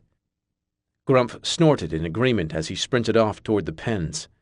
Gabrielle hesitated, then followed a few moments later. "I think I know where the guards will gather in an emergency," Eric said, taking off in another direction. Thistle turned his attention up to the stands, where panic had already engulfed the sea of people scrambling to get away. He was a bit surprised they'd bought that part about alerting the mayor. What could one man do to direct so many people rightfully drowning in fear? No, Thistle had given them that falsehood because he knew they wouldn't follow orders if he told them the truth. A few creaking steps brought him forward as he let out a low whistle, then yelled toward the towering demon with all the volume he could muster. "Hey, Ugly, I killed one of you just a few nights past. Friend of yours? If so, I'd be happy to reunite you." The demon turned its rat-like head and looked directly at him.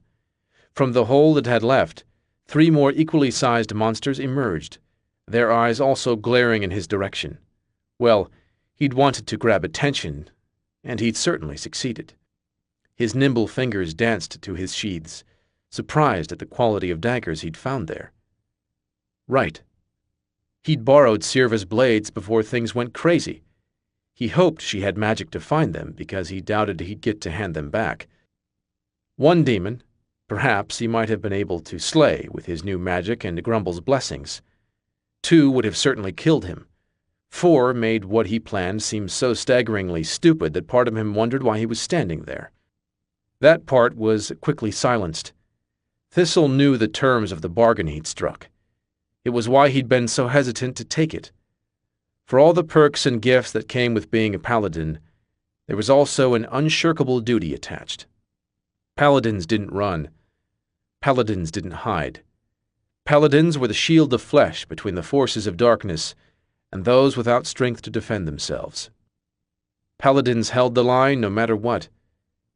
Thistle's eyes narrowed as he whispered a prayer of blessing, causing each dagger to glow briefly. Maybe he could at least take one. He hoped it would be enough. Grumph and Gabrielle had left a pen full of adventurers idling in a state somewhere between curiosity, confusion, and boredom. They arrived to a chorus of metal scraping against leather as weapons were drawn, armor refastened, and arrows nocked. Adventurers were, on the whole, loud, disruptive, and often boisterous to a point of spectacle. But no one could deny that when shit hit the fire, they were always ready to charge in head first. None of the normal folk truly understood this brazen attitude, to dive into dungeons and unexplored depths as though their lives weren't on the line if things went poorly. Whether or not they understood it was irrelevant at the moment, though. All that mattered was focusing it. "The demons are smart," Gabrielle blurted, mouth moving before any sense of eloquence could make its way into her words. Most of the adventurers ignored her, but a few of the nearby ones turned their heads. After a dismissive glance, those heads went right back to whatever they'd been previously occupied with. A familiar bubble of anger tried to rise inside her. However, she was able to push it away. Now was not the time to let her fury bubble forth. That would come all too soon as it was. "Listen to me," Gabrielle called again, forcing herself to project her voice while maintaining a calm tone. "My friends and I fought some of these monsters 3 days ago. They were organized, cutting off escape routes and splitting our forces. If you go in expecting them to be dumb beasts, You risk being taken by surprise." "So, you say you fought these things before, yes?" The voice came from a dwarf encased in a dented set of old armor. A thick axe was clutched in his right hand while his left held an aged mace. "We did," Gabrielle confirmed. "And how many of you did they kill?" "My party all made it out, but dozens of nearby goblins were slain before the demons were stopped." "I see," the dwarf replied. "Given the way you grip that axe, I don't take you for much of a fighter. So if all your people made it out safe, then I doubt we have much to worry about. If the only things these beasts are a threat to are goblins, then I say we let them run wild." Grumph started to step forward, but Gabrielle was faster. In a whirl of motion, she jammed the butt of her axe's shaft between the dwarf's legs, shifted her weight, and spun the weapon around and upward. This knocked the dwarf's legs out from under him and sent him tumbling the, admittedly short, distance to the ground. "These demons have claws that can cut through thick leather armor like it's a gossamer web. They can leap clear across a camp in one jump, and their flesh is as thick as a dwarf's skull," Gabrielle said, her voice only a few shades above a whisper, yet clearly audible to the many people who were now paying her very close attention. "The ones we fought were half this size, and still soaked the ground in blood before they were done. If you want to take this lightly, then so be it. But I'd see every warrior here forearmed with knowledge before the killing starts." "You certainly know how to draw attention," said a copper-haired man adorned in silver armor that shone in the midday sun. The ornate handle of a longsword jutted out from his scabbard. Gabrielle was sure he'd been much farther away when the dwarf made his wisecracks. To cover such ground quickly was quite impressive. "I, for one, would like to hear what you know."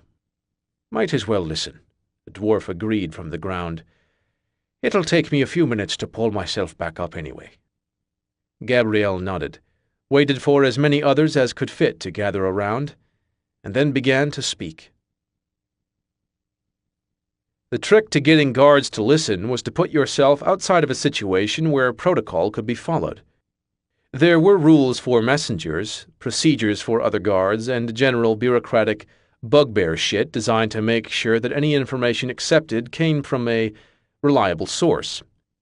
Of course, that was only viable if the person giving the information knew anything beyond the initial intelligence.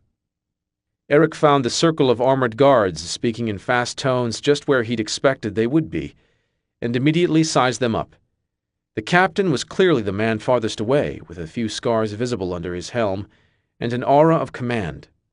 Instead of approaching him, Eric dashed toward a guard close by whose helmet had a plume on top. "Captain," he gasped, this part somewhat genuine due to all the running, "I was sent with information for you."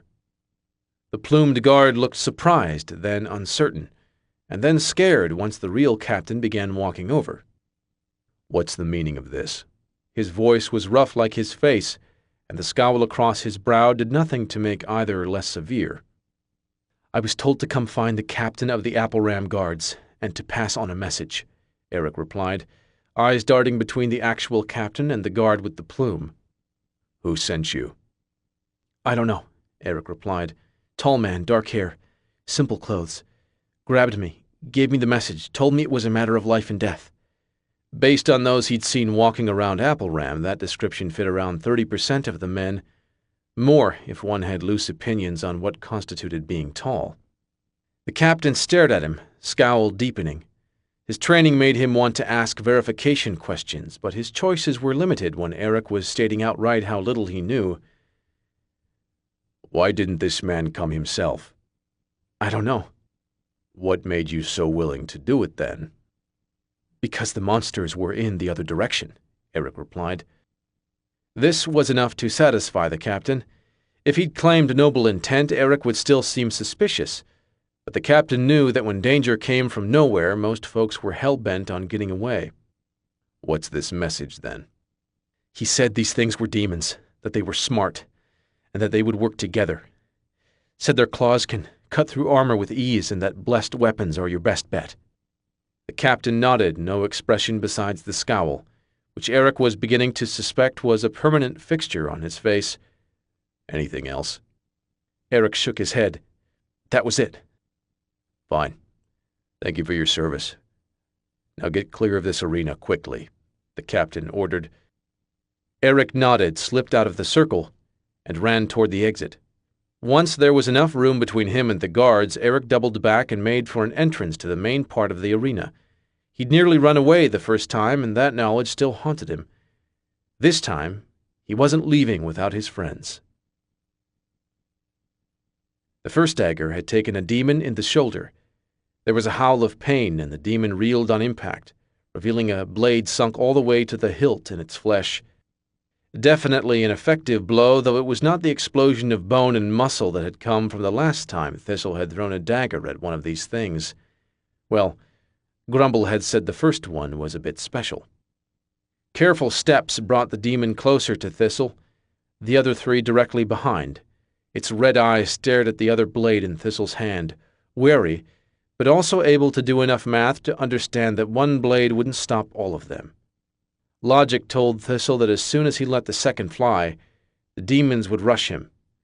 He really needed to start keeping more of these damn daggers on him. It was a mistake he was unlikely to get a chance to learn from. The second dagger struck the demon just below its red throat, prompting a wet gurgle of pain. Left unremoved, Thistle was certain that dagger would force the demon to bleed out. He wished the kill had been cleaner, but hopefully this would make a difference. The group of monsters lurched forward now that he was unarmed, massive claws clacking in anticipation. Not that they'd need them. With their size, they'd likely crush Thistle before he landed a strike. An explosion of blue light erupted from the center of the group, engulfing all of them and washing a wall of cold over Thistle. When it cleared, each demon was coated in bits of ice, and none of them seemed as mobile or enthusiastic as before. It had been a cold spell, that was obvious, but it made Grumps seem like a brush with an ice block. "Call the daggers," said a familiar voice to his left. Sirva had appeared, though he had no idea when, and trace amounts of magical light still lingered about her. "What?" "Call the daggers. They're enchanted to return to their sheaths," she reminded him. "I don't know that I can do the whistle from memory," Thistle admitted. "The whistle was my signal. Just call them how you please. The magic will understand." A sharp sound rang out as the ice began cracking away, and the demons resumed their movements. Not having the luxury of time to doubt, Thistle did as he was told. "Here, boys." Sure enough, the blades vanished from the demon's hide and reappeared instantly in the sheaths at his side. This was a feature he could grow accustomed to. Thistle glanced back at his fellow competitor and noticed she was breathing hard. "Don't suppose you've got a plan?" "Hold them off until I can cast again," she answered. "Spells like that still take a good bit out of me." "Aye," Thistle replied. There was nothing more to be said. This was his duty, after all. His dagger flew with unexpected precision, this time taking the demon right in the center of its horrid throat. There was no death gurgle, for the blade had severed all the bits used to make sound. Instead, the beast merely flopped to the ground and shuddered uselessly as its blood muddied the dust around them. Thistle whispered a few words under his breath, and the first dagger was back in its sheath by the time the second took another demon in the stomach. Between the effects of the cold spell and the corpse of their friend, the remaining creatures were showing caution toward the gnome and the elf. It wouldn't last forever, but at that moment it was enough. 13. The counterattack began with the adventurers, to the surprise of exactly no one who knew anything about them. The guards would have to make choices with the knowledge that their first job was defending the citizens of Appleram. Adventurers, however, were under no such moral obligations, and rushed into battle with the sort of enthusiasm one only finds in idiots, champions, and the unapologetically suicidal. With a roar of excitement, they crossed the arena, arriving in time to lend Thistle and Sirva some much-needed support. Now, faced with targets that had to move in close to attack, the demons shifted their attention to this new prey, chopping and slicing with hellish glee. For a bit it seemed like the beasts were hopelessly outnumbered and outmatched, the adventurers felling a second of the four in mere moments. That was when the others arrived. From the stands burst 4 more of the large clawed demons and nearly countless unfamiliar monsters scuttling along the ground. These low-slung, red-shelled creatures had 8 legs, a nasty set of mandibles near the mouth, and 3 foot-long tails with spear-like tips that nearly doubled their length. Unlike the clawed demons, these scuttlers drew less initial attention, moving beneath the feet of the adventurers and striking intermittently. Less than 5 minutes after the wave of scuttler demons emerged, the adventurers' coordinated attack dissolved into a chaos of hacking, slashing, and stabbing amidst attacks from the ground coupled with the giant demons tearing through flesh. They continued to press on, injuring and eventually bringing down another clawed demon. Without warning, 4 of the remaining large demons leapt into the air, landing on various sides of the mob, and splitting the focus from a single melee to a multi-pronged attack. Had they not been ready for it, the adventurers might have taken too long to regroup, eventually costing them their lives. Thanks to Gabrielle and Grumpf, though, they whirled on their attackers' new positions, circling around the demons to split their attention. Bodies still fell at a faster rate than anyone wanted to see, but those left standing were bloodying the beasts right back. A slight rumble was the only warning anyone received before the ground exploded upward, showering the arena in dirt, and hurling people and demons alike in various directions. From the gaping hole now at the center of the battle emerged a massive head that looked as though someone had merged a snake and a minotaur, resulting in a reptilian horned monstrosity. Dozens of thick, insect-like arms waved in the air from all sides of its armored body, each long enough to spear a human from 20 feet away and fling them to its waiting maw. This was a fact everyone learned firsthand, as one unfortunate soul landed too close to it. With that, all hope of strategy was gone, and the world dissolved into blood and chaos. Grumpf landed in a pile with 4 other humans. 2 of the large demons came clattering down moments later, mere steps away from the adventurers. Few things will drive a man up from the ground faster than the prospect of certain death, and soon everyone was on their feet, and as alert as if they were waiting for a nymph to walk by. 2 of the humans, one wielding a set of small swords and one with a rapier, pressed a demon, while the other 2, a pair so similar they might be brothers, attacked the other with axes in their hands. This left Grumpf, the odd half-orc, out, to determine which group to help. The Axe brothers were engaging their quarry directly, one drawing its attention while the other struck from behind. The rapier and dual-blade wielder were trying a different tactic, dancing out of the demon's range and only darting in for quick, shallow strikes. Both styles might keep them alive for a bit, but it would be hard to win with either. So far, Grumpf had cast 4 of the 5 spells. He'd learned that they conjured a blast of cold and ice, a small fireball, a glowing weapon that appeared in his hand and reshaped itself as he wished, and a pail of water. The ice would distract and annoy the demons. He'd seen that at the goblin camp. But fire was altogether worthless against anything from a fire-based realm. The weapon he could work with, but that spell took a lot out of him. He probably wouldn't be able to cast much more if he tried that one.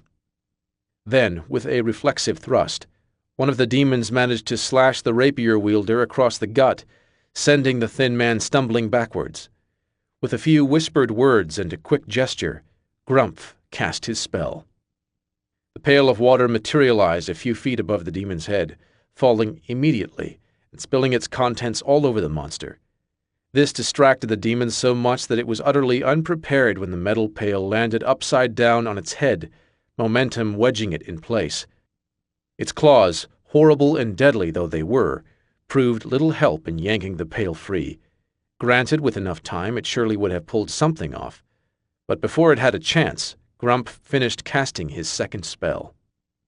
A mighty clang filled the air as the glowing mallet clutched in Grumpf's meaty palms, smashed into the pail and the head contained within. Metal bent inward with the blow, denting the pail and securing it to the monster's head. With a few more blows and help from the dual wielder, the demon was soon finished off, a slick slurry of blood dripping down from the still-stuck pail on what had once been a whole head. Grumpf adjusted his grip and turned to the next one. Magic was well and good, but only a fool ignored all the assets at their disposal. Besides, it was a magic weapon, so this counted as wizard's work. Gabrielle's trajectory sent her into a large cluster of other adventurers, along with a sizable number of the clawed and scuttling demons. With no time to wonder just what she intended to do, Gabrielle whirled her axe around and charged a group of the smaller demons. Their long tail blades clinked off her axe with a dull, tinkling sound, and they skittered away when she drew close. One was a bit too slow, and she swung long, driving her own weapon's blade through the thin carapace on its back. She heard a sickening splatter as the small demon was rent in two. With that, its legs ceased to scuttle. "They're weak," Gabrielle called to her fellow warriors. "Fast but weak. They go down easy." The others nodded comprehension, some moving to assist her while more dealt with what they perceived to be the greater threat, the clawed demons. One of her nearby assistants, an archer, judging from the confident way she held her bow, unleashed a flurry of arrows on the moving horde. Not every demon hit was killed, but they were at least slowed. Another at her aid was a dagger thrower, the man who'd made it to the final round with Thistle. Each blade he launched through the air pinned a scuttle demon to the ground.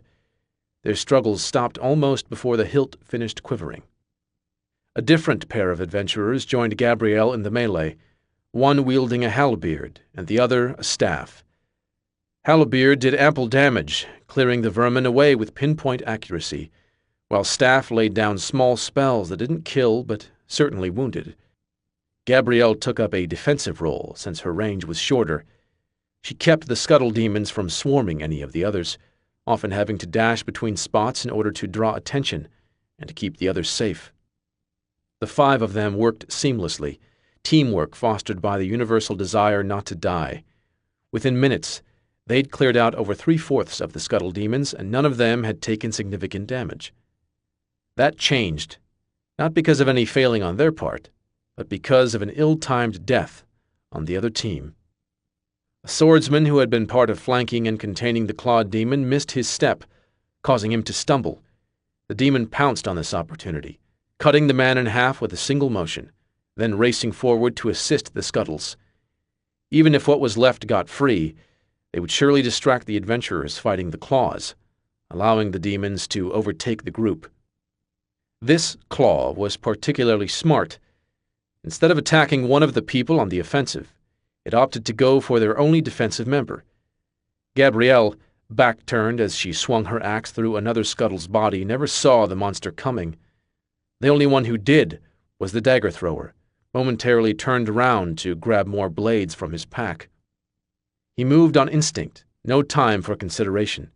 With one hand, he whipped out a blade, aiming for the charging demon's eye while his feet carried him forward to cut off the path to Gabrielle. Only one of his attempts succeeded.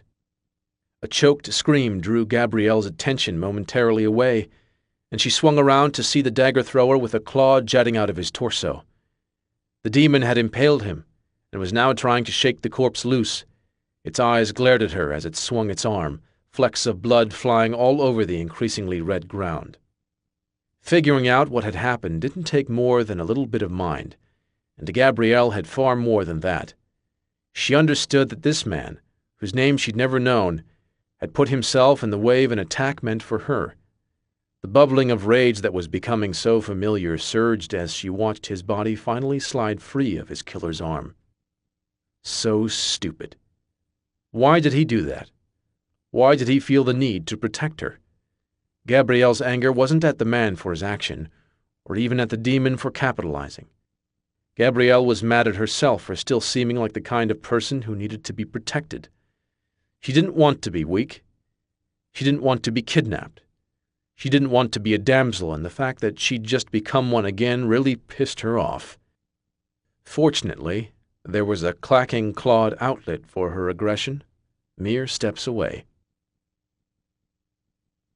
"Back," Thistle ordered, flinging one of Sirva's daggers forward and impaling a scuttle that had popped out from under a seat.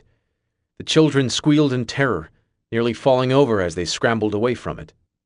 Thankfully, Thistle's blessed blades sundered the smaller demons with any hit on the main body, Its twitching had nearly stopped by the time the dagger reappeared in the sheath at Thistle's side, and he motioned for the children to move forward once more. While most people in the vicinity of the monster's exit had been sent flying off to the side of the arena, Thistle's central position and gnome stature meant the force was powerful enough to hurl him into the stands. How he'd emerged from the pile of splinters unharmed was thanks, most likely, to Grumble, either directly or through the divine perks of servitude. Thistle's first instinct had been to leap back into the fray. However, the sounds of terrified tears had drawn his attention. Under a nearby seat, clutching each other and crying softly, were Mayor Branders's children.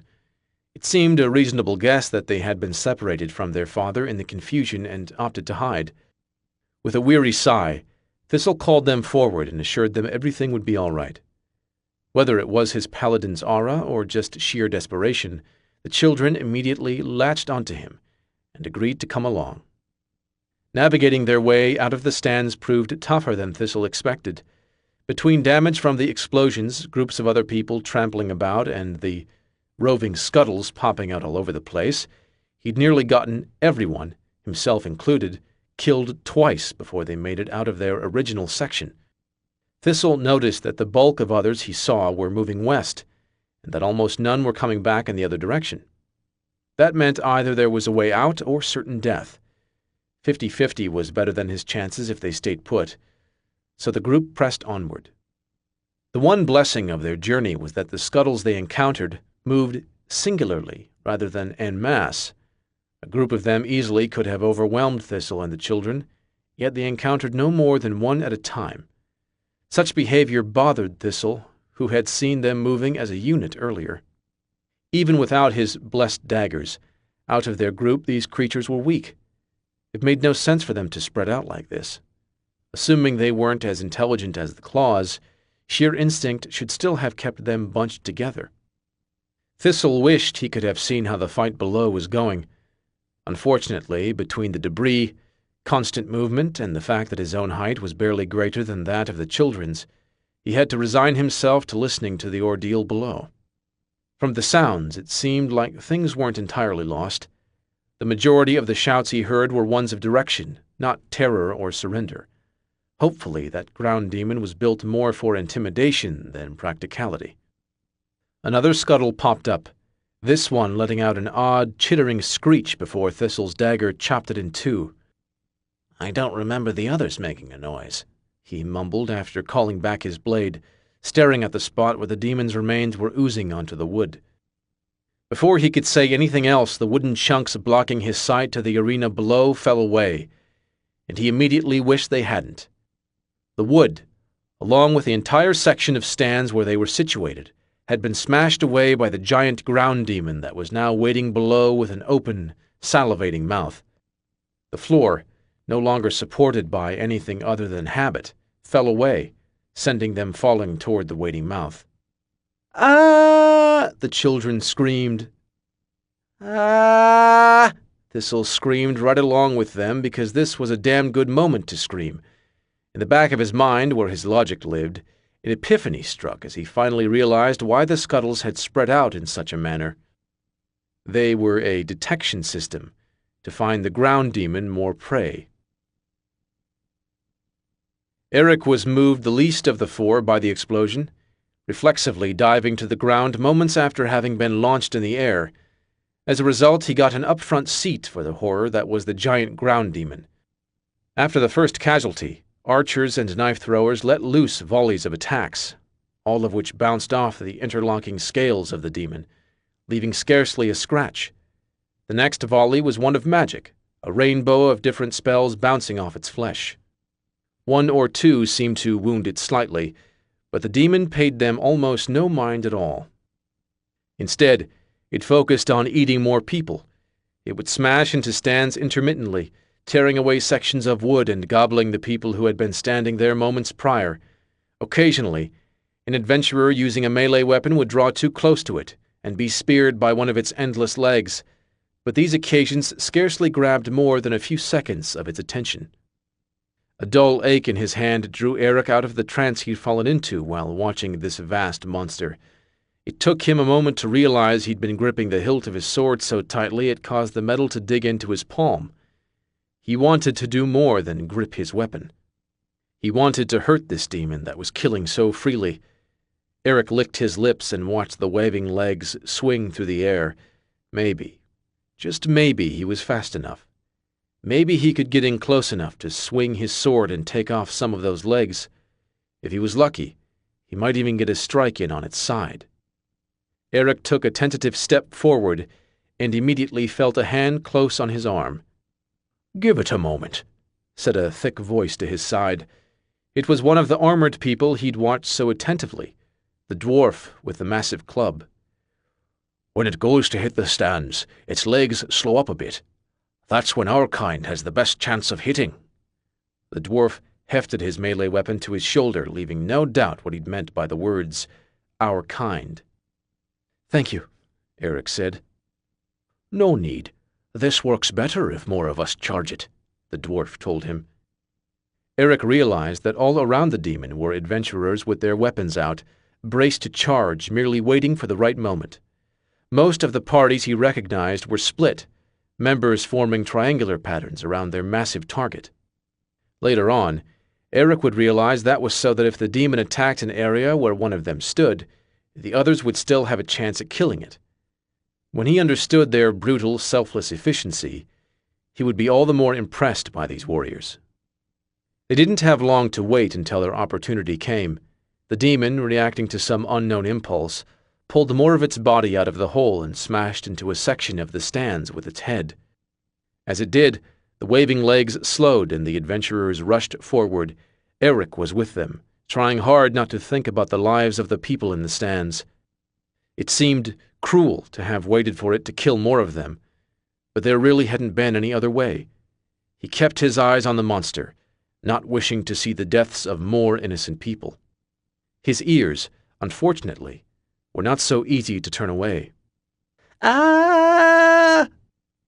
Eric looked, unwillingly, as the sound of frightened children reached his ears, which is why he was watching when Thistle let out his own gnomish scream. The three figures tumbled through the air, right toward the waiting jaws of the demon. "Thistle!" Eric had no idea what he hoped to accomplish by yelling. It wouldn't stop what was about to happen. It wouldn't bring back his friend. And it wouldn't make him feel any less useless as he watched the gnome die. Still, Eric yelled just the same.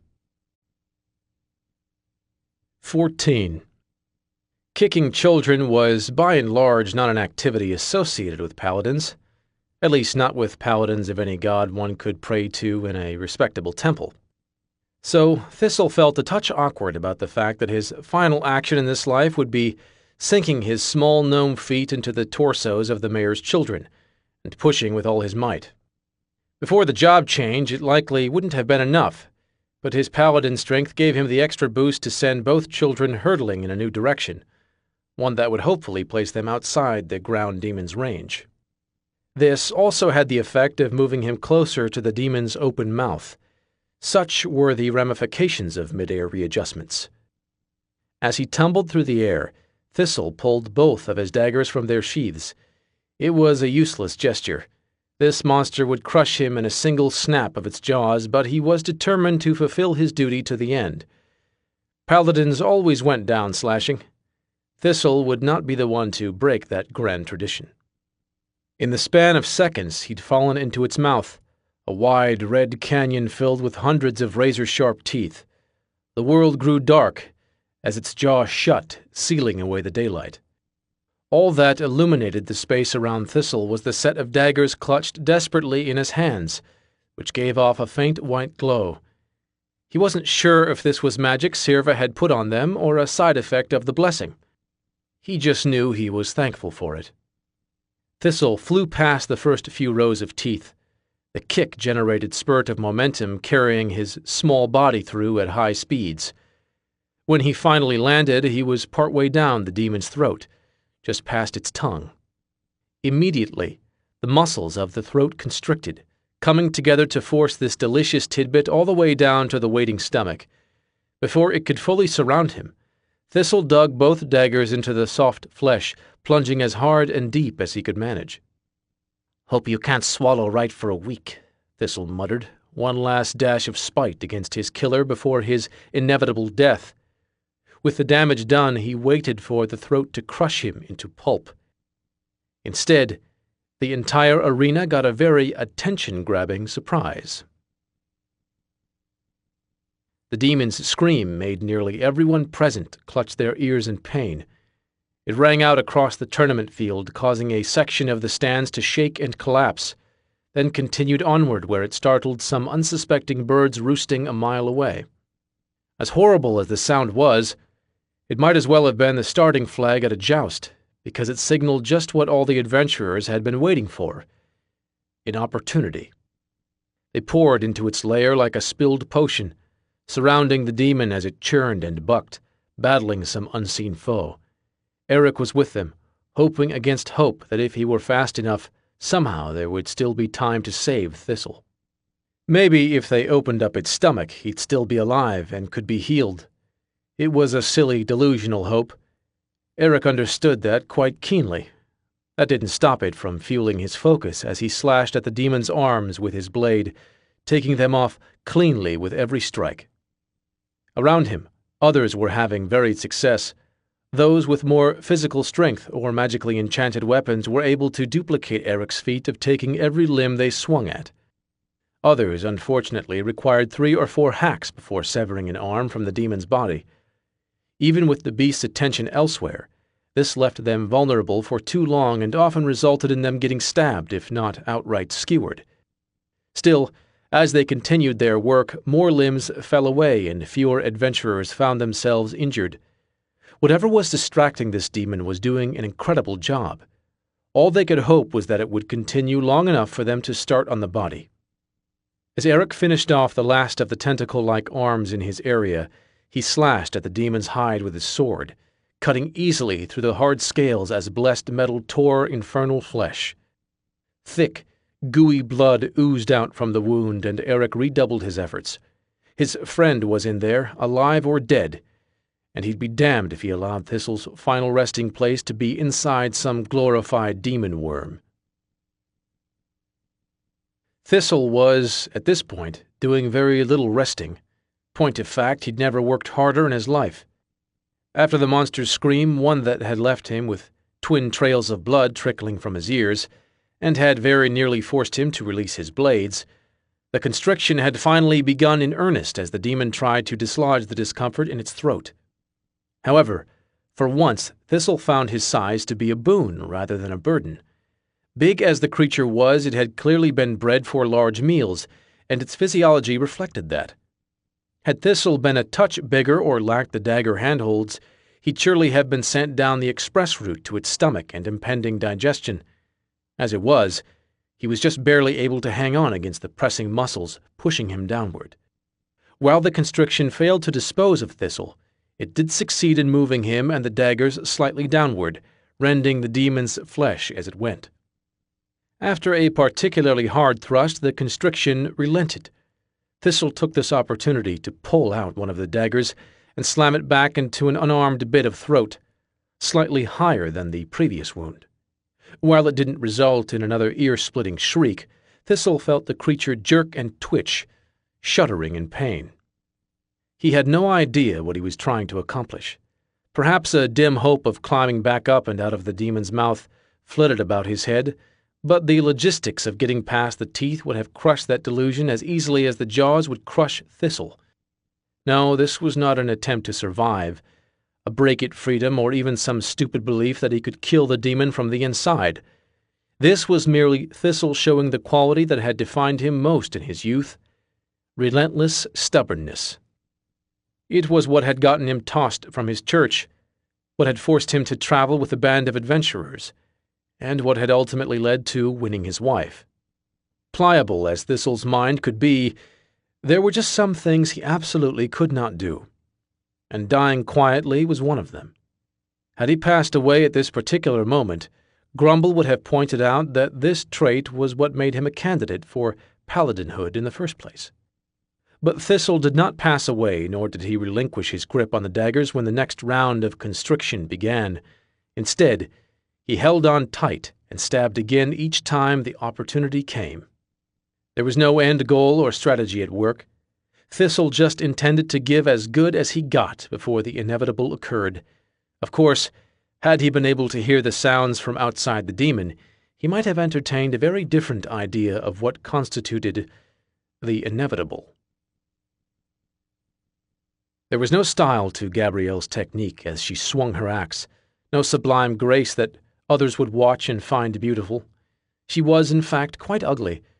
Her hair was matted in blood.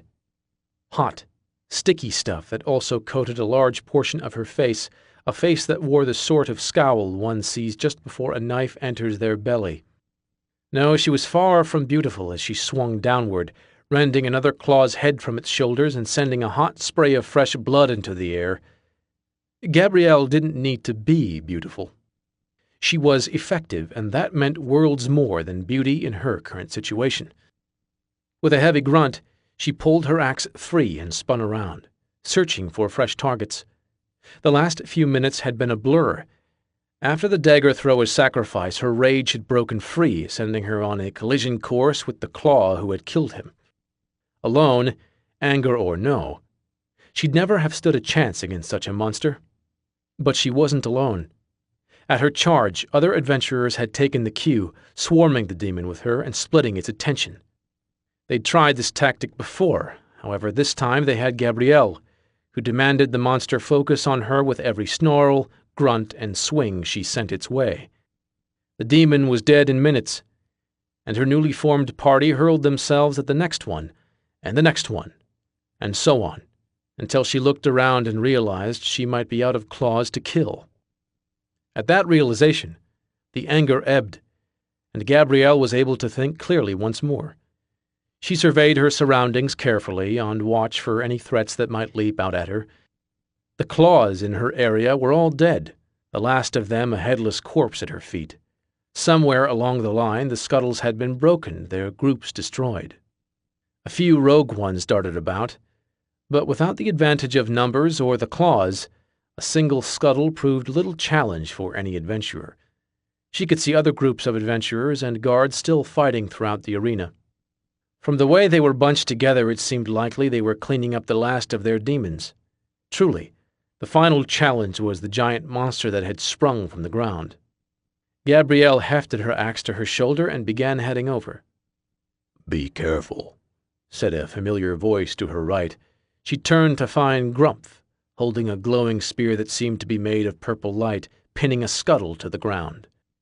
It was close to her, so close it could have struck had it made a few feet further. As she watched, he lifted his weapon up and it turned into a hammer, which he brought crashing down on the insect-like demon with a loud crunch. "Thanks," she said, noting that her words sounded slightly slurred. "You need rest," Grumph advised her. "Anger tolls the body." She saw no reason to object. Grumph was certainly right. Already she could feel the stiffness in her muscles, the heaviness of her weapon.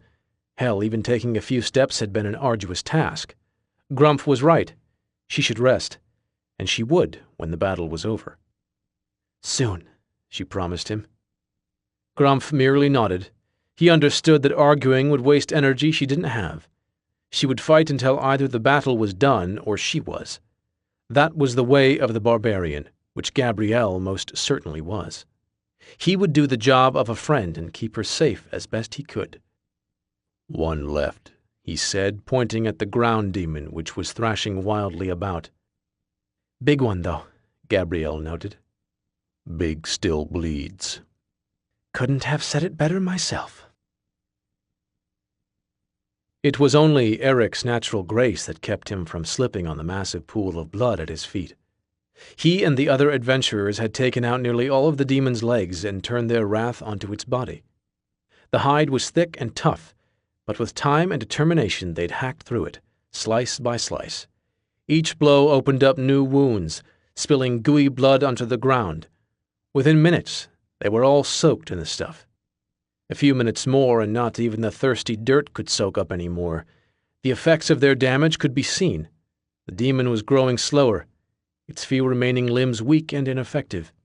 Sooner or later they would bleed the beast out. Eric just didn't know if it would be soon enough. "Make a path," the voice rang out from behind Eric, its source a human with copper hair and shining armor, one from the group he'd seen yesterday. Next to him was the elf woman Thistle had been throwing next to, as well as a vast conglomeration of people wearing robes and holy symbols. "Everyone get clear. We're going to hit it with a coordinated strike, so move."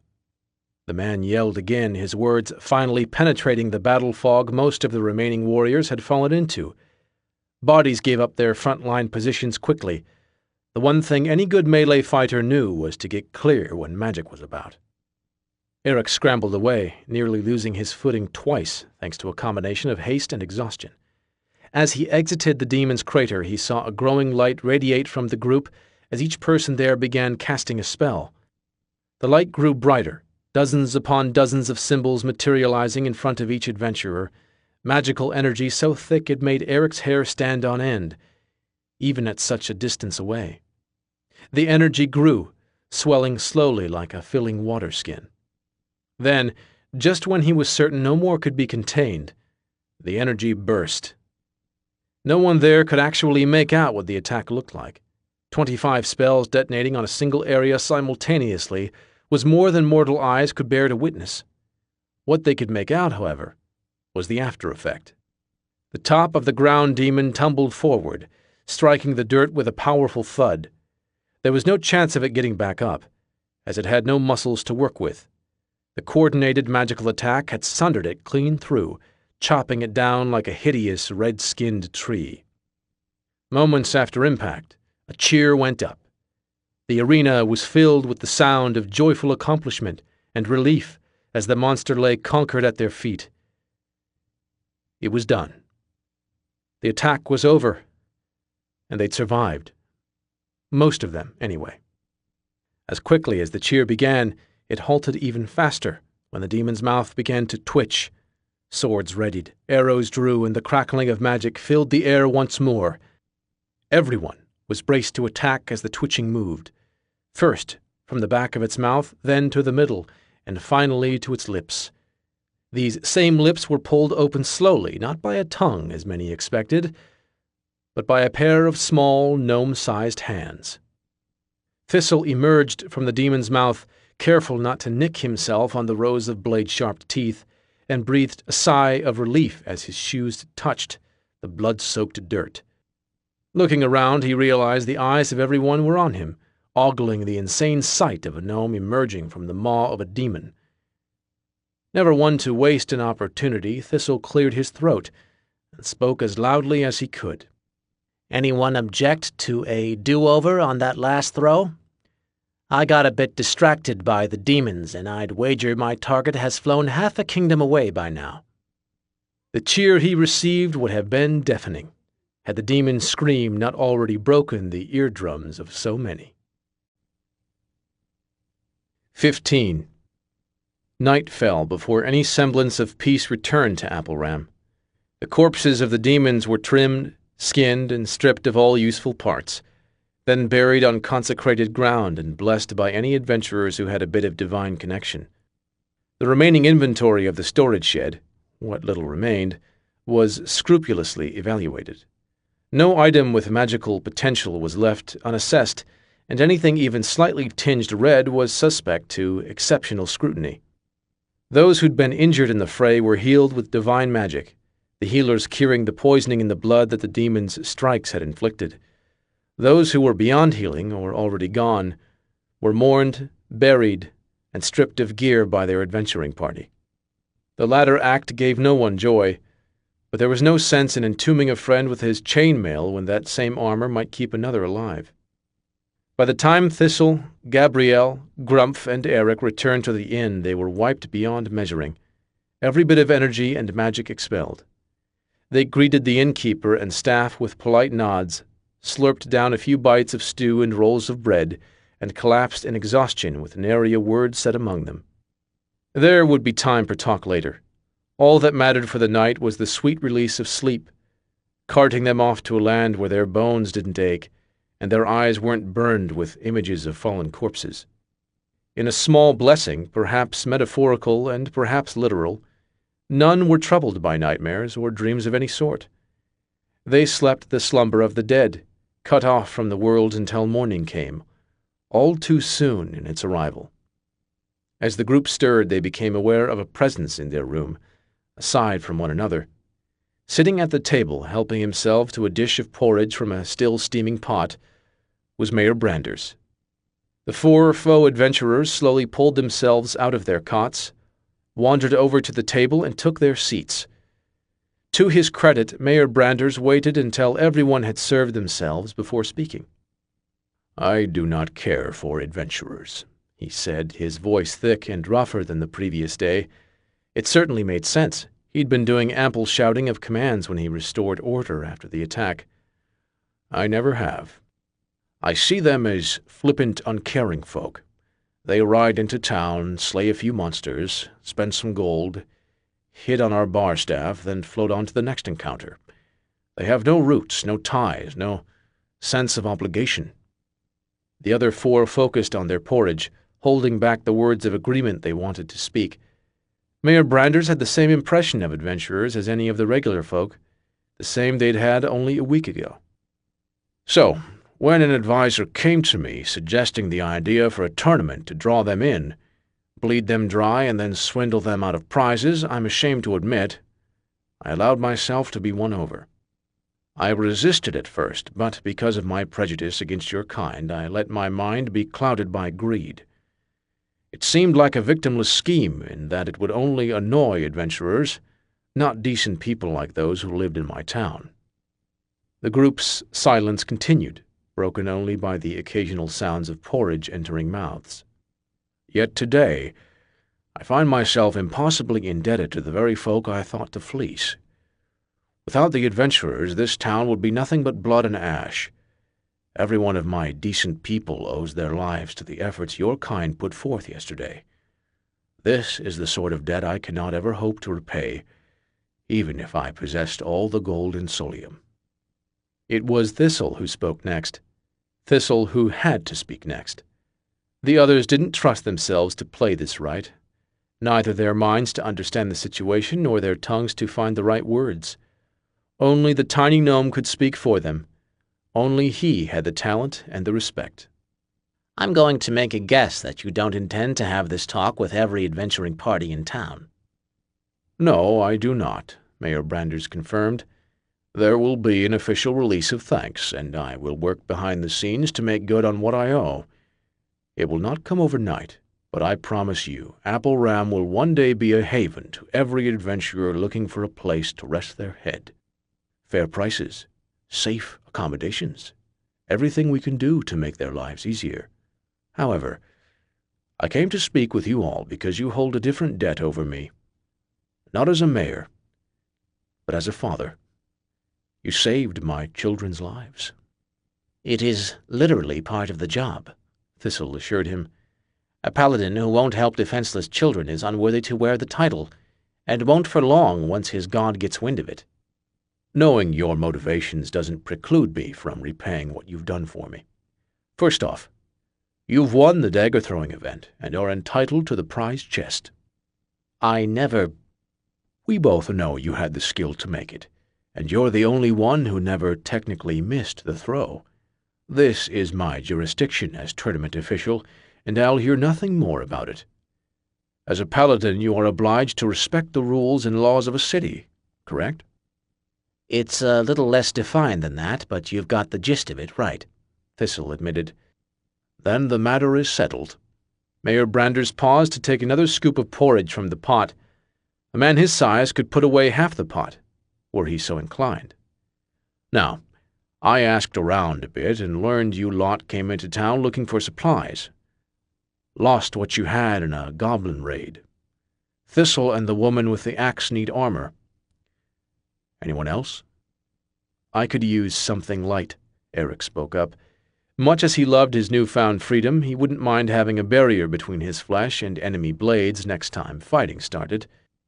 "Light, huh? I'll see what I can do. I've got people working on something special for your warrior and something appropriate for you, Thistle.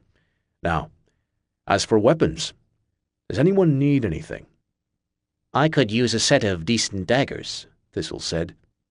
Mayor Branders eyed the set on his hips carefully. "Seems like what you've got is beyond anything I'd be able to provide."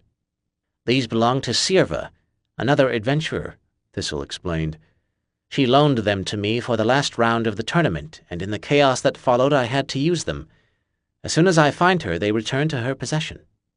"Quite respectable of you," Mayor Branders noted. "All right, then. I'll find our best blacksmith and put him on it. Anyone else?" "I need a weapon," Grumph said, his rough voice somewhat muted.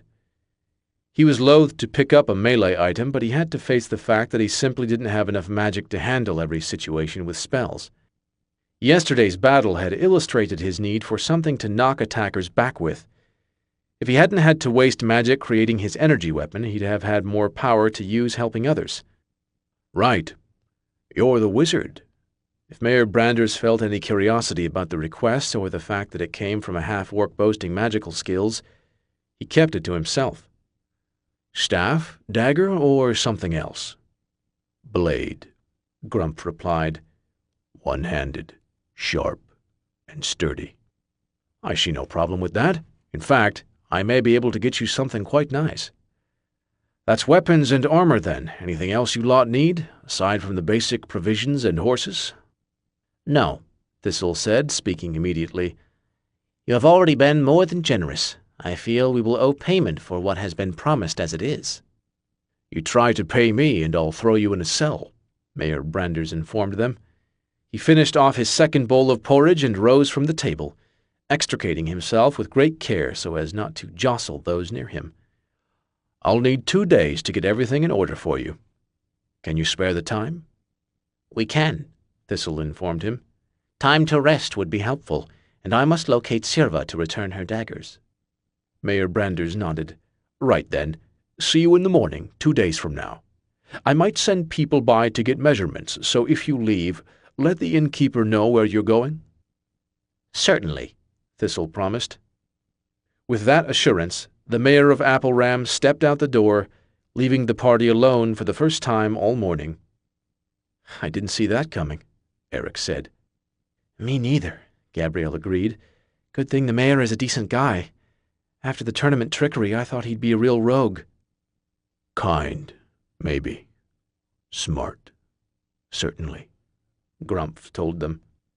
"Grumph is spot on," Thistle concurred. "Make no mistake. We should be quite thankful for the mayor's generosity. However, do not take his actions as totally altruistic." "What is he getting out of giving stuff away?" Eric asked. "Favor from the adventurers. Yesterday, immediately after it became obvious he was trying to hoodwink everyone, he was given a first-hand glimpse of how dangerous adventurers can be when rallied together. Now, they're riding a battle high, short on coin, and easily could be swayed to believe he was a corrupt mayor in need of sword-dispensed justice. By making overtures of apology, he sets the tone before anyone else has a chance to, minimizing the odds of receiving several broke adventurers' wrath." "But he said he was only meeting with us," Gabrielle pointed out. "And surely he meant it. But he'll have some communication with the others via proxies or messages. We will be the symbol he holds up in front of them. The paladin who saved his children and his party are the first to receive the mayor's apologies and some recompense. It's rather impressive, actually. The man is a skilled politician." "So, are we going to do anything to stop him?" Eric asked. Thistle raised a small eyebrow. "Why would we stop him?" "Because he's lying to everyone." "So?" "What do you mean, so?" This time it was Eric's turn to make an expression of surprise. His eyes widened slightly. "I mean, who cares if he's lying?" Thistle countered. "If a man claims to love his children, builds orphanages to help them, saves them from trouble, gets them food when they are hungry, and all the while secretly hates the devil out of children, what does the lie matter? Actions are more important than motivations. Mayor Branders wants to give us what we need, what our town needs, for us to pull this off, and he inadvertently helps our cause by making examples out of us. We get gear, reputation, and credibility when we arrive in Solium. The other adventurers will get kind treatment as well, plus a few bits here and there. Mayor Branders gets a town not swarming with angry adventurers. Whether he does these things out of the goodness of his heart or not, they still lead to positive outcomes. That's what matters most. You are strangely pragmatic about this stuff, for a paladin, Gabrielle noted. Thistle gave a slight shrug and dipped a spoon back into his porridge. No one gave me a codex on how to do this job, so I'm just swinging my sword in the dark. Seeing as yesterday you helped save some kids, risked your own life countless times, and aided in halting a demon attack, I think you're doing pretty good so far, Eric said. It's a start, Thistle said, then turned his attention to finishing breakfast while it was still warm. The day wore on slowly, leaving the group to linger about the inn while resting. After lunch, Thistle left to lend aid at the makeshift medical tents that had been set up near the arena. Many had been kept from the grasp of death already, although they still needed ample healing before they would be whole once more. It was good practice, aside from being a good deed, and it was helping Thistle learn something important for any adventurer: his limits. The divine magic he drew from Grumble was far from infinite. In fact, he could exhaust it in minutes if he healed continuously. Thistle was meditating on this as he walked back toward the inn, so lost in thought that he nearly missed the voice calling to him. Well, well, I used to have a pair of daggers just like that. The tall figure approaching him stood out on Apple Ram's dusty roads. It was taller than most of the crowd around it, for one, and the elongated ears were certainly an oddity amongst the humans scurrying about. The figure met with Thistle in front of a small wooden building, the shop of a Fletcher, judging by the sign on its door. The gnome glanced upward, and a smile lighted on his small face. Sirva, you look well. As well as can be expected after a demon attack. She brushed her hand on her trousers. The leather armor had been left behind this day. Without it obscuring her form, it was evident how fetching she was by human standards. By an elven gauge, she carried too much muscle and breast, and of course, no dwarf would have looked twice at her, as dwarves were notorious for appreciating women low to the ground and powerfully strong. Thistle, being a well-traveled gnome, noted her beauty with a clinical interest, and filed it away in his mind. His standard of beauty had been set by his wife, and no form this side of the heavens would ever take its place. I'm glad you found me. I've been wanting to return these. Thistle unfastened the belt clinging to his hunched waist and offered up the daggers. Apologies for abusing your generosity. Things just got too hectic for me to find you afterwards. I never doubted you'd bring them back to me, Sirva assured him, accepting the pair of blades. Though, I wouldn't have blamed you for trying. These are the best pair I've ever crafted.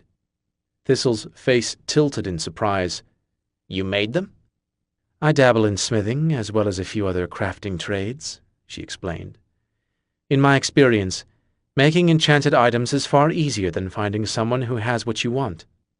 Aye, I can see how that would be. Perhaps I'll encourage our wizard to take up such hobbies as well. Your wizard? He's a half-orc, right? Thistle nodded, keeping his emotions concealed in the shadows of his mind. He liked this woman, and hoped she was not about to say something to change that. That's rather unique. And you had others in your party as well, didn't you? An axe-wielder and a swordsman, if I recall correctly.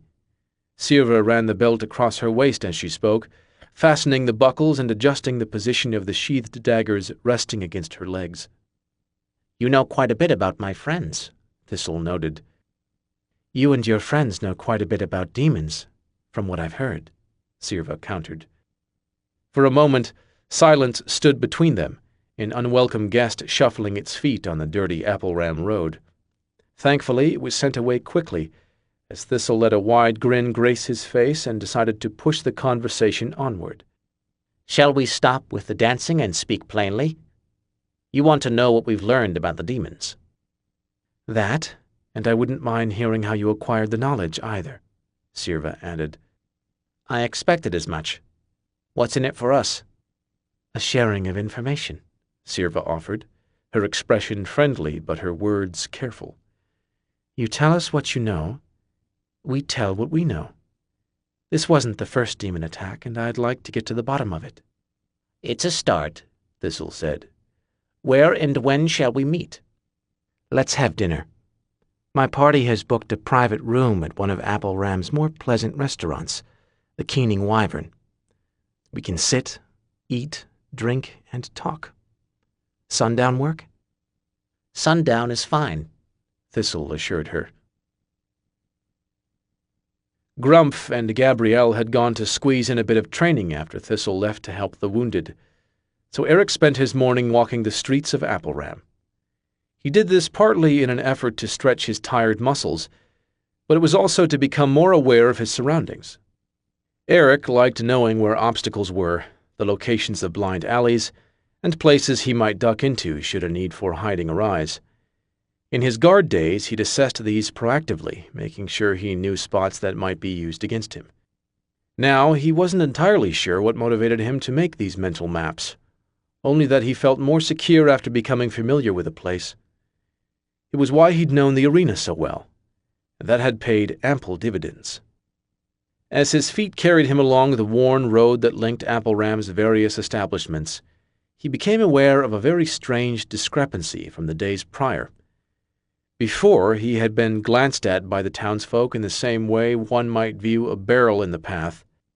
It was there, it shouldn't be bumped into, and there might be something worth taking from it, were one the thieving sort. Today, they were giving him a wide berth, stealing glances and spitting out words in hushed whispers. Eric was no longer a barrel to them, which he viewed as an improvement, but they weren't acting like he was a traveler either. If anything, they were treating Eric like he was an adventurer. He tried to shake off the idea, but as soon as it entered his mind, it took root, feeding off the fertile soil of Eric's own observations. Their behavior fit, not just based on what he'd seen others do when adventurers came through Maple Bark, but also based on what he'd done. They were curious, hesitant, and more than a little on edge at his presence. But that was crazy. Eric wasn't an adventurer, not really. He was only a crappy guard playing a part. Sure, it was a positive sign that he was fooling them, but still. Was he still playing a part? Eric stopped in his tracks, nearly causing an old woman behind him to crash into his back, a disaster only avoided thanks to the distance she kept from him. He'd been so frantic with fear and excitement the previous day that he'd never paused to evaluate his actions. In the span of less than an hour, he'd eluded guards, broken into a secure building, lied to more guards, and fought demons. That sure sounded like an adventurer's afternoon. Even if he'd paused for the merest of seconds to consider what the person he was pretending to be should do, he could have written it all off as part of the act. But that pause had never come. His actions, from the best to the worst, had been all impulse. He'd done what he, Eric the guard, thought was best at every turn. When he began walking again, it was with a renewed vigor. Eric needed to move, needed to feel his body bend to his will. It was the only way to get out of his head, and right now, he needed that space. He wasn't quite ready to face the revelation looming over him. He wasn't sure how one even got ready for that sort of thing. All he was certain of was that it felt good to move quickly, so that's what he did. Gabrielle swung her axe rhythmically, focused on nothing but the timing. Not the strength of the blow, not the angle of the blade, none of it. This was about feeling comfortable with the heft of the weapon in her hands, about learning how each muscle through her back and shoulders worked during various parts of the swing. Soon, she would add attention to form, making certain she knew how the grain of the wood should feel against her palm, and how the tug of the axe should pull in her arms. Soon, but not quite yet. Grumph sat a few yards away, the book of spells resting open in his lap. The two of them were at what remained of the arena, which had fallen into debris and splinters not long after the last demon was beaten. The hurried, shoddy construction had barely held together for the fight. Once time went to work on the weakened supports, all but the sturdiest bits collapsed. Despite this, the arena's location was remote from the town, and there weren't many people eager to linger about, so it made for a peaceful training facility. There were others sprinkled about, but they kept enough distance to allow Grumpf and Gabrielle to focus. Not that focus was helping all that much. Despite his best efforts and several hours' concentration, Grumpf was no closer to making the final spell in his book work. He understood most of the components presented, but there was something he was missing. Something that made it all fit together. At first, he thought it required more contemplation, but the longer he sat without progress, the more he suspected he had reached his limits as a pretend wizard. The real ones trained under other mages, learning magic from the very basics. He'd done exceptionally well to fake it through 4 spells. Perhaps this was the gap that only training would be able to bridge. 4 would be enough to sell his cover, he hoped. His only other option was to find a spellcaster to teach him, and that was assuming he even had the potential to learn. Grumpf had poured enough mugs of ale for drunken wizards to know that very few were able to master every level of magic. The vast majority of them hit a wall that was nearly impossible to break through. It was possible that this was his. "You going to sit there and read all day, or are you going to actually cast a spell?" Grumpf glanced up to find Gabrielle staring down at him, skin shining in the sun thanks to the coat of sweat she'd worked up. The blade of her axe was on the ground, and she was leaning against the shaft as she rested. From the heaviness of her breathing, Grumpf estimated she'd be able to start swinging again in mere moments. The young woman's progress was remarkable. "Sit," Grumpf sighed, closing the book. "Last spell is beyond me." "What about the others?" "Them I can cast." "I know you can cast them. I'm asking why you aren't casting them," Gabrielle said. "Training is training, whether it's an axe, a bow, or mystical arts. Doing something over and over will make you better at it." Grumpf readied a retort, then swallowed it. She made a sound point. He'd been looking at magic as somehow different from the other pursuits he'd undertaken in his life, but there was no reason it should be. If he applied hard work and constant drilling, he could improve at it. Perhaps this was even the method needed to overcome his lack of understanding on the final spell. "Good point," Grumpf admitted. Pulling himself out of his sitting position and reopening his book, he marched over to a part of the demolished arena that had once held practice dummies. A few remained, battered and broken, but still somewhat recognizable as humanoid in shape. With a few flicked gestures and a mumbled word, Grumpf hurled a bolt of magical cold right into one dummy's center of mass, engulfing part of it in a sheet of ice. He then stepped to the side, took aim, and repeated the feat once more. Gabrielle was right. One improved through practice. And Grumpf had catching up to do. 16. The Keening Wyvern was an actual restaurant, not an inn with a bar and kitchen attached. It stood 3 stories tall and offered private rooms for dining, drinking, or whatever else one might care to indulge in. It was crafted from thick, dark wood that seemed to glow in the light of the candles that illuminated the rooms. The tables were set with actual tablecloths, rough though they were, and silverware was laid out next to the plates in an orderly fashion, the way one might expect at a formal occasion. A place such as this could have never survived in Maple Bark. Only the mayor would be able to afford it regularly, and he had his own dining hall that was of comparable splendor. No, this was the sort of establishment that was only able to thrive in a town with lots of adventurers funneling through, dropping their gold as easily as they dropped the indigenous creatures they happened to encounter in the wild. Grumpf, Thistle, Gabrielle, and Eric all took in the sights of the restaurant as they entered, making note of various bits that interested them. It was quite impressive and served to make them wish they had clothing slightly more suited to its grandeur instead of the dusty traveling clothes they were adorned in. If the woman working the front took issue with their garb, she kept it well hidden. She led them up the polished staircase to the 3rd floor, then down the sprawling hallway toward an open door. Already seated in the room were Sirva, a human male with copper-colored hair, and a dwarf with a large club strapped to his back. Though they'd shed their armor, Sirva's companions were easily recognizable from the tournament. Sirva rose upon spotting her friend, offering a wide smile. "Thistle, glad to see you once more. Please, won't all of you join us?" The group obliged, sitting in chairs across from the other three and getting comfortable. In the time it took them to get settled, the woman who had led them up slipped away, shutting the door softly behind her. "Well then," Sirva said once everyone was seated, "I believe we should start with introductions. I am Sirva, as Thistle knows, and these are my companions, Galdrin and Chuff. Galdrin is the tall one, and Chuff has the beard." "Pleased to meet you," Galdrin greeted. His voice was more measured than it had been the previous day, which was understandable since he was no longer rallying troops against a demon attack. "Greetings," Chuff said. He sounded much the same, but that was par for the course. Conventional dwarven behavior tended to present its broad emotional range in subtle, understated ways.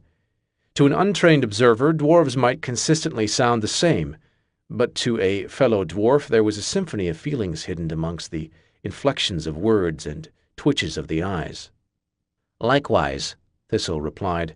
"My companions are Grumph, Gabrielle, and Eric."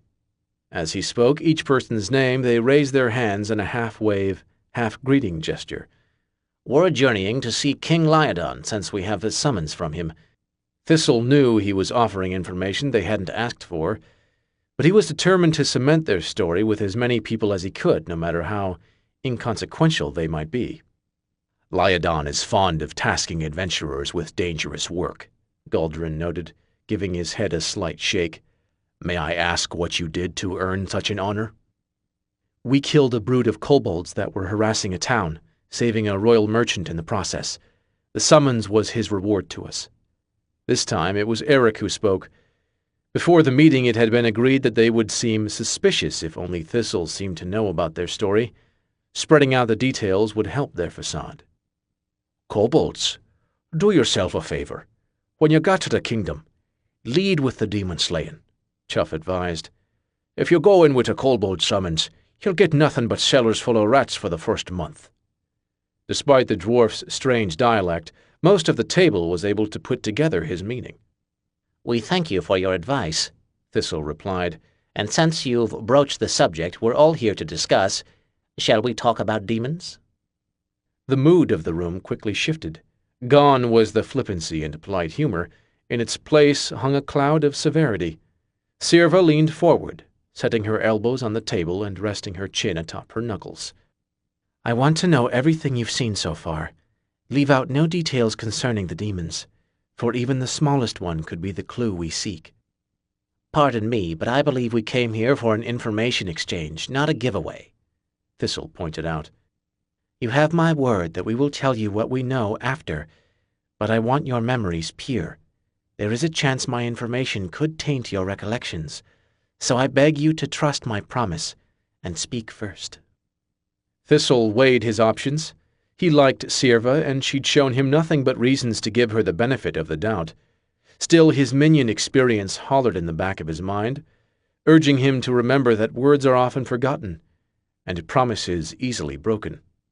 To trust was foolish, and worse, dangerous. But he needed what they knew. In the last two places they'd stopped, there had been demon attacks. Whether it was coincidence or they were occurring all over the kingdom, it would be foolish to presume these beasts would be the last his party would meet. Better forearmed with all the knowledge they could muster. Besides, under it all, he got a feeling from Sirva that put him at ease. Whether it was intuition or the legendary paladin capacity for sensing goodness, he didn't know. He just decided to take a gamble and trust it. "Very well," Thistle said at last. "We will tell you everything we encountered at the goblin camp where we were captured, as well as what we each experienced at yesterday's tournament." He turned to Gabrielle, who sat next to him, and gave a subtle nod of his head. Gabrielle cleared her throat once, adjusted her position in the chair, and began to speak. "After the goblins took us, we were stripped of our weapons and put into cages. By the time the story chain had passed through Gabrielle, Eric, Grumpf, and looped back to Thistle, dinner had been served and largely consumed.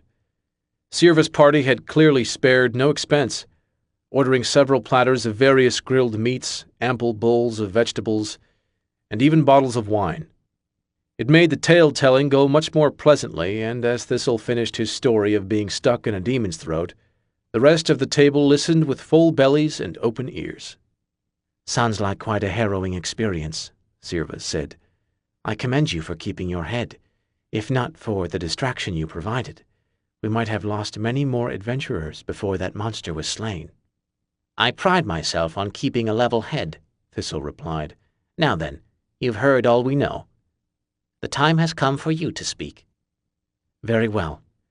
What I have is more rumor than knowledge, but rumor that has persisted long enough that it has begun the ascension to the rank of legend," Sirva opened. "Over the past several millennia, the demon eggs have appeared only a handful of times. In each known occurrence, they hatch, release some variation of infernal monsters on our plane, and kill everyone within a defined area before vanishing." "Wait, that's not right," Gabrielle said. "Demons kill until they're slain or banished. They don't just stop and go home." "Normal demons, no. But, as we already know, these are a special breed," Sirva reminded her. "Usually, demons are summoned through gates or magic, not hatched from gem eggs, and rarely do they show the sort of tactics and teamwork exhibited by the ones you have encountered so far. These demons are different, special, and their methods of destruction is just one aspect of it." "You said these types of demons had appeared before. "When and where?" Thistle asked. "The reports are scattered, chiefly because survivors of these incidents are so rare," Sirva explained. "It is my theory that the attacks have actually happened far more frequently than we realize, but because no survivors were left, it's been impossible to identify the demons as the killers." "All right then, let's gloss past the wheres and whens and jump right into the meat of it. Why? What you've described is more like a wizard's blast than a demon attack. They appear in one area, kill all they see, and then retreat to some unknown location. That suggests a targeted strike, not demon slaughtering," Thistle said. "He's a quick one," Guldrin said, pausing from enjoying the last of the giant snake fritters. "Quick and correct," Sirva added. "Yes, Thistle, you and I arrived at the same conclusion. From the way the eggs appear to how the demons attack, it all points to a single conclusion. These are effectively bombs, sent to wipe out specified targets. Even yesterday, we saw it at work. Despite the plethora of demons released, not one of them ventured outside the tournament area, despite all the townsfolk so close at hand. The people who fled past its borders reported seeing the small demons chase them to the edge, then turn around to find prey inside the grounds." "Maybe I'm missing something, but what does this really tell us?" Eric asked. "Nothing, unfortunately," Thistle said, letting out a small sigh. "We now have a better idea of the purpose of the demon eggs. However, we have no idea why the goblin camp or the tournament was targeted. One could argue that we're the thread connecting them. Then again, in both attacks no demon made any attempt to target us. At the camp, they went after the goblins first, and in the tournament, it was a general melee. If the eggs were for us, the demons should have made turning us into corpses their first priority. Even with as much as we know, that knowledge still leaves us with no clue as to why they're appearing." "I must sadly agree," Sirva said. "I'd hoped that a key to understanding the attacks would be buried in your observations. Yet it seems this mystery remains unsolved. All we can do is continue searching for answers. I do thank you for your time, at least. I'm sorry to have imposed on you and not delivered results." "Dinner was thanks enough," Grumpf said, rising from the table. The others followed his lead, and the room became a bit chaotic as hands were shaken and formal goodbyes exchanged. When Thistle went to bid farewell to Sirva, she handed him a small bundle wrapped in burlap. "What's this?" "A gift. As a way to say thank you and good luck, Sirva said. Most of the others had headed into the hallway, stretching their legs after such a filling meal. The elf and gnome were all that remained in the room of nearly empty plates. I cannot accept it. You've already been too generous, Thistle objected. Please, I insist. You've shown us a great deal of trust when you weren't obliged to. This is merely a token of my appreciation. Besides, we have to look out for others of our kind. Thistle tilted his head a few slender degrees off-center. Our kind? We're clearly not of the same race, so I take it you mean you're actually a paladin? Sirva said nothing at first, merely standing back to her full height and looking down at Thistle with a smile. Your story hangs together well. But remember that real adventurers would brag more about the kobolds they slayed, adding detail and embellishment whenever possible. Don't fault yourself for making a misstep. It takes practice to get accustomed to such deception. With that, she was gone, leaving Thistle alone in the room, gripping his gift with uncharacteristic intensity as he watched her gather up the rest of her party and head back toward the stairs. Were one exceptionally perceptive, they could make out a few muttered words passing his lips just before he left the room. Aye, our kind. Russell stretched his back, a series of small pops echoing from his vertebrae. He took a moment to remove his glasses and wipe them on his shirt. They were ill-fitting, and his eyelashes would begin smudging them the moment they were donned. This resulted in the Sisyphean task of endlessly cleaning them, an annoying activity that Russell privately regarded as excellent training for dealing with tabletop players. Minor comfort and vision attended to, he resumed his role as GM and began the narration. After many hours of pitched battle, you finally managed to tear through the last of the ogres in the encampment. I'll roll up loot later tonight and let you all decide amongst yourselves how to disperse it. Your characters can take a rest in the now corpse-filled enclosures, and we're going to call the game here for the night. Come on, just roll us loot now. We want some of that sweet, sweet gold, Terry egged on. His plump hands clutched a mechanical pencil, one that was practically vibrating in excitement as he spoke. He loved loot like the rogue he'd rolled. Any delay in receiving his payout was deemed unacceptable. Calm down, it's not going to be a lot, Russell informed him. This was a watch post filled with scouts and messengers, not guards. Why do you think you were able to beat them so easily? Because we know how to bring the pain. Glenn leapt up from his chair, thrusting his fist into the air to illustrate his point. For someone who'd only managed to throw a few paltry sleeping spells in the battle, he seemed to have no problem laying claim to what he considered his share of the glory. That's bullshit, Mitch piped up. Russell had been wondering how long it would take for him to find something to object to. You're just trying to keep us gear-starved by nerfing the loot. We took out a whole ogre post. There's no way they don't have at least a few magical items. If they had powerful items, wouldn't they have used them on us? Tim's eyes studied the map, a serious expression on his slender face, replaying the battle in his head with exceptional detail. We're not that high of a level, and we tore through them without taking much damage, so it sure seems like they wouldn't have very good equipment. Stop being a GM kiss-ass, Mitch snapped. Clearly the good stuff is hidden away, awaiting conquering adventurers to find it. Yeah, there has to be a cache of items somewhere. Maybe we could all roll our own independent searches and see what we come up with. The greedy glint in Terry's eyes spoke to the discrepancy in what his character would find versus what would be reported to the party. If not weapons, then maybe a few more ogres still hiding from the fight that we could finish off, Glenn suggested. Russell took a deep breath, then gathered every scrap of composure he could muster and addressed the group. Listen, we've been over this again and again. The module is a realistic setting. That means, among other things, no random loot rolls. If you want to find gear from a fight, it's going to be used against you first. These ogres didn't have much. They were a paltry scouting outpost that likely would have surrendered if you'd even tried a bit of diplomacy. They had little and you killed them, so now that little belongs to you." "What about the tournament we could have gone to?" Tim asked, his voice filled with genuine curiosity rather than wheedling discontent, a rare and wonderful change for the GM. "Yes, the Apple Ram tournament had lots of gear, not to mention gold you could have won," Russell confirmed.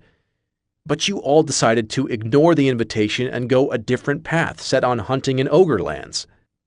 "Oh, whatever, like the tournament would have been any fun," Mitch said, adding a derisive snort at the end of his sentence.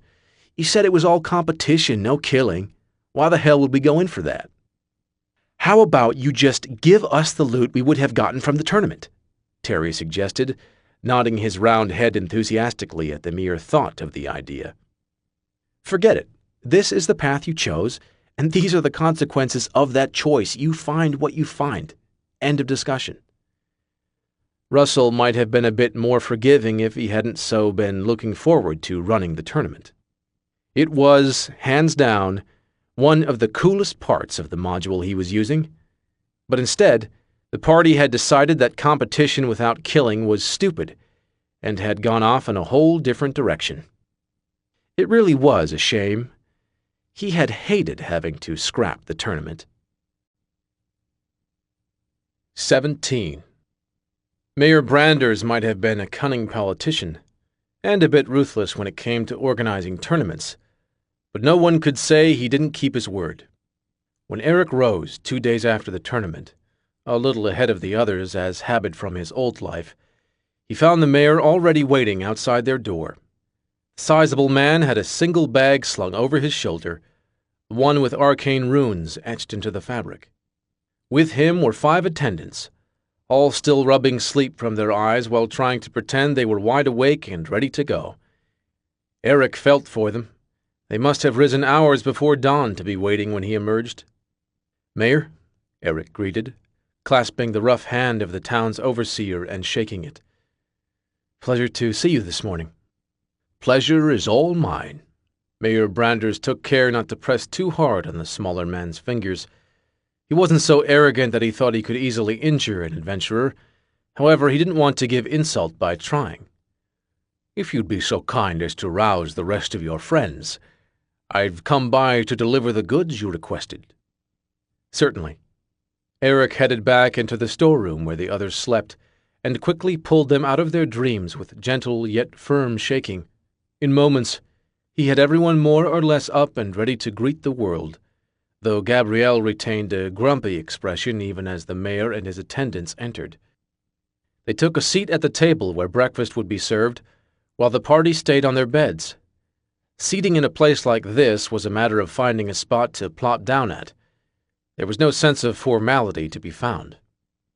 "I won't beat around the bramble bush," Mayor Branders announced, undoing a clasp on the strangely designed bag and pulling open the top. "As you all know, I've come to make good on my promise and equip you with suitable gear. My attendants are here to help everyone get into their armor, as well as provide any other assistance you may need. Now, the bulk of your supplies and transport are outside being watched over, but I wanted to bring in the weapons and armor personally to make sure everything fit." "Very kind of you, Mayor." Thistle avoided pointing out that the attendants would also serve as witnesses to his good deeds, no doubt with instruction to spread word throughout the town.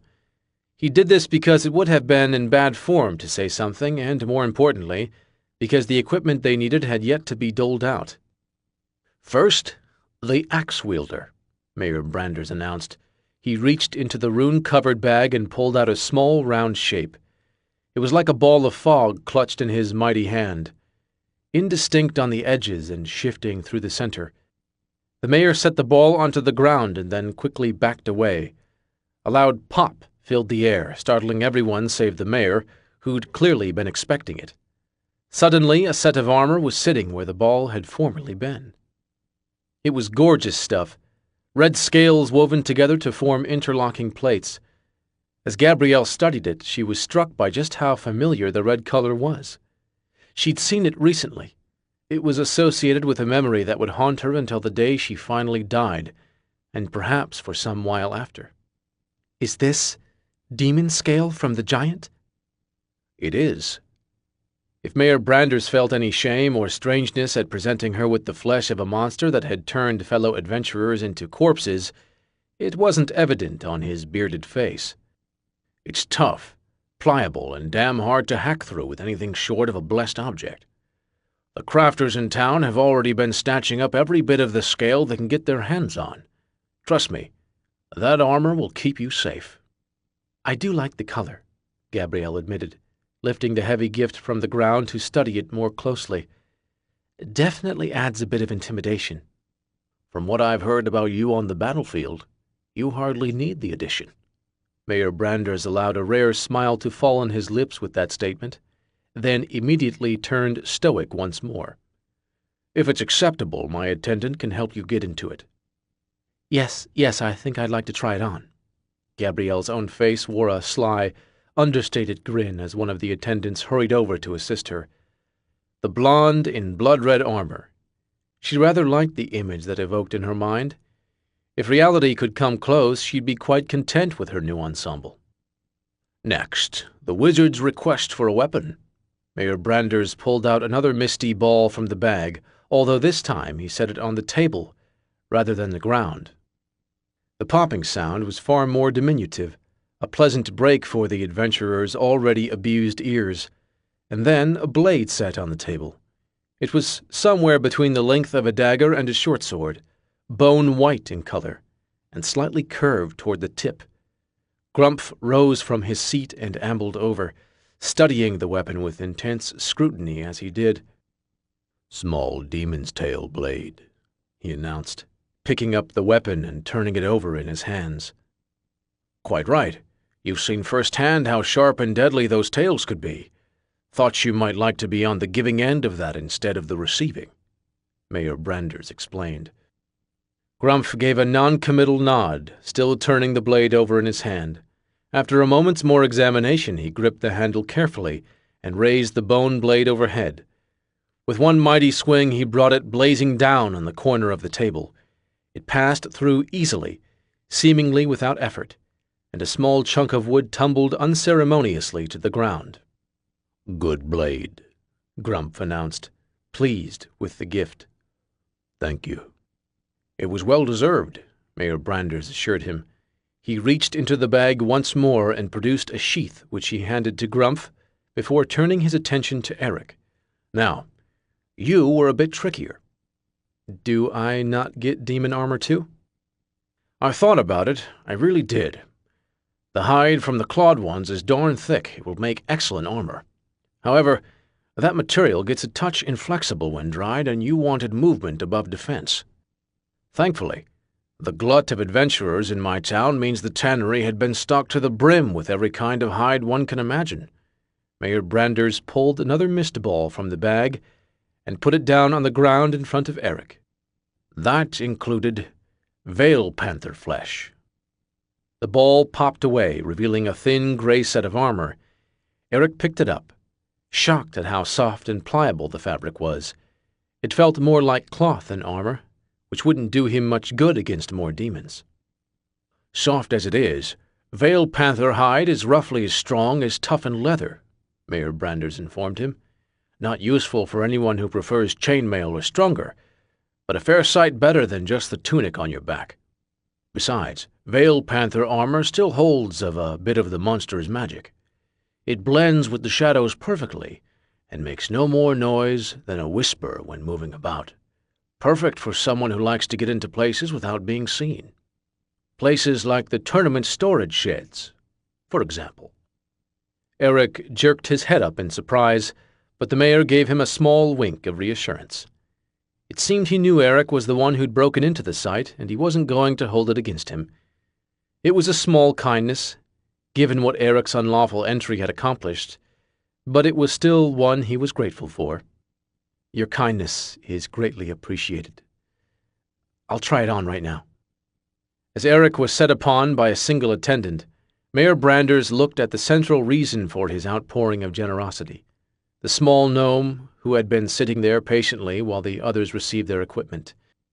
The mayor had trouble getting much of a read from Thistle, though whether this was due to the trademark stoicism of a paladin or the slightly misshaped nature of his face, Mayor Branders was uncertain.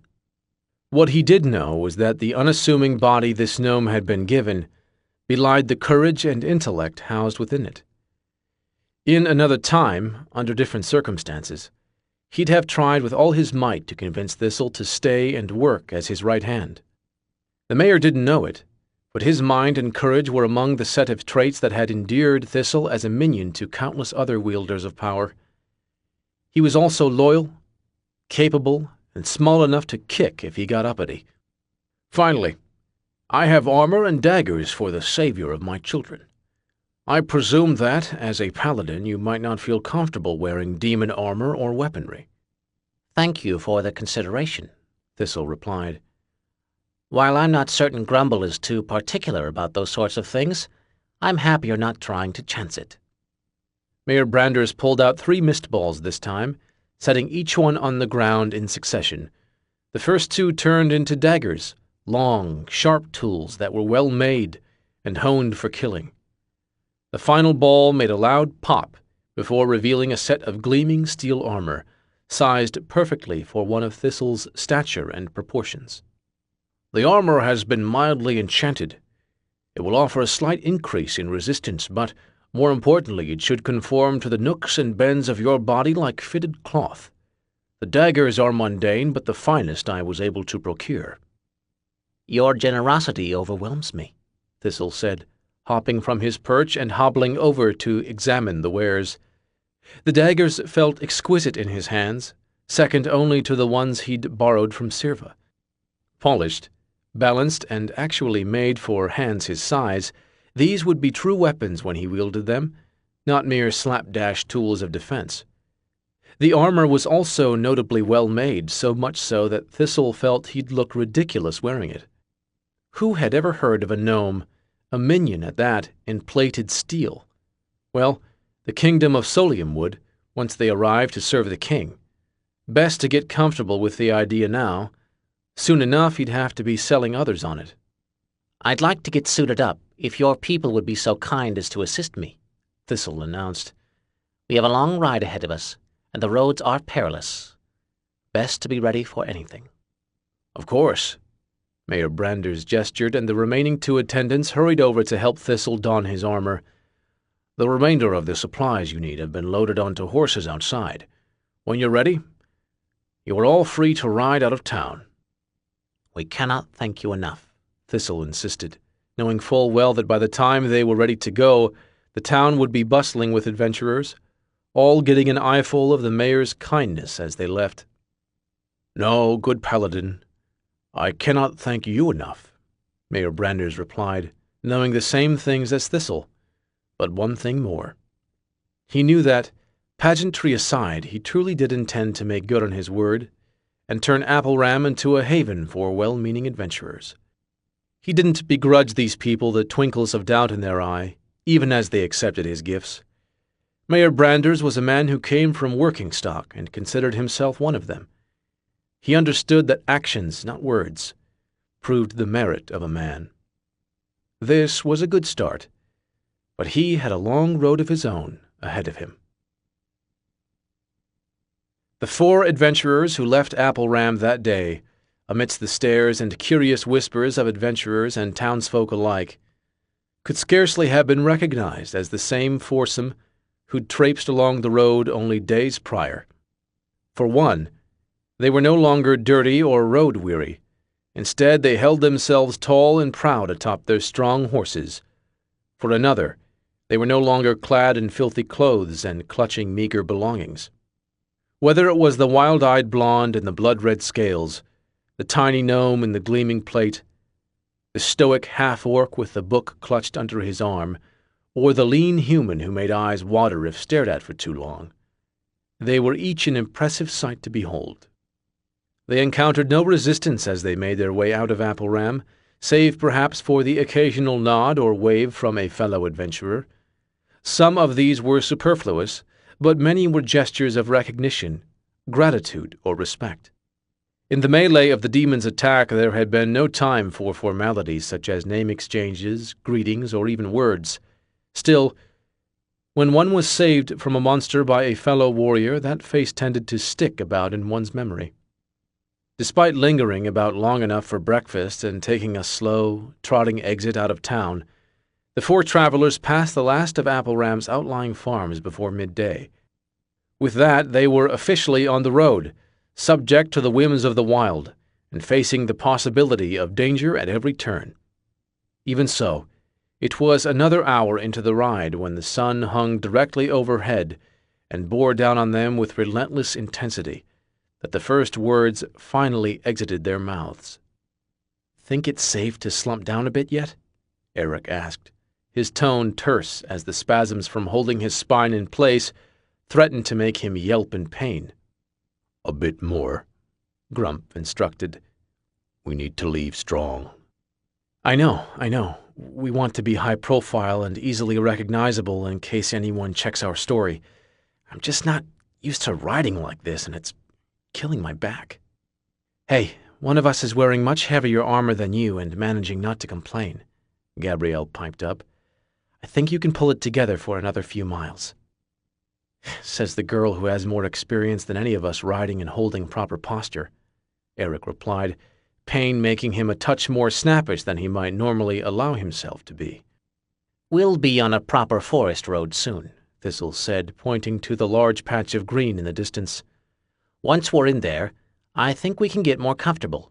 If nothing else, there are wild animals about, and I'd hate for us to die on the road because we were too stiff to react properly, especially after coming all this way." "That's actually something I wanted to bring up."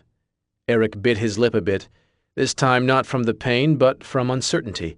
He wasn't quite certain how to broach this topic, yet he felt like it needed to be addressed. Better to do it clumsily than not at all. After everything we did in Appleram, building up our profile and the like, is it possible that Maplebark might already be safe? I mean, we definitely made a name for ourselves, and no one will go looking for dead adventurers in Maplebark when they were fighting demons days later in Appleram. Thistle nodded, causing a beam of sunlight to bounce off his new helm and momentarily blind Grumph, who snorted in annoyance. "I hit on the same conclusion yesterday. You're right.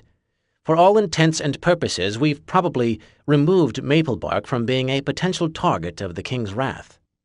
The road filled with the sound of clopping hooves as Gabrielle abruptly jerked her horse to a halt. "Wait, what? If we saved Maplebark already, then why are we going to Solium? We did what we set out to do." "Please note, Gabrielle, I said we probably succeeded. That means we have very good chances of our families and friends not being killed if we die on the road. But there is still a measurable chance. Is probably good enough when it comes to the lives of people you love?" "Oh." Gabrielle squeezed the horse with her thighs and it began to move once more. "Sorry, I misunderstood." "It's fine," Thistle assured her.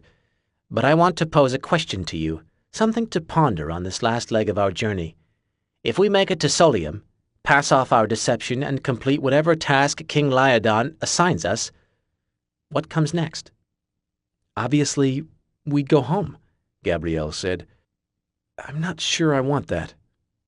Eric's voice was clear and audible, yet somehow softer than they were accustomed to hearing. "My life back there was unfulfilling. I'm not saying I want to be an adventurer. These last few days have been beyond terrifying, but I don't think I can go back to being the laughingstock of the guards. That's assuming your father would hire me back." "My father would. You'd get a job." Gabrielle trailed off as she spoke, the full realization of what she was proposing hitting her. If she went back, the tug-of-war would begin anew. This time it would be even worse, actually, because her father would spare no expense on keeping her safe. No more goblin vacations to help keep her mind steady. She'd be stuck in her prim and proper role with no release, no escape. "Bear in mind, this all hinges on us actually surviving," Thistle reminded them. "A very thin possibility. I merely wanted to bring up the idea because, if nothing else, it will give us all something to hope for. Sometimes on these journeys, having a dream at the end of it all is the only thing to keep you going." "Sooner or later, You have to tell us how you know so much about adventuring, Eric said. Soon, but not now. After Solium. Grump's rough voice surprised them all. They'd been lulled into a peaceful state by the conversation and sound of hoofbeats. Thistle stared at his old friend for some time before deigning to give a nod. Aye, very well. If we make it through Solium, I'll tell you my whole story. Don't get too excited. It's not all that fascinating. Then why work so hard to keep it secret? Eric asked. It's not secret. I don't really care who knows my past. Thistle turned his eyes away from his friends and set them on the path before them. I just hate talking about it. Reliving it all is too... There are painful memories that I don't like to dwell on. But Grump is right. If we make it through this, that's the least I can do. After Solium. They rode in silence after that, intently listening for warning sounds, and to the worries echoing in their own minds. 18. The city of Solium announced its presence long before any traveler stepped through the mighty gates in the stone wall that encircled the city. It could be seen in the upkeep of the roads, how they were flat, clean, and showed few signs of wear. It showed in the increase of soldier stations positioned along the way, and the decrease in wild animals or bandits that was a direct result of those stations.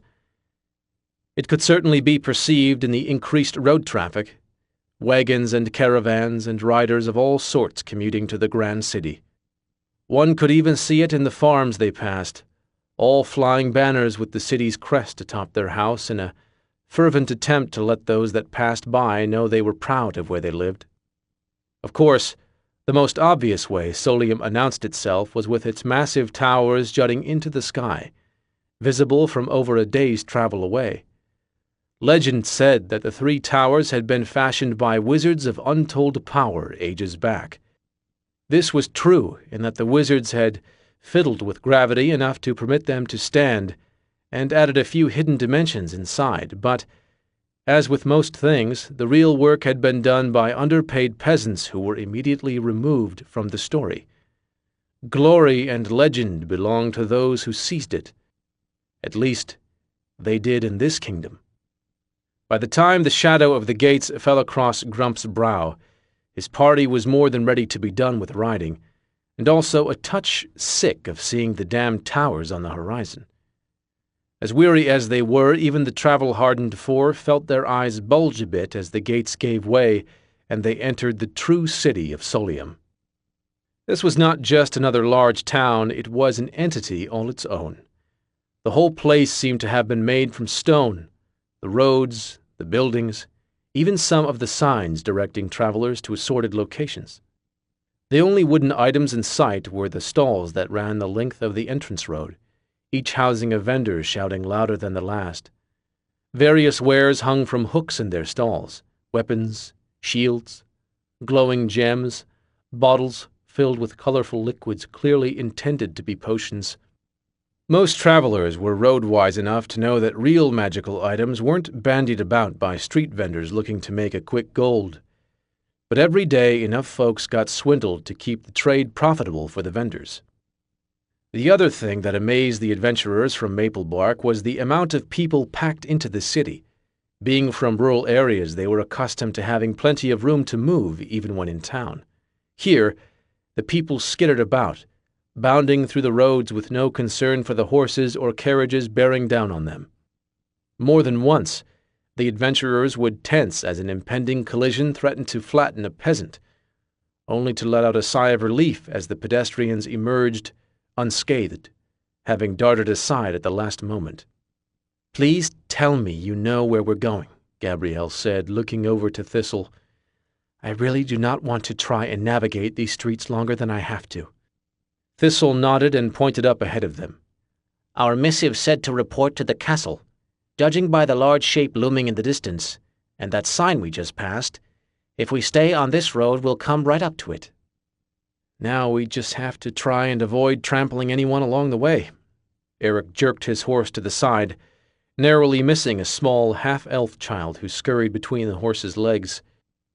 First of many hurdles, Grumph replied. From the way his sharp yellow teeth were showing, it seemed like he was either trying to threaten everyone or just make a joke. Perhaps it was both. All too true, Thistle agreed. But we've made it this far, and I think we should be proud of that fact. We only need to receive our task, try and survive it, and get out of this town. He makes it sound so easy, Eric said, winking at Grumph. Oh no. We'll probably die in the process, but since that's been the situation for so long now, it hardly seemed worth mentioning, Thistle said. His words rang true, truer than they'd been intended, likely, and the others had to admit that the constant threat of death was such a persistent companion, it almost felt like they should get it a horse. Regardless, they managed to get this far despite the odds. Perhaps luck would hold and see them through the final leg of their journey. About a mile behind Thistle, Grumph, Gabrielle, and Eric, another foursome of adventurers traipsed along the road to Solium. These were far less reserved in their discussion as they rode the worn and weary horses that had been stolen from a peaceful city to the south. In fact, their voices were the loudest things audible halfway to the horizon. The other travelers gave them a wide berth. Adventurers in bad moods often led to sacked caravans or beaten townsfolk. "I can't believe we had to run from the stupid guards," Mitchelin complained, kicking his horse for no reason other than to feel the impact of his heel on flesh. "We lost half our traveling gear from that crap." He was adorned in armor made from bear and wolf hide, a single-bladed axe strapped to his back. First game be damned, he was going to play a barbarian. "We stole from their town," Timiskor reminded him, "which we didn't need to do. They only wanted a little bit of gold to trade, and we had more than enough after the ogre camp." "Why would we buy what we could take?" Teriora asked. If there were ever a motto for rogues, that would have been a quite viable candidate. "Besides, you shouldn't care if we stole. You're a knight now. That's why we didn't let you re-roll the pally." "I can still try to be good."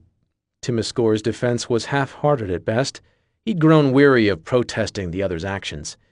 It was easier just to let them do things their way. That was why he'd been a knight instead of a paladin, this time. Knights weren't obliged to speak up against immoral injustices, even when they really wanted to. "At least I got to smoke a few of them with a fire blast," Glenvint said, gleefully reminiscing about the innocent guard's incineration. "That was smart," Mitchelin told him. "Last thing we need is them sending a rider ahead to get us in trouble with Solium. That's something Russell would totally do just to be a jerk." His acidic emphasis on Russell's name left no doubt of his sentiment toward the young man. "That seems less jerky than it does reaping the consequences of our actions," Timiskor pointed out. "Kiss-ass," Teroria mumbled very much over his breath.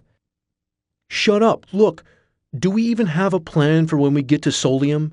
We aren't exactly invited guests anymore," Timiskor said. "This is the one time where Russell's emphasis on realism comes in handy," Mitchelin said. "The missive our last group had still exists. The king is still expecting someone to show up. All we have to do is present ourselves and say we lost the scroll. No big deal." "But what if he's already discovered our characters are dead, or found someone else to do the job?" Timiskor asked. "How would he already know about us dying in some shithole tavern half a kingdom away? That would be stupid, but yeah, he might have hired someone else to do the job. That seems like the kind of bullshit Russell would pull on us. Even that problem is easily solvable, though." "How do you figure?" Teriora asked.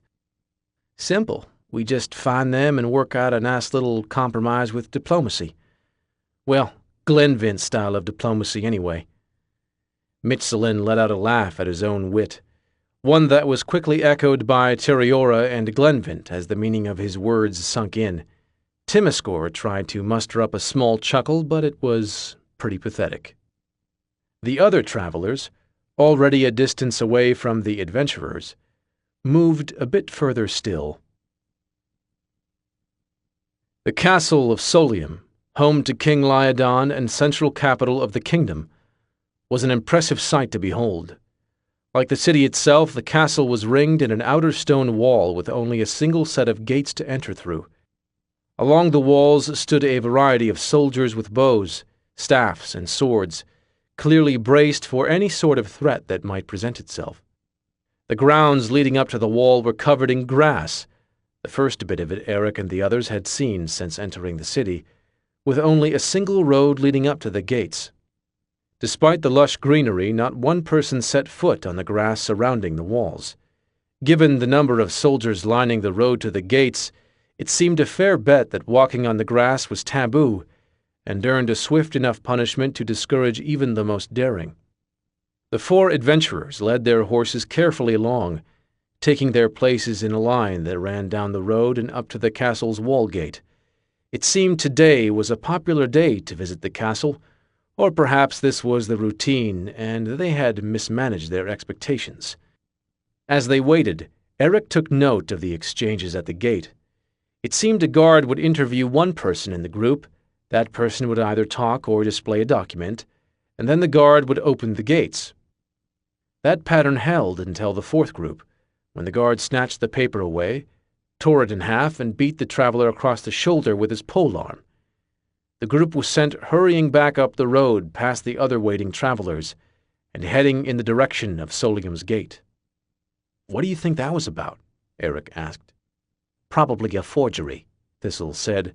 I'd wager the guards are checking for people that are known, expected, or have scrolls that authorize them to enter the castle. That fellow was likely trying to get in with fake papers. "All that just to enter? Seems excessive," Gabrielle said.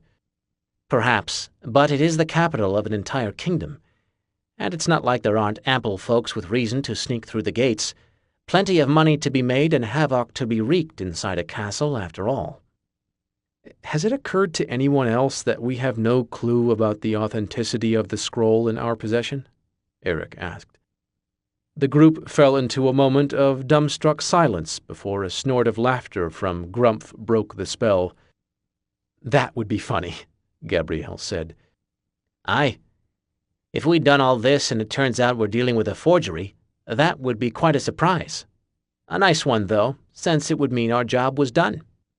"It would mean our job never needed doing," Gabrielle corrected, "and that we just wasted weeks of our lives." I wouldn't go that far. If nothing else, we got some nifty new equipment out of the bargain, Thistle reminded her. "That has to be us coming out ahead." "Grumph burned down his bar," Eric reminded him. A small frown ran along Thistle's shrunken face. Aye, that part slipped my mind. Well then, I suppose we're back to hoping the scroll in my pack is the genuine article. "From the looks of things, we'll find out in about 3 groups, Eric said, gesturing to the clusters of people ahead of them. "Do we have a plan if it is a fake?" Gabrielle asked. As in, where do we go from here? I don't think so, Thistle said. "No, as in, how do we get out of town without the guards trying to beat us?" Gabrielle clarified. Oh, that. Thistle paused for a moment and mulled over the idea. I suppose run like hell and meet outside the gates seems as viable a plan as we're going to get. "Good plan," Grumph complimented. King Liodon sat in his throne room, watching through the window as the procession of travelers made their way past the castle gates. He wasn't perched on the actual throne. That thing was far too uncomfortable. High-backed, forged from gold, and adorned with jewels in every conceivable nook or cranny, the throne had been fashioned with the intent of impressing all who laid eyes upon it, not providing lumbar support to the man who rested his ass upon it. Instead, he was seated on a small stool with a round red cushion atop. Among the throne room's flowing silk tapestries, white marble walls and floors, and golden trim, it stuck out like a stool in a throne room. It was comfortable, though, so the king kept it tucked away nearby when there were visitors, and pulled it out when he was alone and in need of a seat. Almost alone, at any rate, Next to him, standing well above the king, even if he hadn't been seated on his stool, was Ardell, his most trusted adviser. Ardell was a half-elf, but the court tried not to hold that against him, mostly because he was also smart, capable, and unwaveringly loyal. The last part mattered more to Lyodon than the others. Loyalty was rare, at least when dealing with other royals and aristocrats. He'd take a loyal dunce over an unfaithful genius any day. Thankfully, in Ardell, the king hadn't had to choose just one trait. "We'll soon have enough adventurers for another expedition." Ardell's voice was soft, gentle, unassuming. It hid well the pools of dark resourcefulness concealed in his mind. King Lyodon nodded, his shoulder-length blonde hair catching on the long elven ears that stuck out from his head. "What does this make? 11? 13, sire." Unlike the king, Ardell kept his muddy brown hair trimmed short, almost the length of a soldier's. It drew attention to his ears, the short things that stuck out just a touch and ended in a misshapen seeming roundness. His ears had none of the human simplicity or the elven grace. It was for this reason that many half-elves kept their ears concealed, and it was for that reason that Ardell left his plainly on display. 13, eh? That's a good number. Not as good as 7 or 11, but those expeditions didn't turn out any better. So perhaps 13 is what we need. Have any failed to show up? According to the guards at the gate, the next-to-last group checked in a few minutes ago. Some adventurers who won their missive by slaying kobolds. Kobold slayers. The king gave a sad shake of his head. It might have knocked his crown askew had he been wearing one. It, like the throne, was suited for appearance, so it rested on the throne when Lyodon didn't feel a need to impress anyone. I almost pity them. That group likely won't make it past the entrance. Likely not, Ardell agreed, but one never knows who the hands of fate will guide. Of course. That's why we're grabbing all we can. What's the deadline on this last batch of missives anyway? Tomorrow at sunrise, Ardell said. He had no need to double-check a scroll or notebook to recall this information. It was his duty to be abreast of all things his king might need to know. Very good. We'll do the briefing at noon. Oh, and have some riders ready to go if the last group doesn't arrive, King Lyodon ordered. The usual instructions, sire? Of course. If they fail to come, kill them. If they fell while en route, kill everyone responsible. Maybe a few extra too, just to send the message. Can't have the peasants getting ideas about killing people in royal employ. Adventurers are too useful. King Lyodon turned his gaze back out the window, his eyes charting the movements of various riders. After a moment of observation, he spoke again. Oh, one more thing. Is the next batch of missives drawn up? Yes, sire. They'll go out as soon as the 13th expedition starts. Send them out today, King Lyodon instructed. Lucky numbers aside, no sense in not getting Expedition 14 off the ground as soon as possible. We both know, odds are, these adventurers will likely be corpses before the next new moon. Yes, sire. Despite their worrying, the process of getting through the castle gates had gone quite smoothly. Thistle handed a guard the scroll they'd acquired only a few short weeks ago. The guard had looked it over, then handed it back, and with that they were ushered through onto the castle's grounds. More grass ran along the landscape, but now it was broken up into sections with roads and various buildings in between. These roads ran in a complex, circular pattern with the castle standing at the center. It was a squat, gray cube of a building, almost aggressively unremarkable. It was certainly overshadowed by the presence of one of the 3 great solium towers within the same grounds. To some, it would seem that the builders had no eye for aesthetic details. To those gifted with a bit more intelligence, they would understand that the castle was not meant to awe with ostentatiousness. It was meant to impress by being fortified and impregnable. As Grumpf and the others made it past the gates, they found themselves almost immediately greeted by another guard. This one wore less imposing armor than the others, and actually permitted himself to smile a bit as he stopped the adventurers from moving forward. "Good day," he greeted. "What business have you at the castle?" "We were given a missive to come see the king for a task," Thistle told him. "You see, we "Right, more for the expedition." The guard jerked his thumb to the left, pointing to a large stone building further down the road. "Go over there and talk to the guard out front. He'll put your horses to the stables and set you up in a room. You should get your instructions sometime tomorrow. Until then, there's food, beds, and a training ring out back. Try not to break anything." Eric opened his mouth to ask a follow-up question, but Thistle shook his head. The guard was done with them, already walking over to the next group coming through the gates. Eric pursed his lips but kept silent, keeping pace as they headed over to the building where they'd been instructed to go. It was a bit insulting to be treated so dismissively after everything they'd gone through to get here. Eric calmed himself by keeping in mind that they weren't coming in as heroes of Appleram, having helped thwart a demon invasion, but as mere kobold exterminators. As they drew closer to the building, the sounds of battle reached their ears. From their perch on the road, they could make out several figures behind the building, swinging various weapons at one another. Many were using wooden implements. However, several had real blades in their hands as they attacked their opponents. From a glance, it appeared there were at least 10 to 15 people out there. Right then, so a building full of adventurers? Eric surmised, words breaking free at last. "Seems that way," Thistle agreed.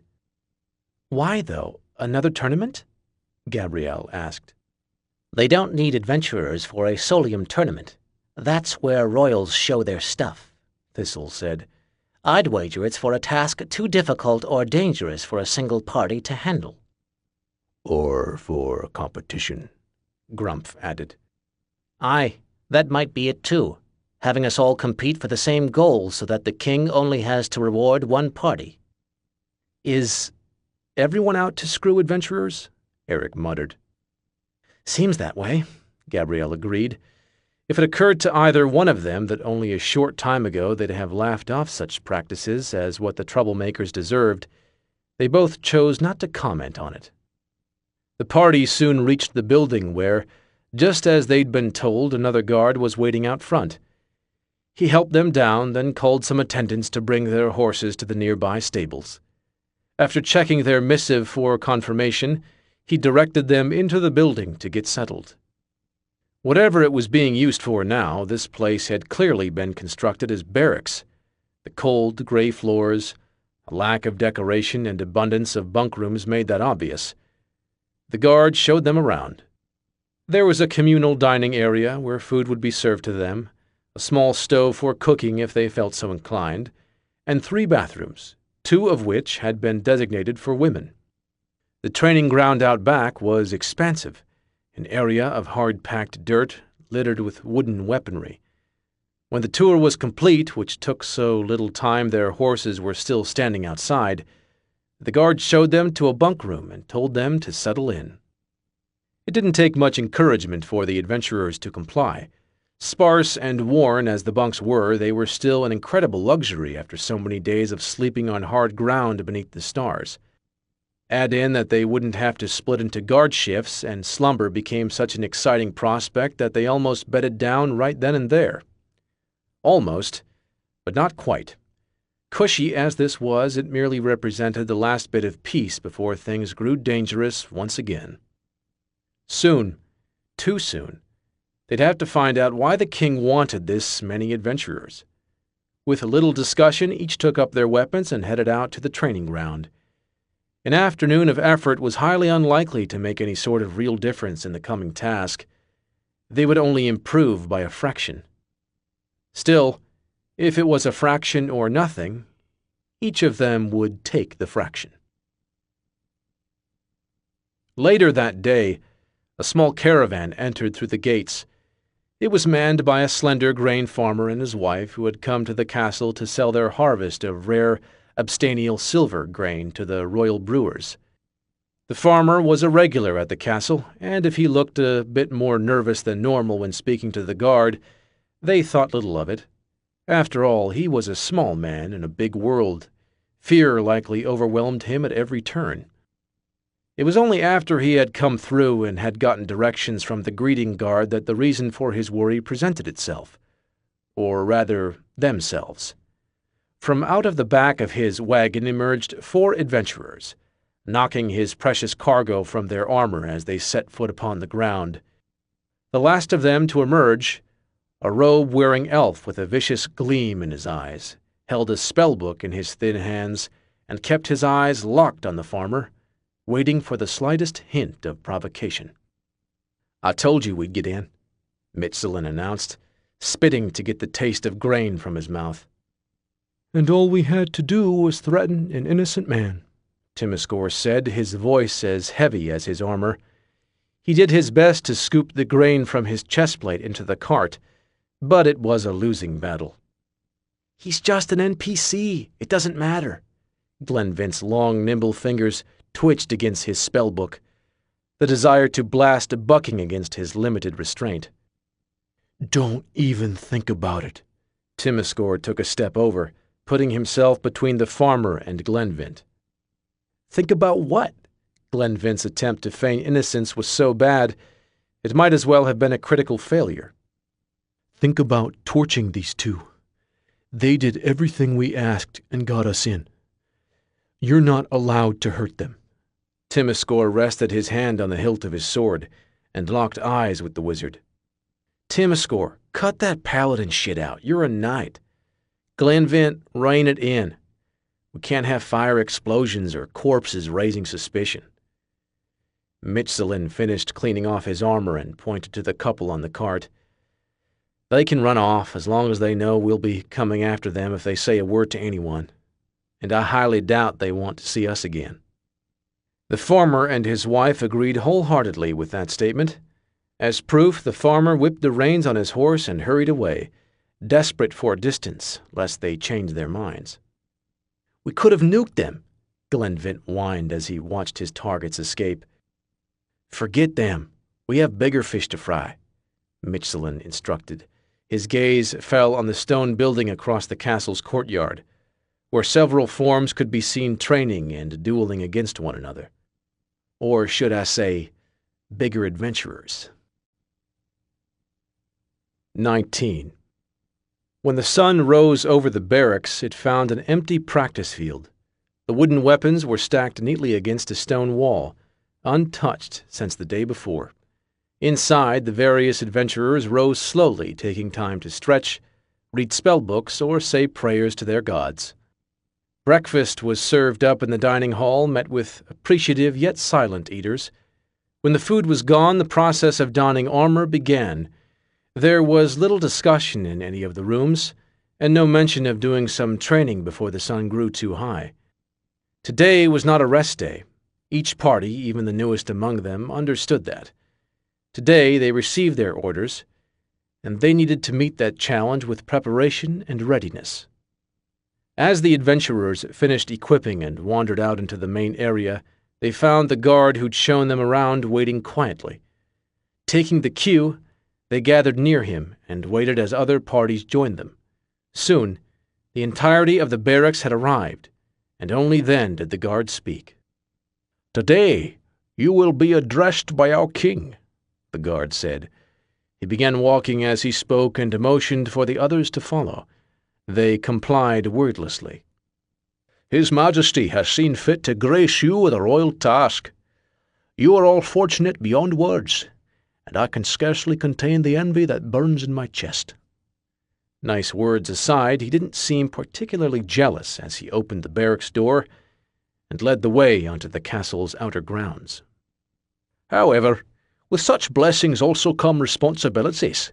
As recipients of a royal task, it is your duty to see it fulfilled, even at the cost of your own life or the lives of your friends. The king has personally selected you out of the whole kingdom. It would be a far kinder fate to die while attempting success than to return a failure. The grounds were warm in the mid-morning sun, the last traces of dew already evaporating away in the burgeoning heat. They walked down a road that had been full to bursting the prior day, yet now was utterly deserted. The only people they spotted lingering about, aside from themselves, were occasional guards dotting the landscape. Not that the groups were looking around too hard. Nearly all of them were focused on the upcoming task they'd be handed. "You will all wait here," the guard informed them, gesturing to a circle of stone in a small moat of grass. Above the circle, perhaps 20 feet in the air, was a small balcony jutting out from the castle proper. Such a structure was far from regal enough or removed enough to house a king giving orders to his subjects. However, for addressing a relatively small group, it was perfectly suited. "The king will arrive soon. You will listen attentively as he gives you your orders. When he has finished deigning to speak with you, I will return to show you to the next phase of your journey. If you have any questions, you may ask them of me at that time. Under no circumstances are you to interrupt or ask anything of our king."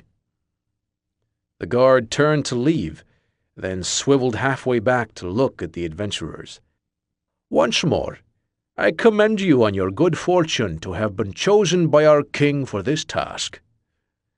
That said, he finished his turn and headed back the way he came, leaving the parties awaiting the start of their next adventure. King Liodon sat on the edge of his sprawling bed and fussed with his crown, trying to find an angle where the hard golden edges didn't dig into his scalp. The first king of Solium had been human, and thus the royal accoutrements had all been crafted with a human in mind. For a human with their thick skulls and coarse hair, the crown was just fine. Those brutes were so unaware, Liodon doubted the first king had even known when he had the damn crown on at all. Elves were gentler, more sublime creatures. They had keen senses and noticed things like hard metal digging into their fair skin through the barrier of thin hair. Ardell watched his king fuss, knowing it was not a matter of him finding a comfortable way to wear the symbol of his leadership, but merely of waiting until he wore himself out from trying. Royals were like toddlers. It was often a more prudent use of time and energy to simply let them tire themselves out than to try and intervene. They had the time, thankfully. The one good aspect of being an attendant for the king was that he was never late. Whenever the king arrived, that was when he was meant to be there. It was a benefit Liodon used frequently, since he felt little obligation to keep track of things so peasanty as time. "Are they gathered?" Liodon asked, finally letting his hands fall away from the crown in frustrated acceptance. "Yes, sire.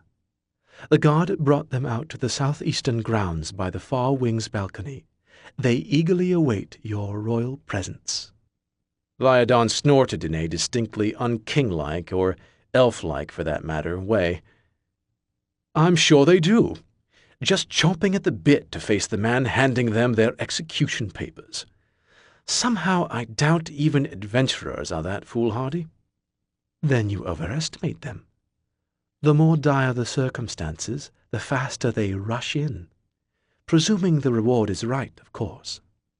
"I'll never understand that lot. They treat life as if it's disposable, like they can go get more from a vendor once a dragon's fangs has run them through."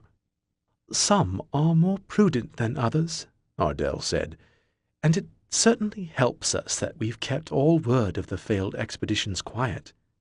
I fear we might see a higher desertion rate if word of the cumulative body count were to slip into public knowledge." "Then we'd just have to add those deserters to that body count," Liodon said. "It matters little.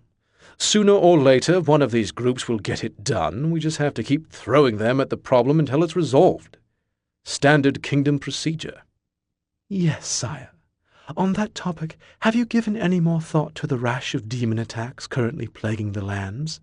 We're up to 6 confirmed so far, with several more suspected." "One thing at a time," The citizens are a hardy lot, they can fend for themselves. Expeditions are our first priority. Very well, sire. Does that mean you are ready to address them? King Liodon rose from his bed, examining himself in the mirror. He was fully dressed, long purple cape flowing from his shoulders, down past his regal clothes and stopping inches above his fine leather boots. The crown sat atop his head, gleaming in splendor despite the discomfort it caused. He looked every inch the part of a king, which was 80% of what it took to be a king. I'm ready, but let's take our time getting there. It does adventurers good to sit and stew on occasion. Keeps them reminded of who they really work for. Yes, sire. The sun climbed through the sky, nearly reaching its zenith by the time there was finally movement on the balcony. Adventurers quickly scrambled into position, pulling themselves up and taking a respectful stance. The king's blood-soaked reputation had reached all of their ears, and none were keen on receiving an arrow through the eye for perceived transgressions. King Liodon emerged from the shadows of the castle and stood prominently on the balcony. He stared down at them wordlessly, face stoic and eyes hard as he assessed this fresh crop. Whether he found them impressive or wanting was anyone's guess, because as he began to speak it was in a flat, neutral tone that betrayed no more about his thoughts than his stone-faced expression. I welcome all of you brave warriors who have earned my attention through your heroic deeds. Truly, your reputations precede you, and I consider it a fine day to have such folk as my guests at the castle. Today, however, is not a day of celebration or boasting. Today I have summoned you here to serve your kingdom, a privilege so few citizens are ever given the opportunity to do. You are greatly blessed, for you have the rare chance to attempt to repay me for the protections and benefits reaped from living under my rule. King Liodon paused, half watching his marks soak it in, half waiting to see if anyone would be dumb enough to speak up. When no one did, he continued, and the archers waiting unseen in various shadows allowed their bows to slacken just a touch.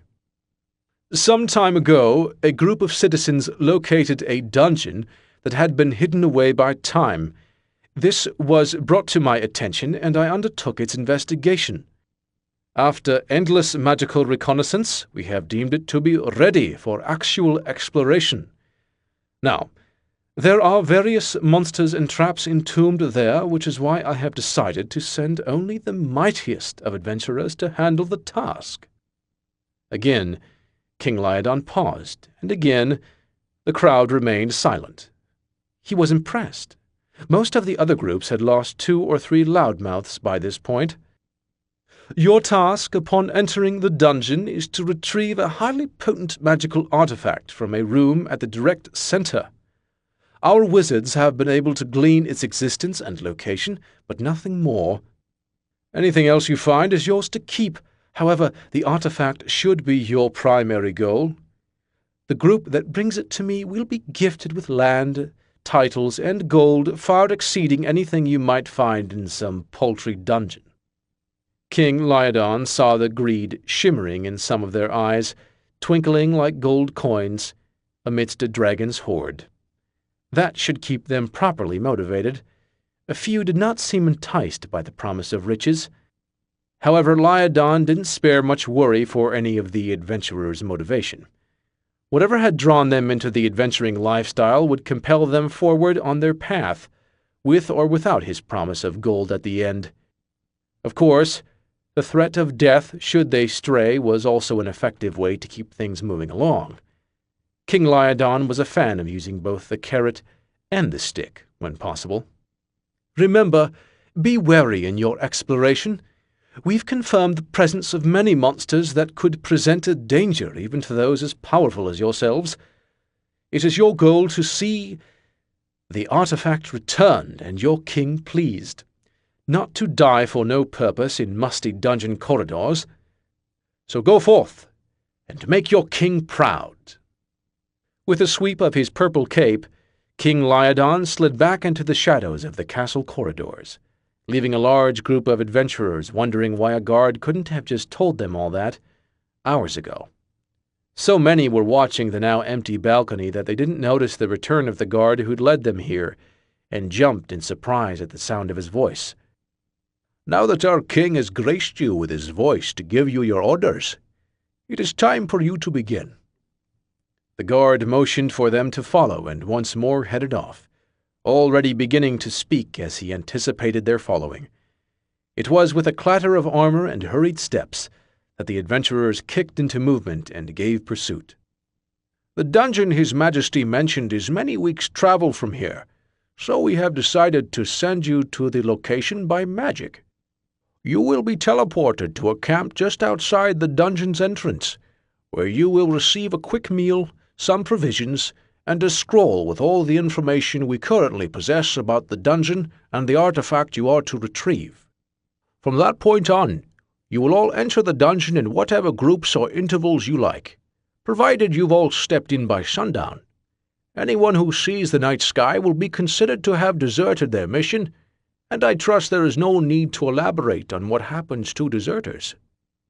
There was no need indeed, as the adventurers quickened their step to keep pace. It was well known what King Lyodon's stance on people disobeying him was. Even if this dungeon were 100 levels deep and filled with nothing but dragons, it still provided a less certain death than going against the king's orders. From the moment they'd set foot on the castle grounds, there had never been an option of backing out. The teleportation was a quick affair. Some wizards had set up a circle of glowing runes at the far south end of the castle grounds. Once an adventurer stepped onto the circle, they were transported to the camp outside the dungeon's entrance. So within minutes, all 28 adventurers, along with a few guards, had arrived at their destination. "Not much to look at, is it?" Gabrielle said. She wasn't wrong. It didn't appear to be some fearsome dungeon as much as a cave whose mouth stuck out of the side of a mountain. There was a clear slope downward, then all vantage was lost to the cave's shadows. "Don't let the looks fool you. Anything dangerous enough to gather this many of us is bound to be worth looting." The speaker was another adventurer, a dwarf in plate armor with a set of crossbows on his hips. He gave Gabrielle a respectful glance, no doubt entranced by her fiery red scale armor and sizable axe, before tottering off to join his own group. Most of the adventurers milled about, testing their blades or doing some light stretching. One or two from each group had gathered at the makeshift tent where the guards were set up, finding out what supplies were available. Simple observation told them they wouldn't be getting much more than a pack with dry rations and a single scroll. "He's right," Eric said, stepping next to Gabrielle. "We should assume any number of untold dangers await us in that dungeon." "They're not all untold," Thistle interrupted, walking back from the tent area. No one had even noticed him leave. This wasn't because he was particularly stealthy or quiet. It was merely due to the fact that he was a gnome amongst a group of larger races. "I gave the scroll a glance, and it looks like they've got a fair bit of the place mapped out." Thistle finished walking over to his group and laid the scroll out on the rocky ground where they stood. The whole area around the cave was littered with gravel. Likely the kingdom had been excavating a mine when they happened upon the dungeon. Within 40 feet or so there was soft grass, but it was close to the line of the forest. No one wanted to be seen as making a run for it, so each group did their plodding atop the rough terrain. "Mostly the outer layers," Eric noted. The dungeon they were entering seemed to be structured in a ring-like fashion, with each path providing ways to move to a path closer to the center at irregular intervals. It was impossible to say how many rings this dungeon had, as only the outermost 7 were drawn on their scroll. Everything further inward was a black blob, void of information save for a red point dead in the center. No doubt, it was meant to mark their goal. "I'm still impressed with how much they have," Eric said. He pointed to a spot on the scroll with tightly clustered handwriting and a crude drawing of spikes. "Look, they've even got the locations of known traps marked." "And a few expected monster types," Gabrielle added. Sure enough, there was a small key near the bottom that listed off monsters they were likely to encounter. It tells us quite a bit. It actually tells us even more than I believe they meant it to, Thistle said. His voice was quieter than the others, intended for his friends alone. This map tells us that regardless of what the king may have indicated, we are in no way the first adventurers to try and crack this dungeon. How do you... Because if they got this by magic, they'd have mapped the whole thing, Eric said, realization striking. Precisely. My guess is that somewhere in this pack of rations is a magical relay program that tells them what we encounter, Thistle surmised. So, the reason it only goes 7 paths deep is that... Gabrielle trailed off, not eager to reach the conclusion right before her. Farthest anyone has got. Grump's harsh voice was low as he completed her thought. It was quite disheartening, especially when one considered that 7 rings probably was only halfway through the dungeon, given the density of the black blob area. Halfway through at best. Most likely, each group does a little better than the one before, thanks to the information they've been provided. And when they die, their encounters are added to the map, Eric said. Couldn't have said it better myself, Thistle agreed. He rolled up the scroll carefully and tucked it in his pack. But sadly, it really changes nothing for us. Our current choices are certain death and slightly less certain death. All we can do is press on and hope the gods are watching over us. Says the only one of us with a direct line to a divine being, Gabrielle noted. While Grumble seems pleased with my service thus far, I'm not so sure of his favor that I expect to make it through here alive. At the end of the day, I'm just one paladin, and Grumble has a tremendous amount of minions begging for his attention. Didn't you just say we should hope the gods are watching over us? Eric asked. Aye, but there is a difference between hope and expectation. Their conversation was interrupted by a loud cheer from the other adventurers. It didn't take long to suss out the source of the excitement. One of the parties had gathered at the cave's mouth and was about to embark into the shadows. The still preparing adventurers raised their fists or weapons in salute, and those departing mirrored the gesture. Once it was done, the group of 5 turned toward the mouth of the cave, brought their weapons to the ready, and carefully crossed the threshold. And with that, the task is officially started, Gabrielle said.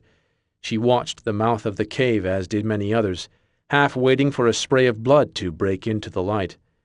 Nothing came, though.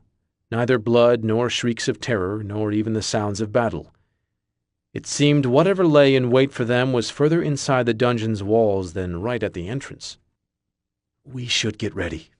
Eric complied with his own order by adjusting his armor a few degrees and making sure his sword was in a position to be drawn easily. Take your time. Grumpf disagreed. He's right. Now that we know the score, it makes more sense to be one of the last teams in, Thistle explained. We're not really in a race. We're in a contest of survival. The more people who go ahead of us, the more traps they trip and monsters they slay. That's a pretty heartless stance for a paladin, Gabrielle pointed out. I'm a paladin for the god of minions. Do you know what minions do best? Lay low and try not to die. A curious look suddenly darted across Thistle's face, as though his words had shaken something loose in his brain. Got an idea? Eric asked. No, more a thought to mull on. I'll let you lot know if anything comes of it. If we're just standing around anyway, then pull the map back out, Gabrielle suggested. We can get familiar with the layout of the first few rings, choose our paths, and be ready for any traps that we know are coming. Good idea, Grumpf said, patting her gently on the back. Well, gently for a half-orc. Agreed, Thistle said. He reached into his pack and produced the scroll, but his fingers snagged on a brown paper package as well, which came tumbling onto the ground. What's that? Gabrielle asked. Oh, a gift from Sirva. I meant to open it, but I got distracted. Thistle hadn't told them about the implication that Sirva and her people were like them, frauds who had picked up the adventurer title. Until he was sure what it meant, he didn't want to worry the others unnecessarily. Now seems like as good a time as any to open it, Eric urged. Might come in useful. Perhaps. I suppose it is worth checking. Thistle carefully tore away the brown paper to reveal a white belt with a pair of dagger sheaths on it. Unlike the one he'd borrowed from Sirva, this had clearly been made with Thistle's size in mind. It was a fine bit of craftsmanship, dyed leather stitched together immaculately. The most striking feature of the sheath belt was not the style or the skilled assembly. It was the small set of arcane runes glowing faintly on each sheath. Thistle examined them closely, but their complexity exceeded the limited magical knowledge he possessed. Carefully, as careful as one should be with unknown magical items, he lifted the belt up and showed it to Grumph. Well, old friend, any idea what these might be? Grumph stared at it, trying to match the symbols with anything he'd managed to understand in the spellbook. There were a few bits he could put together, but a complete comprehension was beyond his reach. Not sure, Grumph said after several minutes of study. But probably not dangerous. Probably seems pretty risky when dealing with unknown magic, Eric pointed out. Aye, but one must consider the source, Thistle replied. He lowered the white sheath belt to the ground, then set about the task of unfastening the lesser one currently strapped to his waist. Sirva was a friend, one who helped save my life. So if Grumph says the magic is probably not dangerous, that's enough for me. As Thistle worked to change out his belt, the area around the mouth of cave grew crowded once more. Now that the first team had broken through, other adventurers were making their own entrances, lest they be left behind. Okay, you've entered the dungeon. Since the paths form rings, you have two directions you can go. Which one do you want to choose? Russell stared at his group with a worried expectation. Getting them to the dungeon had been hell on earth. Now that they were finally in, he just knew they were going to find a way to screw things up. Which way did the others go? Terry asked. He'd been rolling checks to evaluate as much of the other adventurers' equipment as possible.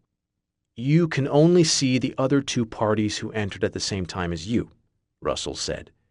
He picked up the module book to double-check the information he was about to dole out. This one had a lot to keep track of, so he didn't want to mess anything up. Each one went off in one of the two directions. How many are still outside the entrance? Mitch asked. Let me see. The first one went in a while ago, then you guys entered with two more, so that makes 4, leaving 2 more groups outside for a total of 6 parties. Russell's eyes flicked down to the book on instinct, and he realized he'd made an error. Wait, 7 parties. There's one more group that still hasn't entered. Ha! Way to fuck up, Glenn said. I think it's GM retcon. He just wanted to add another team to up the competition. Glenn, I misread something, that's all. It was strange, though. Russell had carefully gone through this book when he started, and he was certain there had only been 5 parties, besides the one that his group would be playing. Luckily, it was an easy enough mistake to fix, as long as none threw the kind of tantrum Glenn looked like he was gearing up for. Don't worry about it, Glenn. This is actually a good thing, Mitch said. He was leaning over the map, carefully examining the small figurines representing their characters. His eyes darted along the drawn bits of the map, eagerly drinking in every detail. How is it a good thing? You know Russell will try and make one of them get the artifact first. It's a good thing because one more party means one more set of loot, Mitch explained. We're not going to do like these other guys and try to wade through the dungeon for treasure. Our party is going to take a far more proactive approach. 20. It's cleaner than I was expecting. Gabrielle's eyes wandered down the spacious stone walls and floors, all of which were easily visible thanks to the presumably magic light-casting gems embedded in the walls at regular intervals. Despite purportedly having been lost for time untold, the dungeon showed no signs of dirt, degradation, or disrepair. It was like the whole thing had been built only days before. Magic, Grumph surmised, eloquently explaining the entirety of the situation quite well. Aye, but it must be powerful magic for it to have persisted for so long. We'd best be careful. The party had waited until the sun was dipping low on the horizon, long after the other teams had taken the plunge, before finally entering the dungeon. In truth, they might have pressed their time a bit more, but the guards were starting to get fidgety and keep their weapons close at hand. Once in, the act of making their way through the dungeon had been fairly easy, thanks to their knowledge of the dangers. The small dart trap and explosive runes along their path were easily skirted. The route they had chosen had evidently been infested by monsters, but judging by the giant vermin corpses they passed at irregular intervals, the other adventurers had already seen to that particular challenge. "What do we have coming up?" Eric asked. He was at the head of the line, his attentive stare sweeping for any indicators of unexpected obstacles. Yes, they had forewarning on the traps, and the monsters should have all been killed, but he wasn't one to discount the possibility of pure bad luck assaulting them. "Spike pit," Grumph said. While they'd all studied the map, he'd clearly retained the best mental impression of it. "After next corner." A spike pit, you say? Thistle ran his hands along the seam of his new belt as his mind whirled furiously. This idea he had, this theory, it was utter madness. The dungeon he was in had been crafted ages ago, built with such precision that no adventurer had made it further than halfway through. There was no possible way his hunch could be accurate. Except that minions, whether now, then, or in the future, would always be minions, and Thistle knew how minions worked. "When we get to the spike pit, there's something I want to do," Thistle announced. "Got some trash to dump?" Gabrielle asked, and the smile on her face a stark contrast to their grim surroundings. "Not quite. Do you recall earlier when I said I had an errant thought? Well, I think the time has come to put it to the test." "Could you possibly be more cryptic?" Eric said. "Sorry, just don't want to say it out loud and jinx it," Thistle replied. "But before we get there, everyone open your packs. We're going to need a fair bit of rope." "There are just so few ways this can possibly be a good thing," Gabrielle said.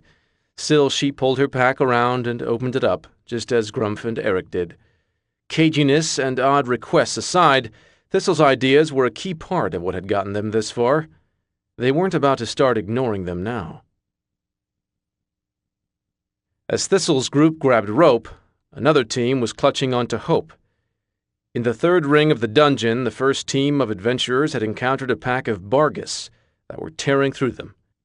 Their pugilist was down, as was their knight.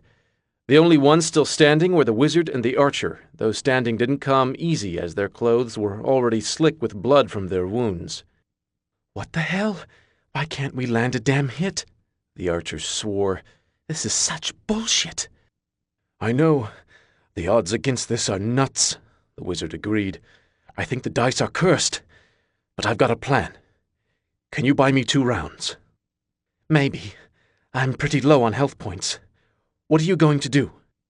"I've got 1 good spell left, and the hit difficulty for it is so low I'm sure to connect, even with our shitty rolls." "Fine," the archer agreed. "It's the best option we've got so far." With that, he took off on a charge, firing arrows at a rapid clip. Despite his skill and proficiency with the bow, each arrow went wide, nowhere near making contact with the beasts. The only saving grace was that his efforts succeeded in drawing attention away from the wizard. The dog-like monsters surged forward, closing in around him. As quick as the Bargus were, the wizard was still able to begin his conjuration in the time it took them to attack the archer. He pressed his hands together, words of power slipping from his mouth like audible gems as he condensed and directed the magic within him. A purple glow formed around him, crackling magical energy surging over each part of his body. The wizard's eyes sparked with energy as he parted his hands and stuck his left palm out, putting every ounce of his focus on the Bargus. One final word echoed from his mouth as he spoke the phrase of activation, completing the spell. In another world, one with 5 people sitting around a dining room table, a young girl rolled her 20-sided die. Upon seeing the roll, her friends shook their heads and whispered the words, "Critical failure." She was forced to roll again, but this time the result of her roll filled the room with tension. It was the same as what she had gotten before. A young man with wavy dark hair with a screen shielding his part of the table nodded at her wordlessly. With trembling hands, the girl picked up the die and rolled it across the table one last time. It bounced and tumbled along the surface, nearly knocking over a small figurine of a male elven wizard, before finally coming to a stop. Its outermost face, for the third time in a row, showed the number 1. The wizard's heart exploded as his magic misfired, killing him instantly. The magic continued to surge, however, erupting from his corpse in an explosion of arcane power. Within moments there was no sign that the wizard had ever existed, save for the scorch marks along the walls, marks that were already beginning to fade as the dungeon's own magic cleansed them. Nearby, the Bargus looked up from their meal momentarily, then set back into it. Within seconds, the archer's pain-filled screams had faded just like the wizard's scorch marks.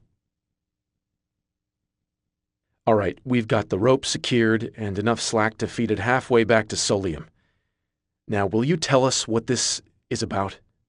Eric asked. The last of the preparations were done, the team having run the ropes together and tied them off on various points in the dungeon's walls. This left them with an exceptionally stable length of rope that would allow them to lower someone down into the spiked pit magically concealed directly in front of them. What they lacked, however, was any understanding of why they'd want to do such a thing. "I suppose we've come along far enough that the jinx is a bit of a moot point," Thistle said. He produced a small hunk of dried meat from his pack, walked calmly up to what would be the lip of the pit, and tossed it. His aim was true, striking one of the many magical sensors that would open the pit if touched. Immediately, the ground in front of them dissolved, revealing a wide pit with jagged spears poking up from the ground. "This is one of the secrets of minions, one we keep as close to the heart as our own true loves. Whenever constructing dungeons, which we do because obviously your average tyrant or mad wizard can't be bothered with grunt work, minions always include secret tunnels and burrows. These tunnels are to allow the minions who have to work in the dungeon to get around, navigating all the traps and monsters that would easily tear us to shreds. The reason we guard this trick so fiercely is that if it got out, we'd no longer be able to do it." "Wait, I thought people found secret doors in dungeons all the time," Gabrielle pointed out. "We've heard people talk about it in the tavern." "Oh, sure, we hide a few obvious ones for people to discover. Oftentimes we stick our tunnel entrance in those rooms since no one ever thinks to check a secret for another secret. But make no mistake, these are decoys designed to make adventurers think they've thoroughly explored an area. The real tunnels are far more useful. They allow a minion to scamper safely to almost any point in a maze, even the heart of it." "And you think one of those tunnel entrances is in the spiked pit?" Eric asked. "Early, easy access, simple traps surrounding it." "Makes sense," Gabrielle said. "Precisely. If I were building this dungeon, I'd stick the entrance at the bottom of the spiked pit. No adventurer ever goes combing about on the floor of those. In fact, they barely pay them any attention at all." "Hiding in plain sight?" Eric said. "That's damned cunning." "It's damned cunning if I'm right," Thistle replied. "Otherwise, it's just a silly notion. Now then, you lot ready to lower me down?" "We can handle it," Grumph assured him, grasping hold of one section of the rope. Eric and Gabrielle followed suit, everyone getting a firm grip. Light as Thistle was, it would only take a small mistake to send him tumbling onto those spikes. "I'm sure you can, old friend. Remember, 2 tugs to bring me back up. Or just listen for the sound of me screaming to hurry up and pull." Thistle picked up his side of the rope and stuck his right foot through the loop they'd fastened at the end. With extraordinary care, he lowered himself off the ledge and into the pit. His friends didn't let him down. They doled out slack at a slow, constant pace. It took him over 2 minutes to descend the entirety of the pit's 40 feet, but eventually, Thistle was able to thread himself between the spikes and find a clear section near the wall. He stepped out of the rope's loop, careful not to give any tugs that might make the others think he wanted it pulled back. The floor of the spiked pit was like the rest of the dungeon, clean and maintained. There should have been a few skulls or perhaps a bit of dried blood decorating the area. Instead, it was pristine. The tips of the spikes even looked as if they'd been recently polished. Moving about was a tricky task. Thistle was small, but his armor was cumbersome and heavy, compounding the poor dexterity his warped form already imparted on him. What Thistle did have on his side was experience. He'd been forced to navigate tight quarters on countless occasions in his tasks as a minion, so he understood that it was all a matter of staying calm, keeping focused, and making each move deliberate. It wasn't the fastest method of exploration, but it was something. As he made his way through the pit, worry cast a dark shadow over his heart.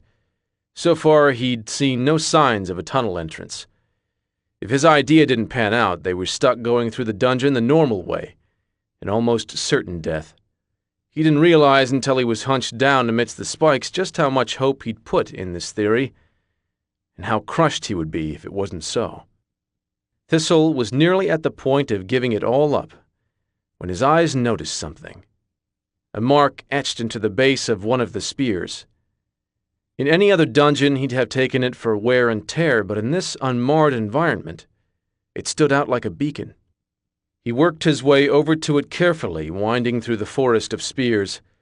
When he finally came close enough to make out the mark, a small smile bloomed on his misshapen, gnomish face. It was not a random mark, nor was it wear and tear. No, it was a rudimentary carving of a broom with a dagger tied on top. It was the symbol of Grumble, god of the minions. Thistle reached out and grabbed the spear. It took some fumbling, but he finally found the hidden latch he'd been searching for. The pit echoed with sound as the spear let out a gentle click, and then a small section of stone along the wall shifted out of place. Thistle released a long sigh of relief before lifting his head up and calling to his friends. I hope you lot don't mind doing some crawling. It looks like a tight fit. The wraith stabbed its incorporeal claws through the summoner's eyes, draining the last of her life and sending her sprawling to the floor. Around it, other wraiths had already finished the remainder of the party. These had been strong adventurers. Their efforts had killed off 2 of the 6 wraiths before they finally succumbed to their wounds. Eventually, they'd fallen, of course. Everyone fell in these halls. The closer an adventurer came to the center, the more chance turned against them. By the 5th ring, they'd be fortunate to walk without falling to their deaths. Anywhere past the 7th, and even that much, was an impossibility. The wraiths ran their claws over the newly made corpses once more, just to be certain their prey was fully drained. None paid attention to the rune on the scroll that had fallen from a barbarian's clutches. It was a small rune, positioned below a drawing of the very dungeon these wraiths inhabited. Before the party died, it had been entirely invisible, but now it glowed with a dark green hue. This was all irrelevant to the wraiths, which held no concern that information was being sent back to the king's guards.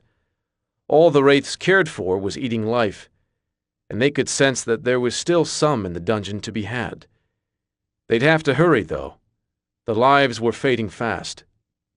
Of the 7 clusters of adventurers who had entered the dungeon, only 4 were still drawing breath. Cozy fit, Grump muttered as he tried to ignore the sensation of tunnel walls closing in around him. He was already on his hands and knees, as was everyone aside from Thistle, inching along in the dim tunnel. Grump, like the others, thought safely maneuvering down to the bottom of the pit would be the hard part. All things considered, he might have taken a poke from one of the spears if it meant a few inches more comfort on his trek. Yeah, sorry about that, Thistle said from his position at the front of the convoy. Gabrielle was behind him, then Grump, and Eric was in the rear, listening for anything that might try to sneak up on them. Minions tend to be my size most of the time. Makes us easier to kick around and discipline as needed. Occasionally we get some bigger folks, since we gnomes are shit at heavy lifting, but they're never weighed down by things like armor or weapons when they come through the tunnel. I don't want to hear any complaining from the half-orc not wearing armor, Gabrielle snapped. I've got this demon scale and a giant axe weighing me down. I'm very wide, Grumpf countered. He is robust, Eric agreed. Since his armor was barely thicker than cloth, he was the least inconvenienced of anyone, save for Thistle. Any idea how far we are from the center? We've been passing exit hatches at regular intervals, Thistle informed him. I'd wager each one exits in a different ring of the dungeons, so right now we're somewhere between the 5th and 6th rings. That would be a lot more helpful if we knew how many there were total, Gabrielle said. Helpful, but unnecessary. If the minions built something this direct, it almost certainly will take us all the way to the center of the dungeon. We might not be right in the artifact's chamber, but we'll be quite close. Thistle put his hands on his daggers unconsciously. No matter how far they got through the tunnel, there was bound to be some monsters guarding their prize. When they arrived, there would be bloodshed. He only hoped not all of it would be theirs. I wonder how the other teams are doing. Gabrielle paused to reach back and adjust her axe, nearly banging Grump's skull in the process. Probably bad, Grumpf said, based on history. We don't know how many have gone before us, Gabrielle said. Maybe we're the second or third expedition to attempt this. It's always possible one of the other teams might actually make it through. Perhaps they will, Eric agreed. He didn't have the heart to tell her what he'd figured out. If the king was courting adventurers who had done nothing more than kill off a few kobolds, he was not looking for the best adventurers around. For something this important, there was only one reason why the king would be using the dregs of the adventuring barrel. All the good ones he could find had already failed. No, they weren't the first or second group of teams to try this. He doubted they were even in the first 10. This place had already claimed the lives of countless adventurers. By the time the next sun rose, it would have certainly gotten the blood of more. All they could do was pray not to be among them. A sickening howl filled the air as the drake plunged its teeth into the dwarf's flesh. The dwarf refused to go down easily, grabbing the short sword from his hip and stabbing at the monster currently chewing on his leg. Surely at this range he would finally hit. He wouldn't go down like the rest of his friends, who were all dead or bleeding out around him. He would survive. He would hit this damned thing and make his escape. The dwarf's howl turned into a scream of rage as he thrust the blade forward, aiming right for the drake's eye. It should have been a killing blow, but at the last moment, the drake turned its head to the side, causing the blade to bounce off its armored skull and stab the dwarf in his other leg. No, I can't have. Whatever final words the dwarf might have been ready to utter were lost to the ages, as this fresh wound was more than he could withstand. He toppled to the ground, unconscious. The drake continued its meal undisturbed. By the time it had finished eating the dwarf's meaty leg, its remaining victims had finished bleeding to death and were now simply dead, a set of 3 corpses in the 6th ring of the dungeon. And with that, only 2 teams remained. 21. No one was sure how many hours they'd been crawling on their knees. All they knew was that everyone except Thistle was sore from their shins to their toes. So when the tunnel finally opened up into a room large enough for everyone, even Grumpf, to stand, it took a great deal of effort not to scream in joy at the act of getting up. The room was simple and small, 10 feet by 10 feet, made of the same dark stone as the rest of the dungeon and sporting a large door at the far end.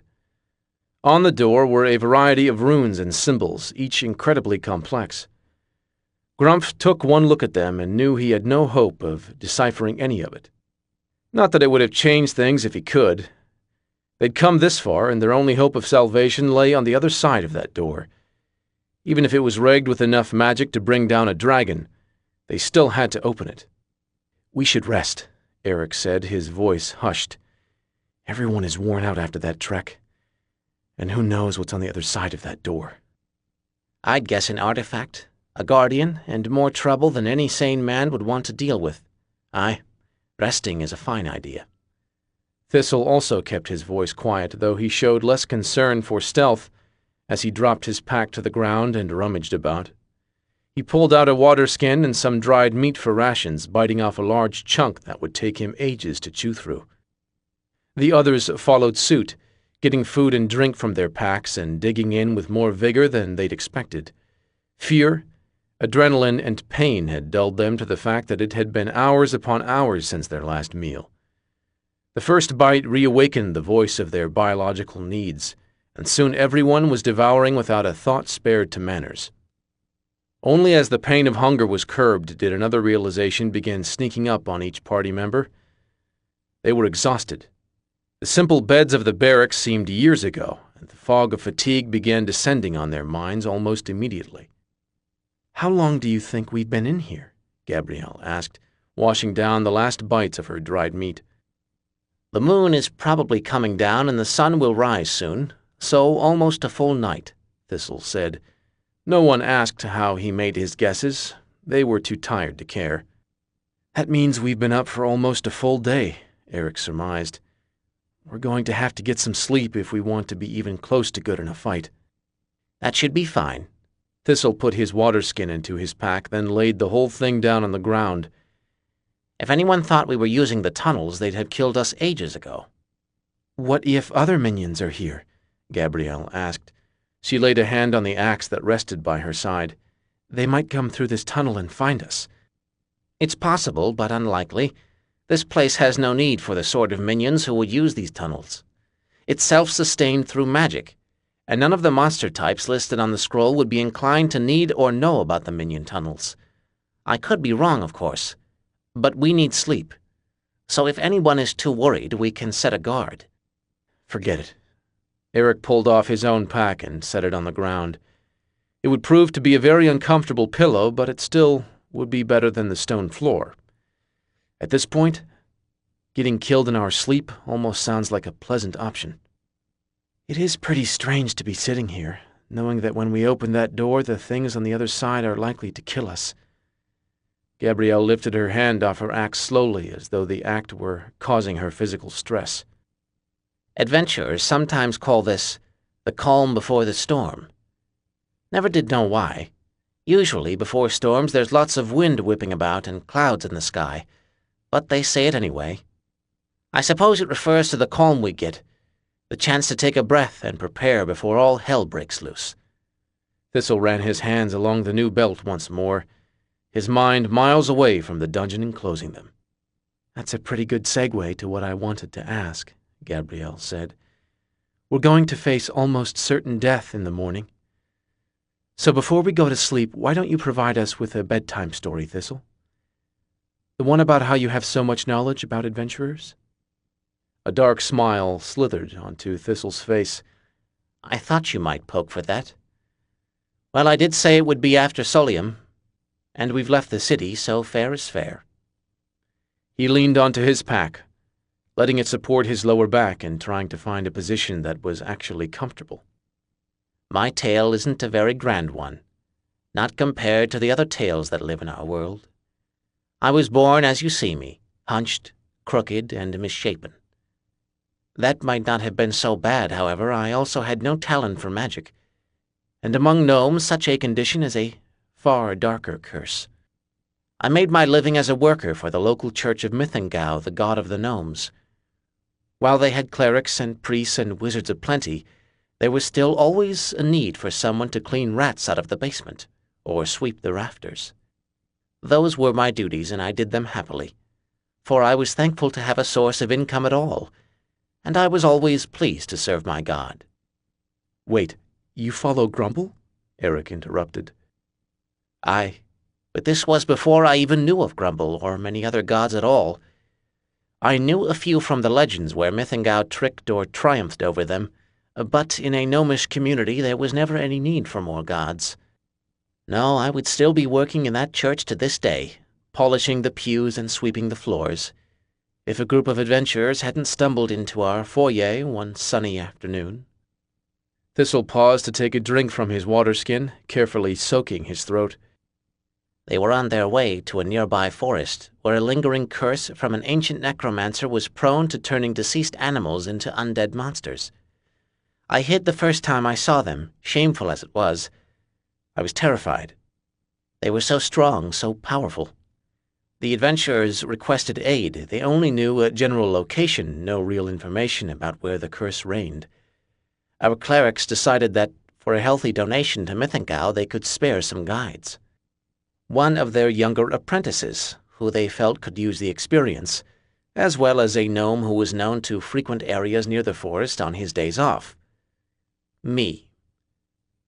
So it was that the adventurers set off the next morning with 2 new additions, myself and Madroria. The gnome halted his story, this time not because of a need for water. He pressed his hands together gently, willing back the tears that tried to form in his eyes. He couldn't let the emotions break through now, not when the hard part still lay ahead in the story. At last, he succeeded in pushing away the sorrow and continued his tale. Madroria was roughly the same age as I, but she was not cursed with my crooked body, nor my lack of skill when it came to wielding magic. She was, in fact, perfect. Perfect to me, anyway. I'd loved her, silently and sorrowfully, since the first day she came to the church. As scared as I'd been of the adventurers, the idea of walking with Madroria, of speaking to her, I shook with terror all night and barely found the courage to go with them in the morning. "It's hard to picture you like that," Gabrielle said. "You're usually so calm and clear-headed." Well, this was decades ago, and I've gotten to do a lot of growing up since then, Thistle reminded her. Anyway, we set out on the road together.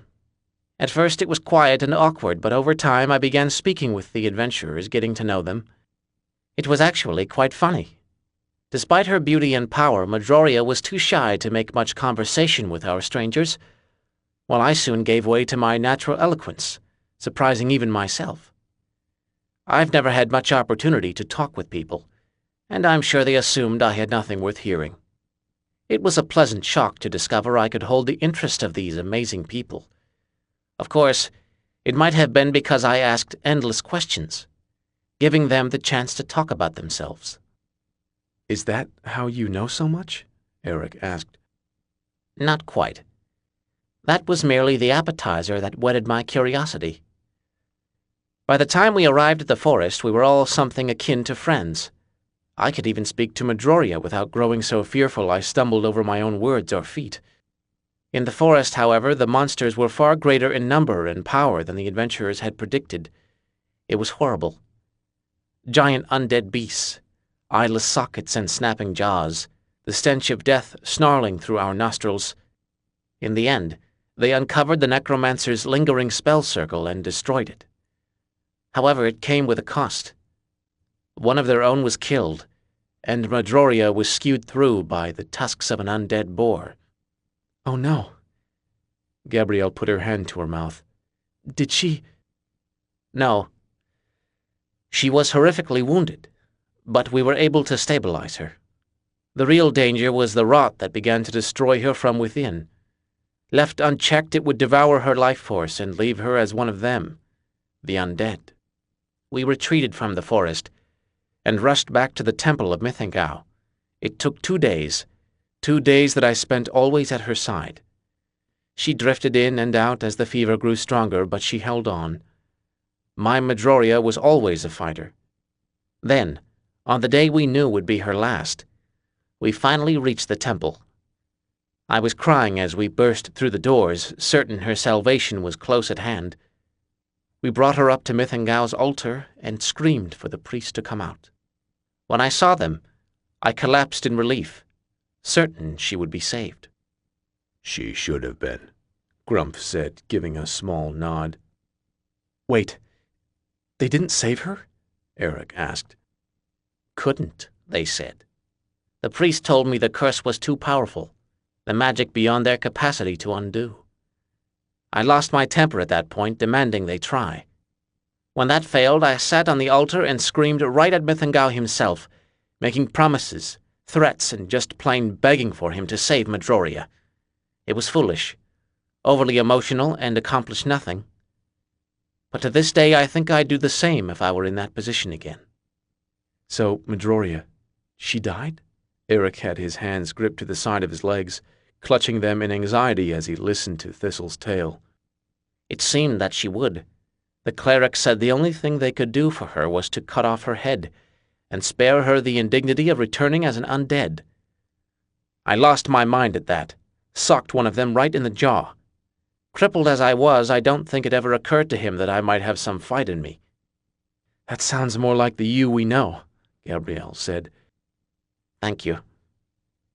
After that, the adventurers had to pull me away, and that is when they told me of the last hope for Midroria. On one of their previous excursions, they'd come across a magic elixir that could heal any wound, lift any curse, cure any disease. It could reverse the ravages of all but death itself. They'd neglected to tell me about it because it was precious beyond value, and was not something they would use lightly. As fond as they'd grown of Midroria and me, it was still an item they hesitated to relinquish. Greedy bastards, Gabrielle spat in the dirt. No, I don't begrudge them their reluctance. These were people who saw danger every day. They would need that elixir themselves, sooner or later, and giving it away could mean the death of one of their own. It was a great kindness of them to even make me a deal, which they did. Midroria and I would serve them, follow as their guides, pack mules, whatever was needed, paying forth our portion of all treasures found until the elixir had been purchased. Needless to say, I leapt at the opportunity. The wizard of their group, a willowy woman with silken hair, produced a bottle that resembled stopped sunshine and poured it down Midroria's throat. Thistle's eyes grew moist, the battled-back tears finally breaking through. He let them this time, for he was now to the part of the tale that filled him with joy. Thistle had no qualms about crying happy tears for his wife. He only avoided those of sadness. Save only for the day we wed, many years later. I have never seen Midroria so beautiful as when the magic enveloped her, healing her wounds and driving the undead rot into oblivion.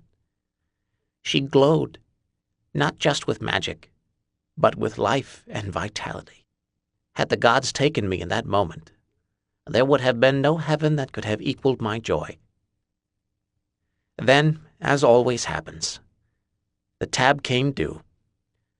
Midroria and I left the temple, our home, and put to the road with the adventurers. It was a very long time before our debt was paid, and perhaps we journeyed with them for a while longer.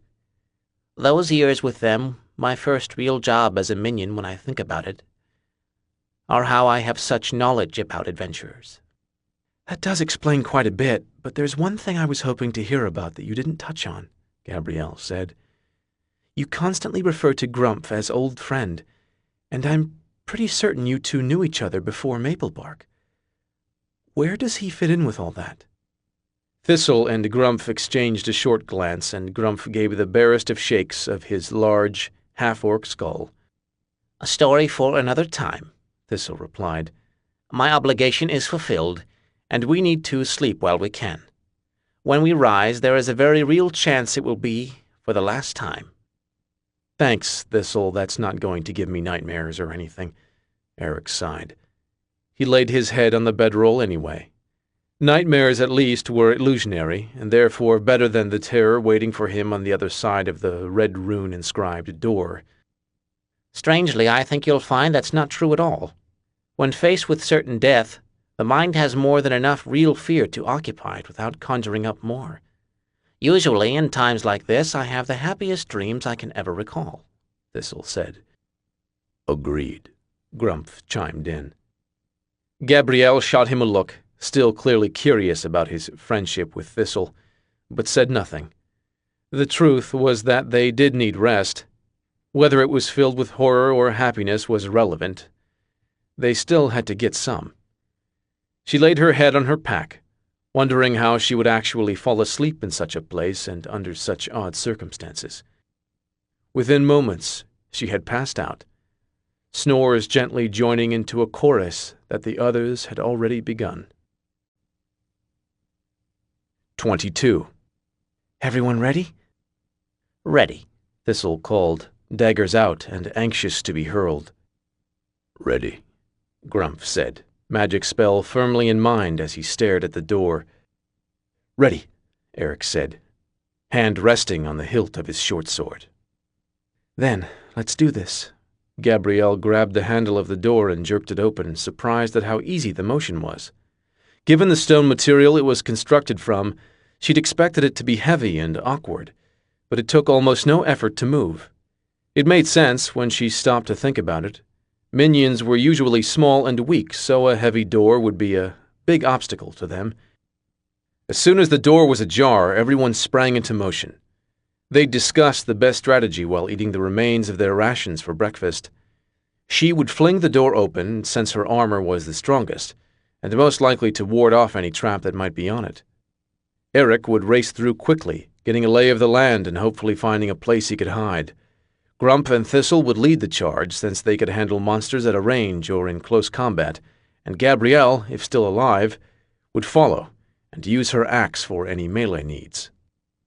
Eric dashed through the open door into the dull, crimson light streaming through. He leapt into a long hallway and took a good look at his surroundings. Eric was ready for anything. Undead, demons, perhaps even a dragon. But what he found was nothing like he'd expected.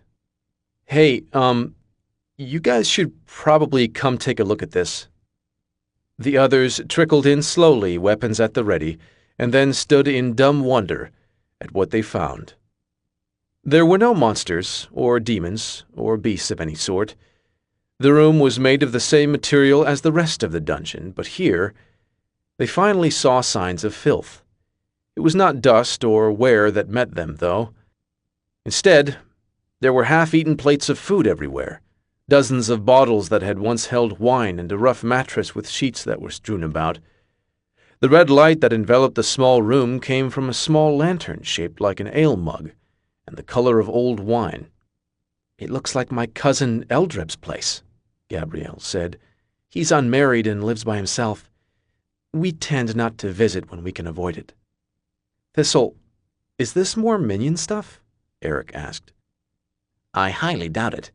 Minions rarely get luxuries such as beds, and we are never given indulgences like wine or decent cooking. Thistle turned to look at the door they'd come through and found that on this side it looked like nothing more than a section of wall behind a chamber pot. The chamber pot had, thankfully, slid with the wall and was not turned over. Definitely a minion access point. No adventurers ever went rooting around near the toilet. We should go. Grumph pointed down the hallway that led out of the room, toward a turn that curved to the left. There was more light coming from down the hall, soft and inconstant, flickering about. The others nodded in agreement and shifted back into ready stances. Eric took the lead, moving quietly, thankful as the red lantern's light faded and he was once more amidst darkness. He didn't notice the way his Veil Panther armor seemed to shimmer with shadow and cloak him. All he knew was that he felt safer when he was harder to spot. Eric rounded the corner carefully, silently, and motioned for the others to follow. This hall led to a room where the light was brighter, and as his boots moved softly across the stone floor, Eric slowly pulled his short sword from its scabbard. When he stepped into the light, it would be almost impossible to hide. He needed to be ready to strike, quickly and efficiently, against anything that might be waiting. With a darting stride forward, Eric closed the last of the distance and peered around the corner into this new room. Staring right back at him, mere inches away, was a set of pale yellow eyes and a wide, round face, topped off by a set of long and pointed ears. You know, there's a ward on that door that sounds whenever you open it. The voice was male and lower than most elven voices. Even the men usually sounded like singing flutes. It belonged to an elf wearing long red robes that didn't fit his expansive stomach, and holding a wooden staff with symbols carved across it. Eric braced for attack, but instead, the elf turned around and walked back into the room. Come on, then. May as well chat for a bit. I haven't had any company in ages. Tell your friends they're welcome to." Eric swallowed hard, trying to gulp down his nerves and uncertainty at the oddness of this situation. "Aren't you going to demand we sheathe our weapons or something?" "Why? It's not like they'll do you any good." Briefly, Eric considered testing that theory and rushing the elf. It was only the robes and staff that made him hesitate. That was the garb of a wizard, and if he knew they were coming, he'd had ample time to cast trap or protection spells. Only fools and gods fought a prepared wizard. "My name is Eric."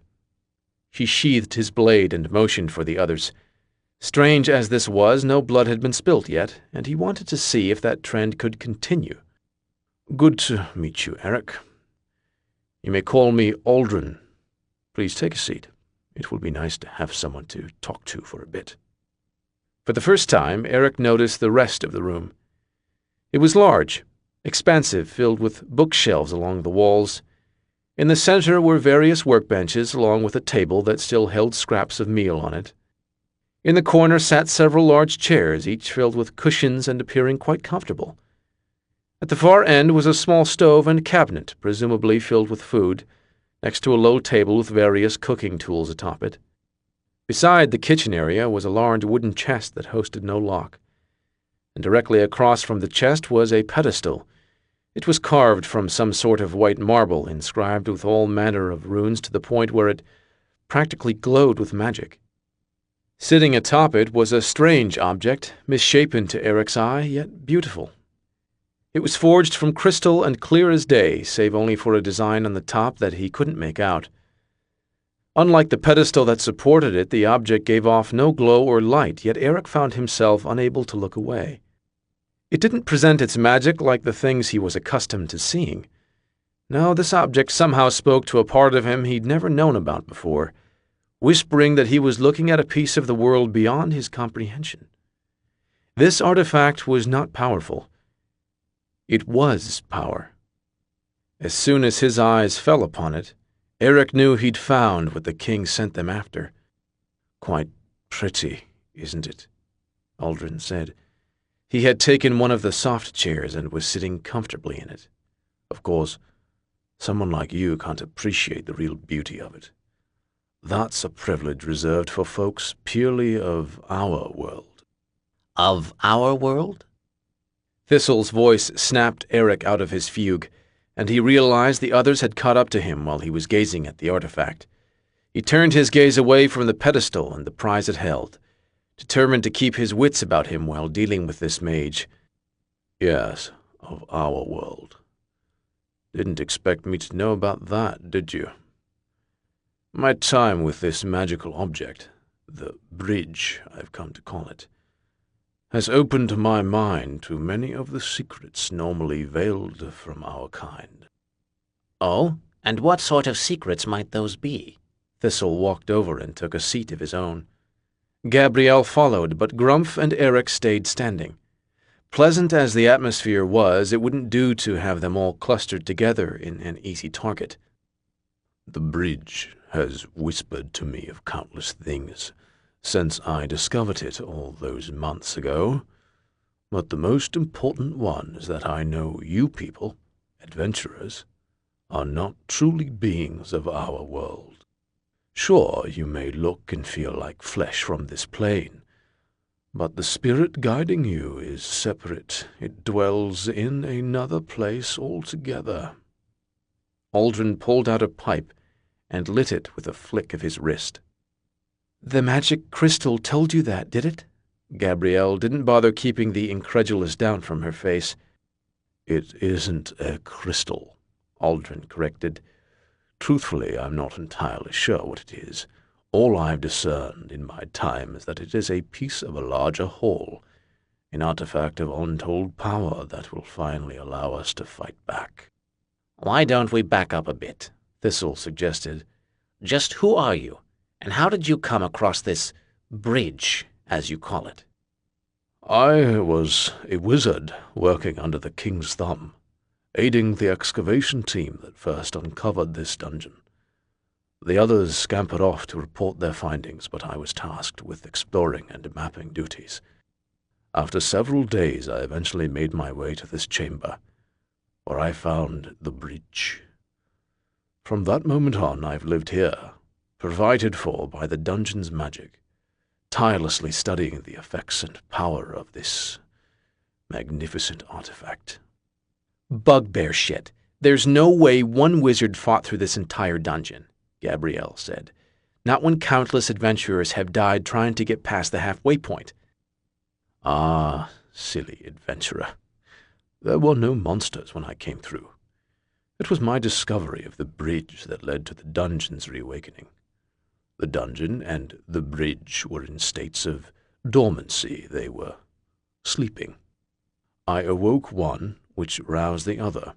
That is how I made it here unscathed.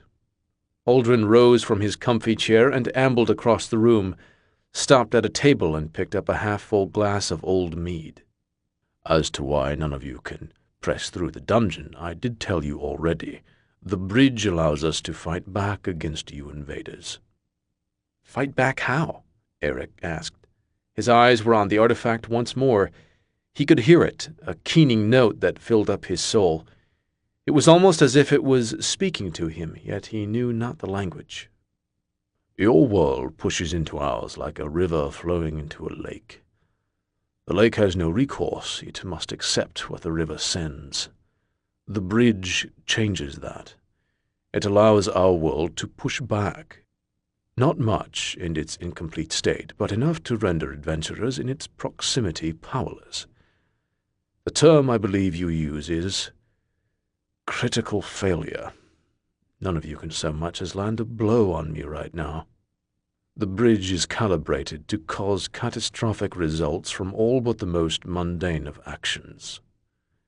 Aldrin finished off his glass of old mead and set the empty container down on the table. Does it terrify you, brave adventurers, to know that the river no longer flows in a single direction? More intrigues us, really, Thistle replied.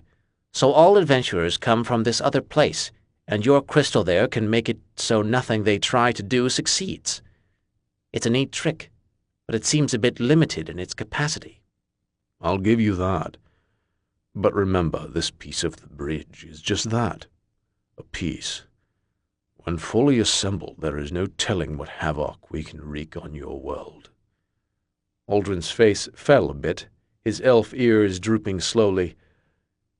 Even if there is cost to our own. Cost? Grumph asked. In his mind, he began calling up spells. As a fellow wizard, it was his job to knock out as much of the magical might of their attackers as possible. Yes. Horrible cost. Not that you care. Aldrin shook his head slowly. The bridge is not perfect, not yet. For using its power, there are repercussions in our world. I've tried to keep them minimal. Unfortunately, a few have slipped through. The cost of altering the world of the adventurers is that it compounds the repercussions of adventurers meddling in our world. Forgive me, I don't quite understand, Thistle said. Of course you don't. Aldrin's sadness seemed to evaporate, replaced by a bubbling sense of anger. You act as if our entire realm exists purely for your amusement. It would never occur to you that some of the monsters you see are neither of your world nor of ours. The bridge links more than one world, and using its power causes them to bleed together, often in horrible, bloody ways. Gabrielle rose from her seat, hand already on her axe. It took every ounce of self-control she'd managed to muster not to draw the weapon and charge. As it was, she wouldn't be surprised if her grip left fingerprints in the wooden shaft of the axe. Demons. It was you. You're the reason the demons have been popping up all over the kingdom. Yes, that was one side effect of using so much of the bridge's power, Aldrin admitted. A terrible price that had to be paid. They slip past the world's barriers, sent to unleash death upon areas where adventurers frequent, though even I don't know who directs them. What do you mean, one effect? What others did you unleash? Thistle asked. His own ire was rising as well, his mind filled with memories of bloody bodies falling at his feet. Even if this mad wizard were actually right, no one deserved the sort of death Thistle had seen served up by those beasts. Eric wanted to ask questions too, but he couldn't quite make his tongue move. The artifact's hold on him was growing. He felt as though his teeth were rattling from the vibrations of its song echoing through his body. "Nothing as grand as the demons," Aldrin said. "I've only charted a few oddities, to be honest. The bridge has not only blessed me with true enlightenment, but it has also given a lesser freedom to the minds of those in the realm. Adventurers seem shrouded by a magic that allows them to pass in our world without us realizing their foreign nature. The bridge has shaken that magic, permitted a greater freedom of thought. Not enough to make everyone see the truth of what you are, but a little." Just to be clear, you've unleashed unknown hordes of demons in exchange for what, exactly? Protection from adventurers and a theoretical freeing of the kingdom's minds? Thistle got to his feet, hands resting on the hilts of his daggers. You'd trade countless lives for that little? I think I speak for all of us when I say that your madness cannot be allowed to stand. Surrender now and pray the gods find a way you may seek repentance." "I was wondering when it would come to this," Aldrin said.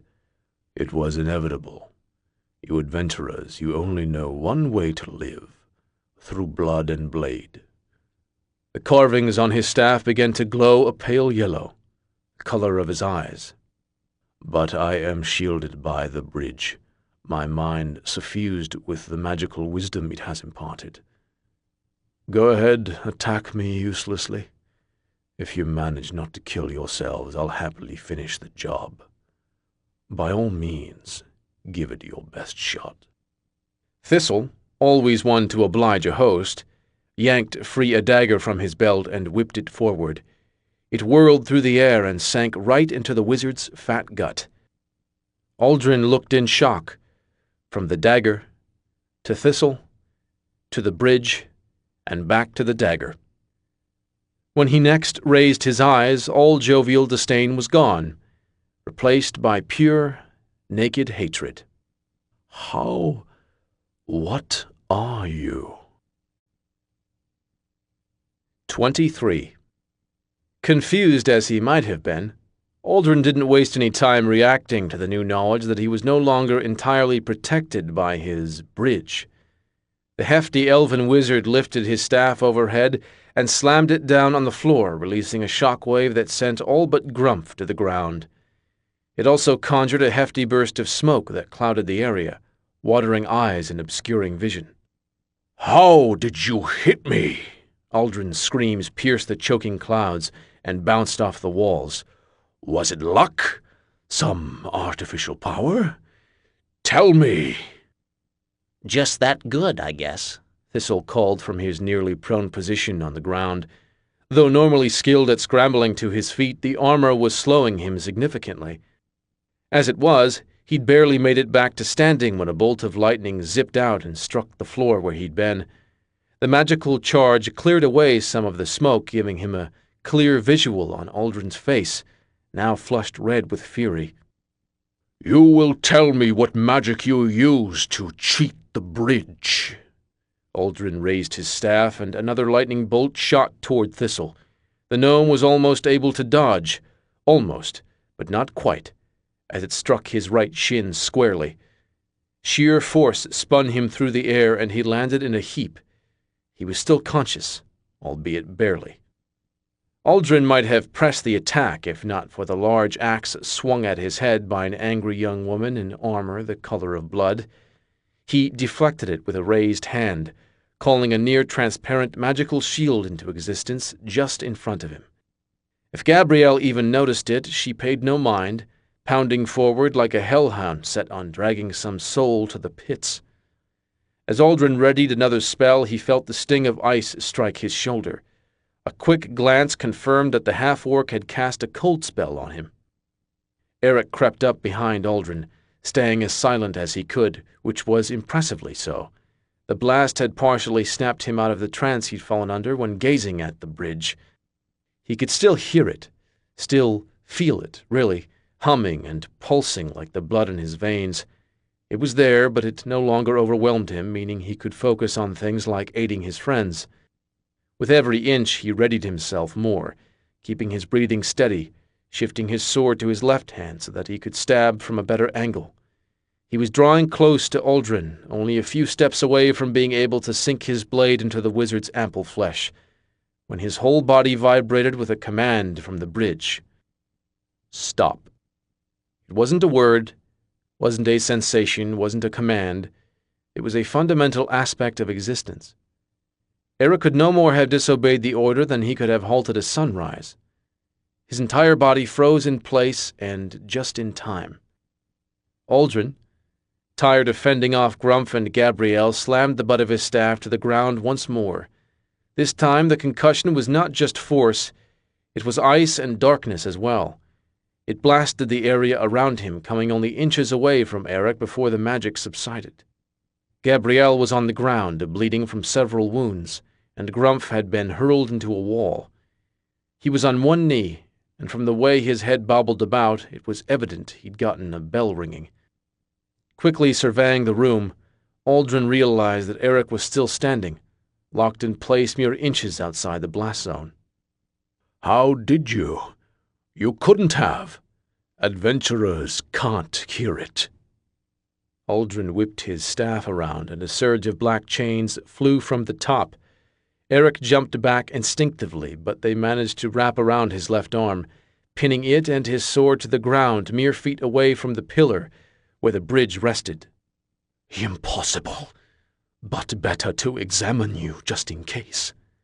Uldren's muttering seemed to be growing more insane by the minute, a fact that wasn't lost on any of the still conscious party members. Eric struggled against his shackles, trying in vain to find a way to free himself. It was no good. His arm and weapon were completely locked into place. While he yanked on the chains pointlessly, he felt a now familiar surge in his body as the bridge's melody called to him. It was telling him to do something again. Eric understood the request, but not the reason behind it. Then again, the last order it gave had probably saved his life, so he reasoned it might be best to give the magical artifact the benefit of the doubt. He pressed his hands to the ground, the hard stone pushing on the knuckles of his left hand where the sword's hilt was chained in his clutches, and shoved himself upward. It wasn't a lot of lift, and in seconds Eric would crash back to the ground, but in that brief moment where his hind quarters were in the air, Eric had a slim window for action. He took it, striking out with his right leg and kicking the bridge squarely off its pedestal. No!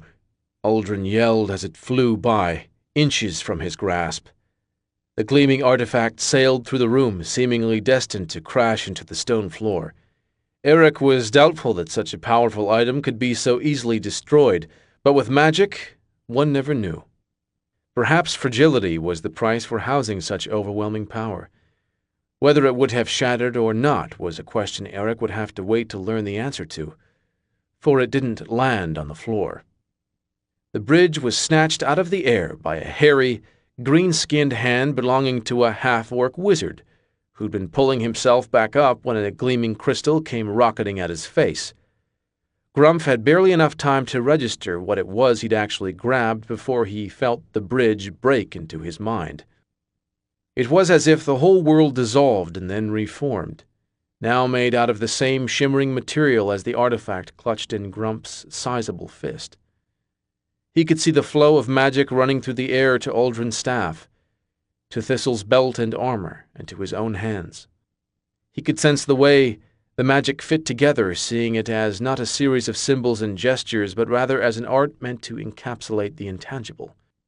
He could feel a pulse thrumming through the entirety of existence, a single undulating harmony that seemed to stretch back before time and forward beyond the infinite. Grumph could also see the adventurers in the world, and Uldren was right. They were different. Something unnatural ran to their bodies, threads that reached past the veil of their reality and into a place that was strange and foreign. All of this Grumph experienced in less than a fraction of a second. and then it was gone. He realized two things upon coming back to himself. First was that it was no wonder Aldrin had gone mad. Just that sliver of a moment had weakened Grump's grip on reality. The second thing Grumph realized was that he was no longer confounded by the fifth spell in his book. His free hand swept through the air, carving symbols in the ether beyond mortal sight as words of power tumbled unbidden from his lips. With a final flourish, Grumph stuck out the palm of his hand. Rouse. A blinding flash strobed from Grumph's hand, forcing Aldrin to hurriedly rub his eyes.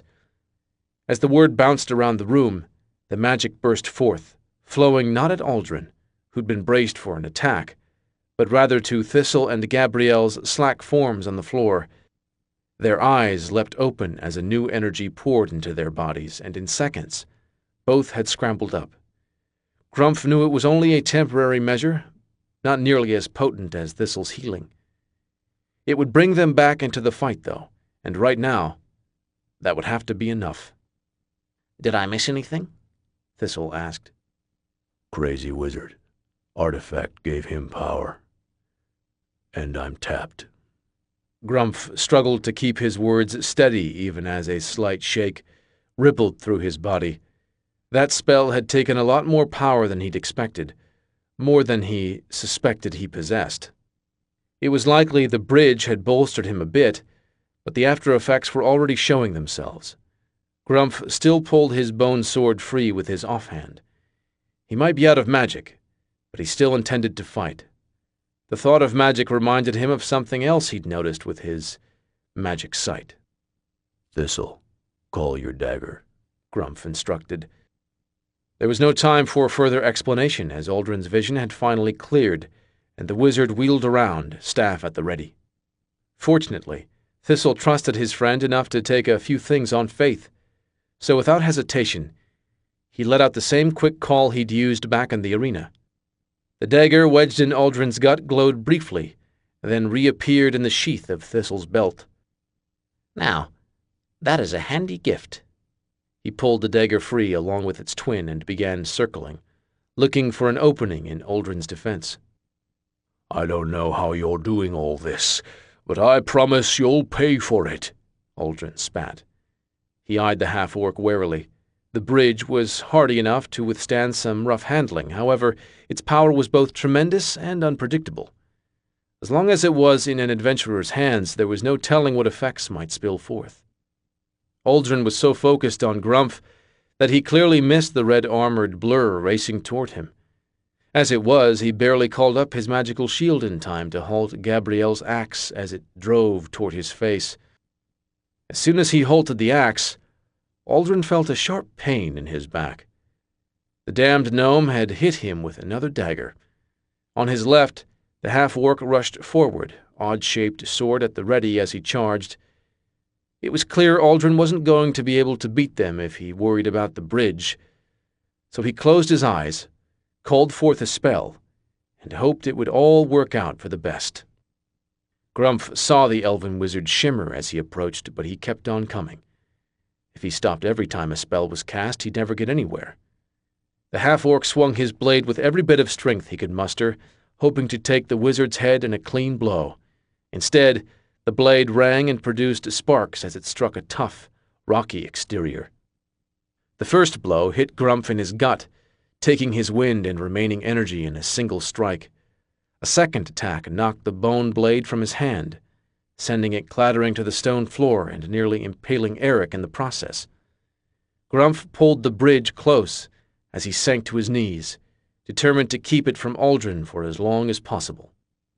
I'm sick of you, hissed the 7-foot-tall monster that had once been Aldrin.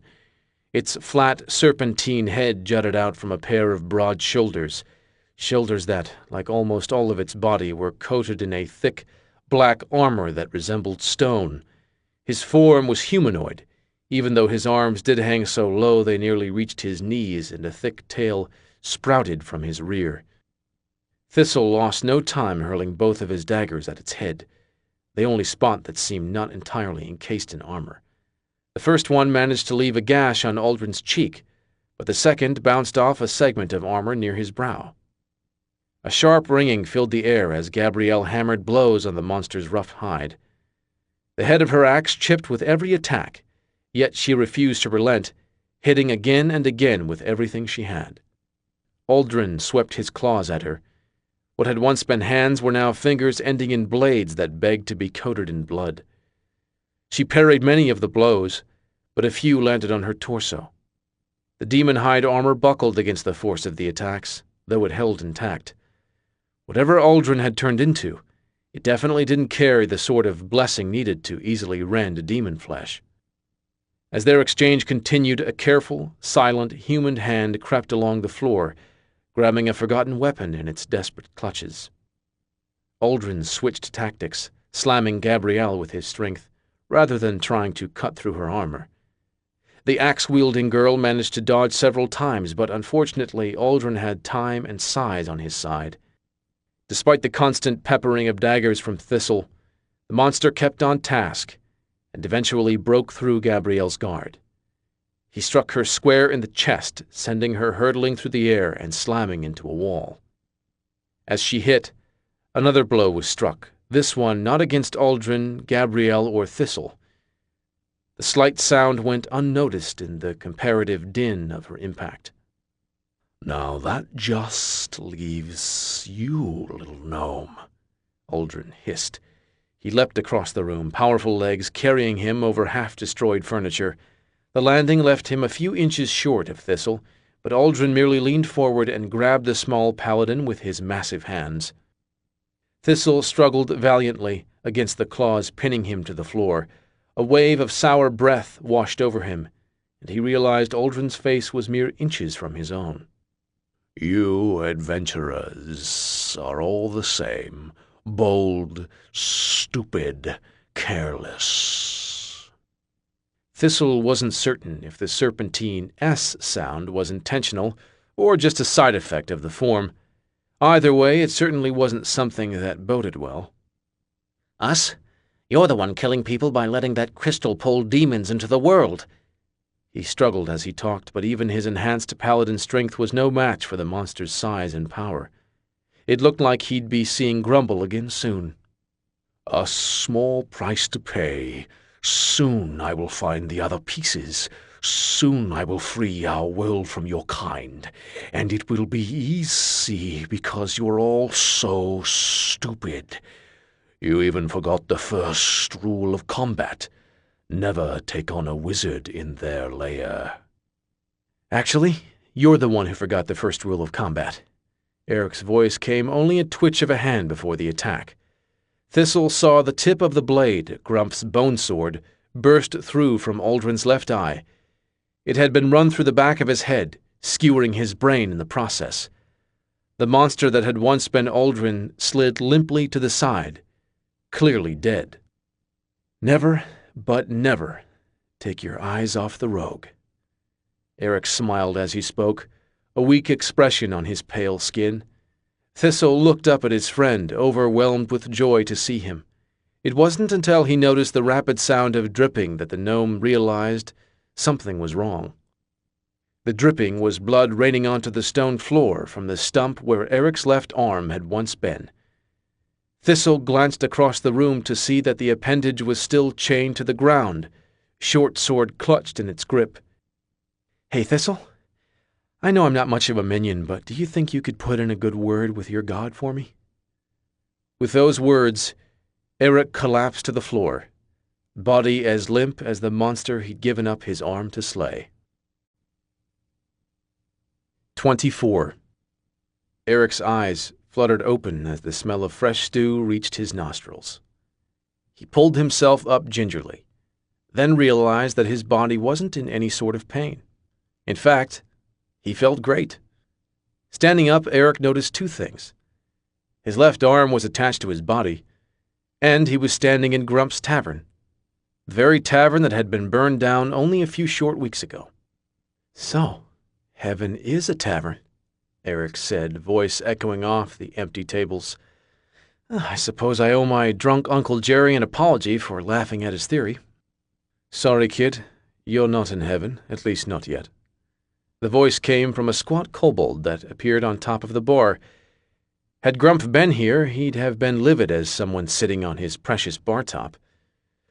Think of this as a way station. It's where most gods hold our meetings with those who are either fresh off or still on the mortal coil. Meaning I'm either still alive or I just died, Eric surmised. Which is it? Well, that's sort of complicated.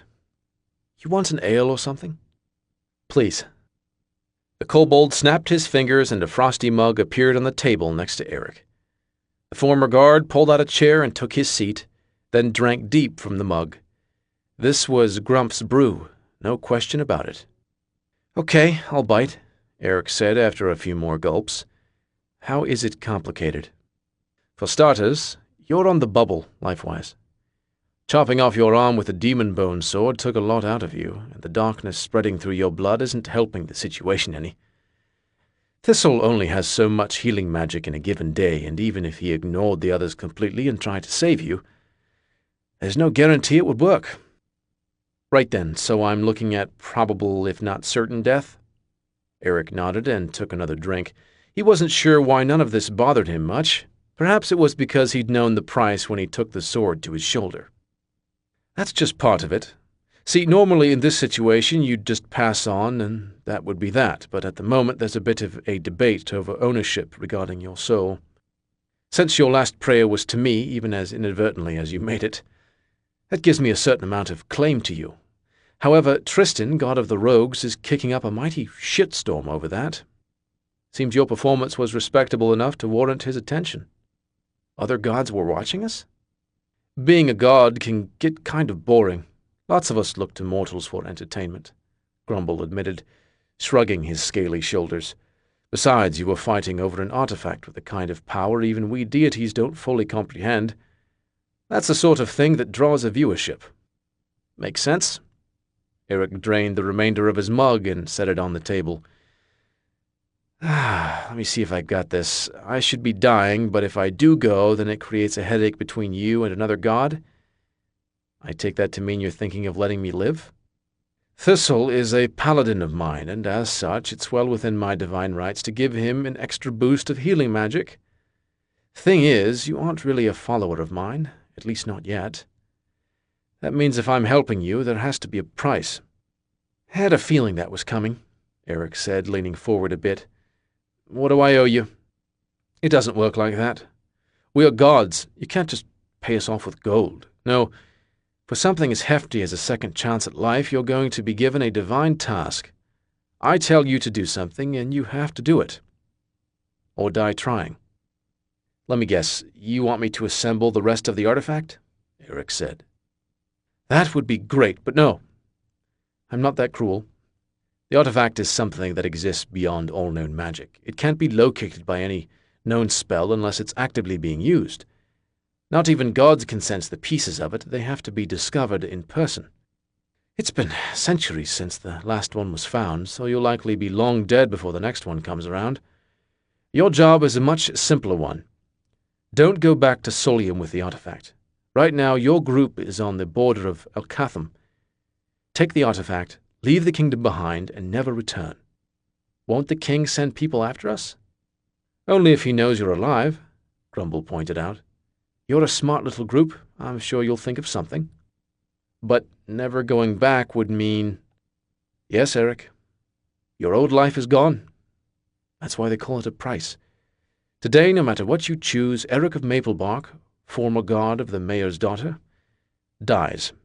Whether you rise again as an adventuring rogue or simply rot in the ground is your choice entirely. Eric pressed his hands to the surface of the wooden table, a table that no longer existed in his world. It had been eaten by fire along with the rest of Grump's tavern. Yes, they'd abandoned their family and friends expecting to die on their quest, but now they were so close to getting out alive. It shouldn't be my choice. This impacts all of us. It's wrong for me to tell everyone else what to do. A wise sentiment, but a misguided one, Grumble said. This is your task alone, Eric. If the others want to go home, they can. Only you can never return. Oh, That single word stretched on in Eric's mind as he realized the weight of this choice. If the others wanted to go home, then he would be an outcast, walking the world by himself, possibly for the rest of his life. Then again, what would he be going back to? A life as a terrible guard, protecting a girl who didn't need protection in the first place? Yes, he would miss his mother, but was that alone reason to go back to a town where he was a joke? "I've got 2 questions," Eric said at last. "First, does this have anything to do with the fact that I seem to hear the bridge in a way the others don't?" "A little bit," Grumble replied. "Like I said, being a god can get boring at times. We don't really know what the resonance you have with it means, but we're certainly curious." "A fair, if vague, answer. Second question, why do you even want me? My last prayer was, like you said, an indirect technicality. Wouldn't it be easier to let the god of the rogues have me?" "Partly because, in your god days, you were a minion, even if you didn't know it. Partly because I like reminding the other gods that I won't be pushed around into caving on demands. And partly because I think you're interesting. You and Thistle are both oddities in my world of followers. Brave, determined, self-sacrificing. These aren't qualities a lot of my worshippers have. I'm not so keen on giving up one of the exceptions." "So it's half desire, half just wanting to piss off the other gods?" "More or less," Grumble said, flashing a toothy kobold smile. "Good enough for me." Eric rose from his seat and stretched, enjoying the sensation of having his left arm while he could. "I accept your divine task. For the rest of my life, I will never again willingly set foot in Solium. Any divine guidance before I go back?" "Always tip the bartender more than you think you should. Be nice to the people who know where you sleep, and beware the bush with red flowers." Grumble raised his hands, and his scaly body began to glow. "All right, Thistle, you've prayed hard enough. Time for me to give you an answer." Thistle was on his knees, hands clasped, mere inches from Eric's bleeding body when the surge of divine magic hit him. It exploded outward, too much for him to even dream of directing, pouring from his small body and soaking the entire room in a soft glow of white light. The vast majority of it fell on Eric, whose flesh began to knit together even before the blood stopped flowing. Within seconds, the light faded, leaving Thistle's head feeling as though he'd tried to run a mile after chugging dwarven whiskey. A slight stirring occurred below him as Eric's eyes weakly pulled themselves open.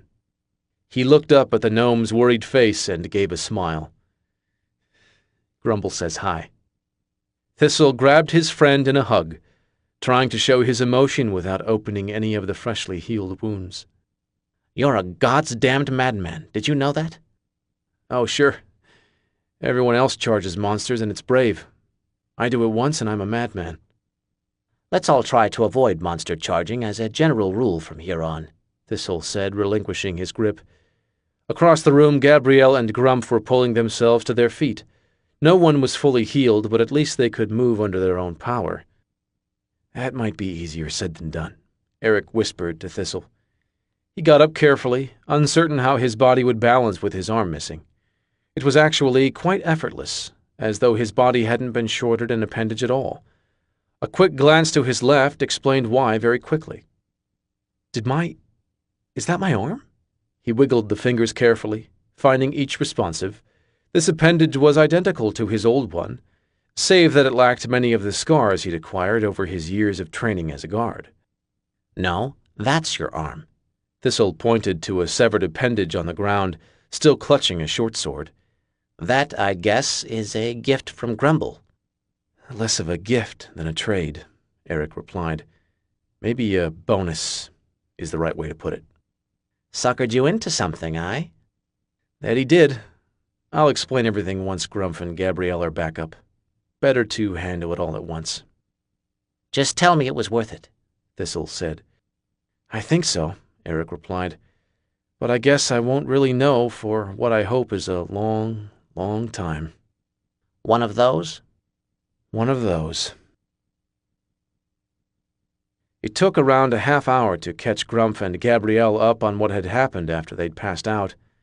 Then another half hour more for Eric to explain the deal he'd struck with Grumble. By the time he finished, his throat was getting a bit parched, and he wondered if the mead Aldrin kept had anything dangerous in it. When he was done at last, it was Grumph who spoke first. "Where are we going?" "I'm heading to El Catham with the bridge," Eric replied. He'd sent the gleaming crystal in his pack for the moment. Even though he could no longer see it, he could still feel it humming softly through his veins. "The rest of you are free to go home. If we can sneak past the guards, then no one will ever know we didn't die in here. The king will keep sending teams of adventurers, trying to recover an artifact that isn't there." "Except he will know," Gabrielle said. "He found it with magic. He's sure to keep checking in." Eric shook his head. "The bridge only shows up to magic when it's being actively used, the way Aldrin was employing it when adventurers came. I'd bet there were plenty of times the king couldn't sense it. Even if he does realize it's gone, I don't intend to keep it active, so we should be able to disappear." "You're not a mage, Eric. How do you think you can control that thing?" Gabrielle asked. "You'll just have to trust me on this. I can't explain it, but the artifact and I are synced up, I suppose. It helped me during the fight." Makes as much sense as anything else about that thing, Thistle sighed. But that still leaves the question of where we're going, once we hit El Catham, that is. "Only I have to." "Eric, stop. Do you really think I'm going back to Maplebark?" Gabrielle touched her armor delicately, feeling the strength of the hide press back on her flesh. "I can't be that version of myself anymore. Going to balls, minding my manners, being silent and proper, that Gabrielle is gone. I don't know if this is who I really was supposed to be, but I like it. I'm happy like this. And I'm damn sure not going to let you wander off into unknown wilds without me watching your back." "Agreed," Grump said. I'm a paladin now, Thistle reminded him. We go where we're needed. Seems to me that helping a friend on a task for my god falls well into the job description. "You all don't have to do this," Eric protested. We do, actually. Gabrielle said it best. There's no going back for us. Had you died on the floor, we'd have certainly taken a different path, but none of us would have returned to Maplebark, Thistle said. Each of us has said our goodbyes to the life we left somewhere along the road. Only you could have returned. That's why Grumble made you choose. For better or worse, we're all adventurers now. Eric stared in silence at his comrades. They were battered, burned, and covered in blood, yet each wanted to come with him on a path that would only lead to more. He was lucky beyond blessings the gods could give. He had found a party of true friends. Well then, as adventurers, our next task is clear-cut. How do we want to handle the guards?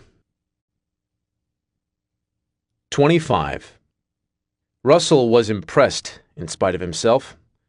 When the party said they wanted to sneak out of the cave and kill off the guards, he was certain that would be the end of them. Again. The stats on each guard should have proven more than enough to wound, if not kill, any given character. However, it seemed the dice were on their side. They managed to circle around and cut the throats of several guards despite Tim's objections before the whole thing dissolved into a full-blown battle. When the blood settled, everyone was still standing, even if Glenn was nearly out of spells and Terry had only a few points of health left. Russell pulled out the module book, almost certain that their efforts would have been for nothing. He was pretty sure that all the other parties in the dungeon were supposed to wipe, meaning all his players had done was murder a bunch of innocent guards only doing their jobs. "Well?" Mitch demanded. He rolled his D20 through his fingers, anxious for more battle. "Well, what?" Russell knew damn well what Mitch was asking, but he saw no reason to make it easy on him. "Is someone coming with the artifact or not?" "You don't know that," Russell reminded him. "All you know is that you just killed a bunch of guards. If you want to see if anyone else completed the dungeon, then you'll have to wait around and watch." "Maybe this time we could try talking first, if anyone comes out," Tim suggested. "It's possible other characters gave up too, and don't have the artifact." "But they have other things," Terry said. "Gold pieces, weapons, magic items, all things that can belong to us if we kill and loot." At present, his character was rifling through the pockets of a guard who had only a few trinkets on him, and whose entire net worth was less than a single gold. The rogue stuffed his bag with every item the still-cooling corpse held. "Ignore him. He's been a buzzkill the whole campaign," Mitch said. "Yeah, he tried to get us to talk to the guards," Glenn reminded everyone. "I just thought they could be reasoned with. They were people with a job. Maybe a little gold could have made them look the other way." Tim rolled his own D20 along the map, avoiding eye contact with the others. Russell continued digging through the module book, ignoring the sniping going on around him. Tim was actually right. The guards were all poor and could have been bought off for the right amount. That was information the party didn't have, however, because everyone who could impart it was already dead. As his hands danced past the page with the guards, he found what he was looking for. There it was. Which characters succeeded if the adventuring party failed? He was positive he remembered it being no one, but it never hurt to double-check. His eyes scanned the page, only moderately surprised to find the entry different than he recalled. Russell had misremembered so many things it was almost like the book was purposely changing on him. "What does mean?" Mitch asked, impatient evident on his slightly flushed face. "It means tell me what you each are doing." Russell set the book down and looked at his players. "Like I said, if you want to see if anyone is coming, you have to wait." "Oh, we'll wait all right," Mitch replied. He glanced at the others, flashing a wicked grin which all but Tim returned. Eric poked his head out first. Even though they'd decided to take the diplomatic route and see if the guards responded to a bit of gold, there was no guarantee they wouldn't immediately shoot at anyone exiting the dungeon. As the spryest of the party, plus the only one fully healed from their encounter, Eric was the natural choice to test the guards' willingness to listen. He surveyed the landscape, watchful for arrows coming in his direction, but none appeared. There also didn't seem to be any guards about, though his keen eye did catch the splatters of blood on the grass near the guard's tent. "I think something might have happened to the guards." Eric motioned for the others to follow him, then stepped fully from the dungeon's cave entrance. Putting his hands together, he cupped them in front of his mouth and let out a loud yell. "Hello? Is anyone about?" The only response was silence and a soft rustle of wind through the forest trees. "Maybe there was a monster attack?" Gabrielle pulled her axe free of its sheath, wincing slightly as she did. Aldrin's last blow had torn something in her shoulder, and until Thistle regained his magic, she'd have to muddle through the pain. "Too clean." Grumph had no magic left, but he gripped his bone sword tightly. He'd come too far to go down easily. "Monster would have shredded the tent." "Aye, you're right, old friend." Thistle pulled his daggers free, twirling them once in each hand. "What we have here are signs that another party also wanted to leave the dungeon, and did so over the guards' protests." "Then, shouldn't there be bodies?" Eric asked. "Could have been moved. Could be scavenger monsters. Lot of options." Grumph grunted. "So, is this just a free win? No guards, no one to deal with?" Gabrielle was a bit relieved at the idea of getting through this without combat. She'd hoped the guards would take the bribe. But if they hadn't, the only option remaining was fighting. That would have been exceptionally risky since everyone in the group except Eric was already halfway dead. "It looks that way," Eric agreed. His eyes swept the forest once more, and he noticed a slight rustle in one of the bushes. It was tiny, likely a rodent or the wind, and he would have dismissed it as just that if not for the flowers blooming in its viridian depths. They were a brilliant scarlet, as though they'd been dipped in flaming blood. "Red flowers." Eric pulled his short sword free as he stared at the bush. "Beg pardon?" Thistle asked. "Grumble told me to tip my bartenders, be nice to people who know where I slept, and to watch out for a bush with red flowers. Those flowers are definitely red, and I think I've seen it move twice since I've been watching it." "I was really hoping this would be a free win," Gabrielle sighed, bringing her axe to the ready. She'd just gotten it into position when the four figures burst forth from behind the bush. "This is bullshit. We totally should have been able to surprise them." Mitch had actually stood from his seat at the table and was glowering at his D20 resting lazily on the number 2. You got a 2 on your sneak roll, and they have a high vision, Russell said. You failed to surprise the party, so no bonuses. Don't worry about it. We can take them anyway, Glenn said. I've got first in the turn order, and I'm going to let loose with my last spell, Blaze Furno. I'll cover them in fire so hot it will melt the flesh from their bones. Just don't let it destroy any of their gear, Terry protested. Let's see if you even succeed first, Russell said. It was a pointless exercise. The roll for Glenn's min-maxed wizard was ludicrously low, but the rules demanded it. Roll your casting check. Gladly. Glenn tossed the green D20 across the map, where it rolled between the figurines without disturbing a single one. It slowed down, clearly showing a 19 on top. Then, at the last instant, it moved just a touch more, and a new number stared up at the waiting players. I got a 1? No, it was on 19. You all saw it. Bad rolls happen, Russell replied. He might not have taken quite such joy in it if the group hadn't been such a relentless pain throughout the entire campaign. You failed to cast Blaze Furno successfully, and no harm comes to the other party. Now, roll again to see if you hurt yourself with that critical failure. The thrum that filled Eric's body nearly knocked him from his feet. As soon as the enemy wizard began to cast, Eric could feel the bridge awaken, power surging outward. He could almost see it happen before it occurred. First, the wizard was calling forth magic. Then the spell was about to convalesce into a hellish spell of flaming death, and then, at the last moment, something shifted.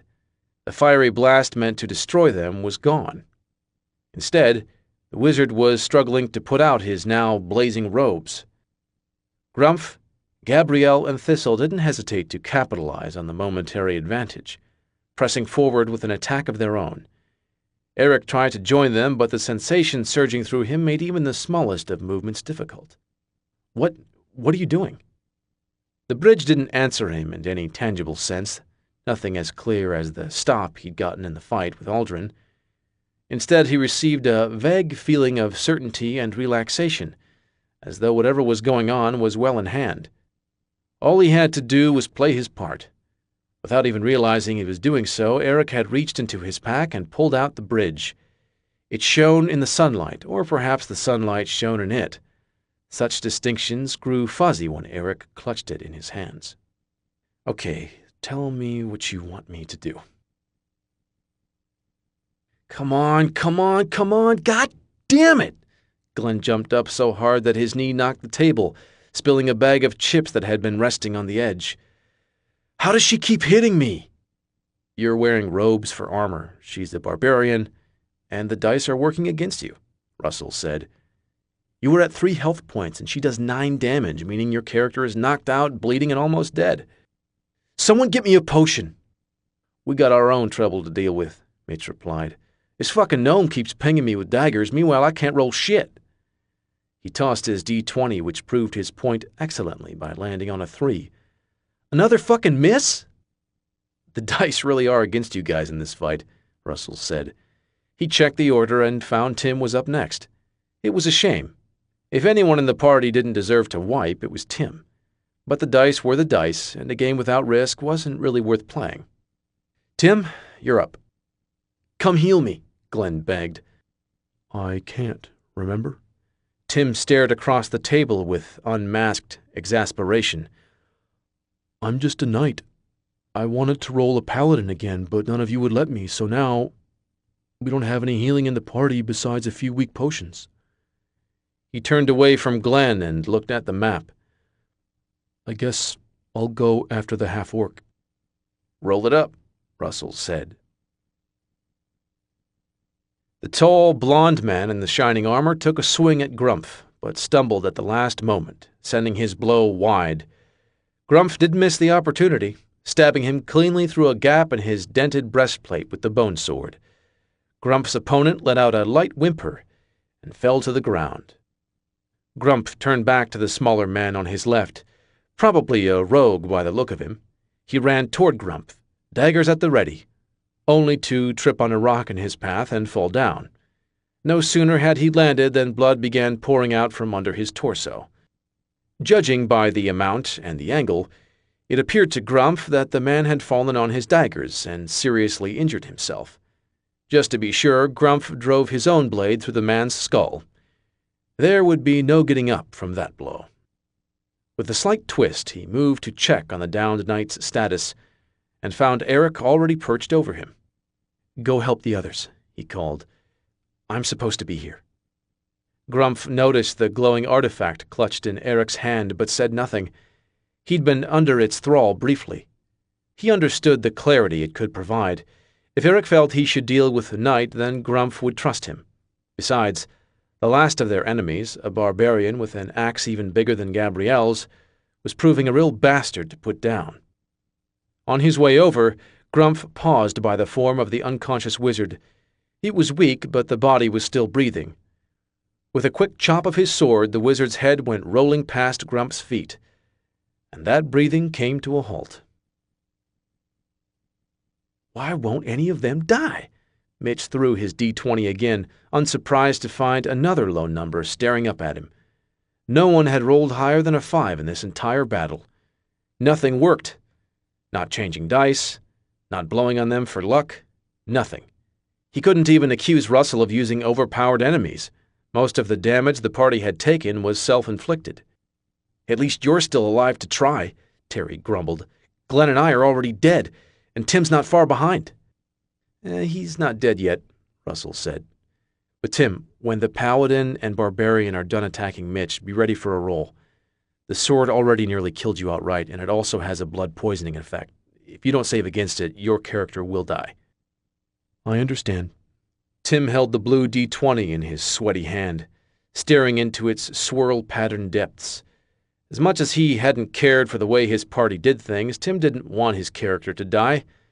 He liked Timiscore the knight. He liked the game, and he didn't really want it to end. Tim suspected that if the party wiped again, no one would want to play anymore, and finding another group was a prospect he had no idea how to tackle. When he rolled, it wouldn't be just for Timiscore, it would be for his whole future of gaming. Eric stood over the unconscious knight, aware of a growing warmth coming from the bridge. As it heated, the knight's eyes fluttered halfway open. He stared at Eric in confusion as though he were drunk, gaze flitting from the glowing artifact to Eric and back again. "Who... you?" The knight's words were slurred and only halfway intelligible. Eric gave him what he hoped looked like a reassuring smile and pressed the bridge to the dying man's chest. "I have no idea what's supposed to happen now. I'm only following orders. Let's just hope it isn't boring." The bridge did not disappoint.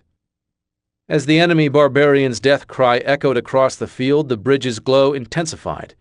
It seemed to envelop the knight, seeping over him like spilled jelly. The air around them began to ripple, first lightly and then with such intensity that it was all Eric could do to hold on. Even with his eyes closed, he could see the ripple, feel it rattling his very bones. It grew stronger still, and just when Eric was certain he could hold on no longer, the energy seemed to snap. It surged outward, inward, and all over at once. Eric felt like everything had been burned away and rebuilt thousands of times, all before he could draw a single breath. Then, just as suddenly, it was over. He carefully opened his eyes, uncertain of what would lay before him. "And with Mitch dead, Tim is the last one still breathing," Russell said. "Roll the dice and see if you survive another round." Tim nodded, touching the D20 for luck, and then sent it tumbling across the map. Usually, it would roll for a few seconds before unceremoniously stopping on a number. Sometimes it would strike an object, and very occasionally it would be rolled too hard and would tumble off the table, necessitating a re-roll. None of those things happened this time. The D20 rolled twice, then stopped in an impossible position, resting on one of its corners. Before the players could comment on the strangeness of such an event, it was overshadowed. The D20 began to spin in place, moving with such fierce speed that a whistling sound filled the air. Small wisps of smoke began to rise from the map below it, and the die's blue facade seemed to throb with light. Then, without any slowing down as warning, the D20 stopped spinning. It shook once, the barest of shivers running through it, and crumbled into countless pieces. Everyone in the room stared at the now destroyed die, dumbfounded into silence at what they'd just seen. It was Tim who finally spoke. Tim the rookie. Tim the newbie. Tim who was now willing to turn to his GM and ask a question, inane or insane as it may seem. So, what does that mean? The knight's eyes opened slowly, the stabbing pain in his head making exposure to all but the faintest bits of light an unbearable pain. He found 4 people standing over him. A gnome in shining armor, a woman with an axe, a half-orc in robes, and a smiling human male clutching an object that shone with a fading glow. Who are you people? He tried to sit up but found his body stiff as a dragon's talon. The throbbing ache from his stomach made him brave the discomfort to check it. Thankfully, there was no wound that he could see. We were going to ask you the same thing, the gnome replied. I'm... His voice trailed off as he plumbed the depths of his mind. Surely there was an answer. It was such a simple question. Yet it eluded him as he bore the pain in his skull and searched about. Who was he? He was a warrior. Yes, that felt right. A knight? No, a knight for now. His true dream had always been to become a paladin. The pain receded as these details and more came to light in his mind. He'd been stuck working with a group of, well, assholes to try and progress his goals. He was here on a mission for the king, and his name was...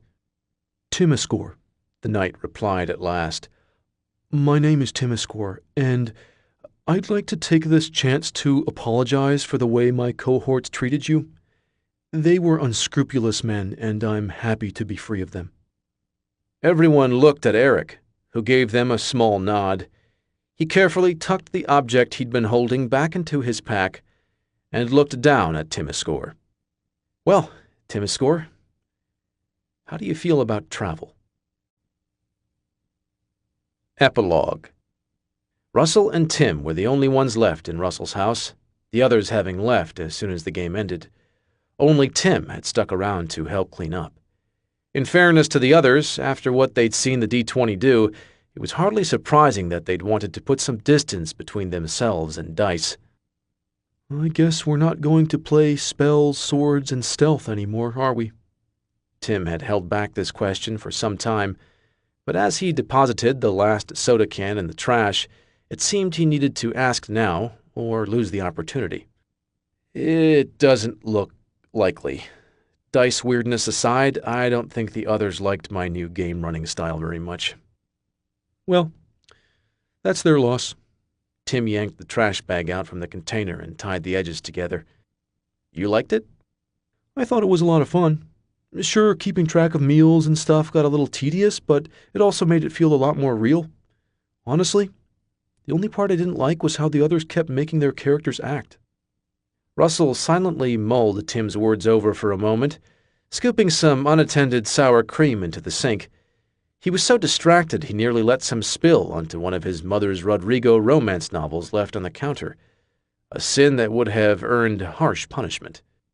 You know, there are other gaming groups out there. I bet if we hit up the comic shop, we could find more than enough people to put a new group together. Really? Tim almost dropped the trash bag. I mean, are you sure you want to run another one? With everything that happened? Shitty players are part of the package that comes with GMing. As for the dice thing, I have absolutely no idea what that was. But weird stuff happens all the time. I heard on the news that last week a whole bunch of birds fell out of the sky for no reason, and I've got a cousin that still swears up and down he met an actual god on a vacation. There's tons of unexplained crap out there, and I'm not going to give up my favorite hobby because of one weird accident. Count me in, Tim said excitedly.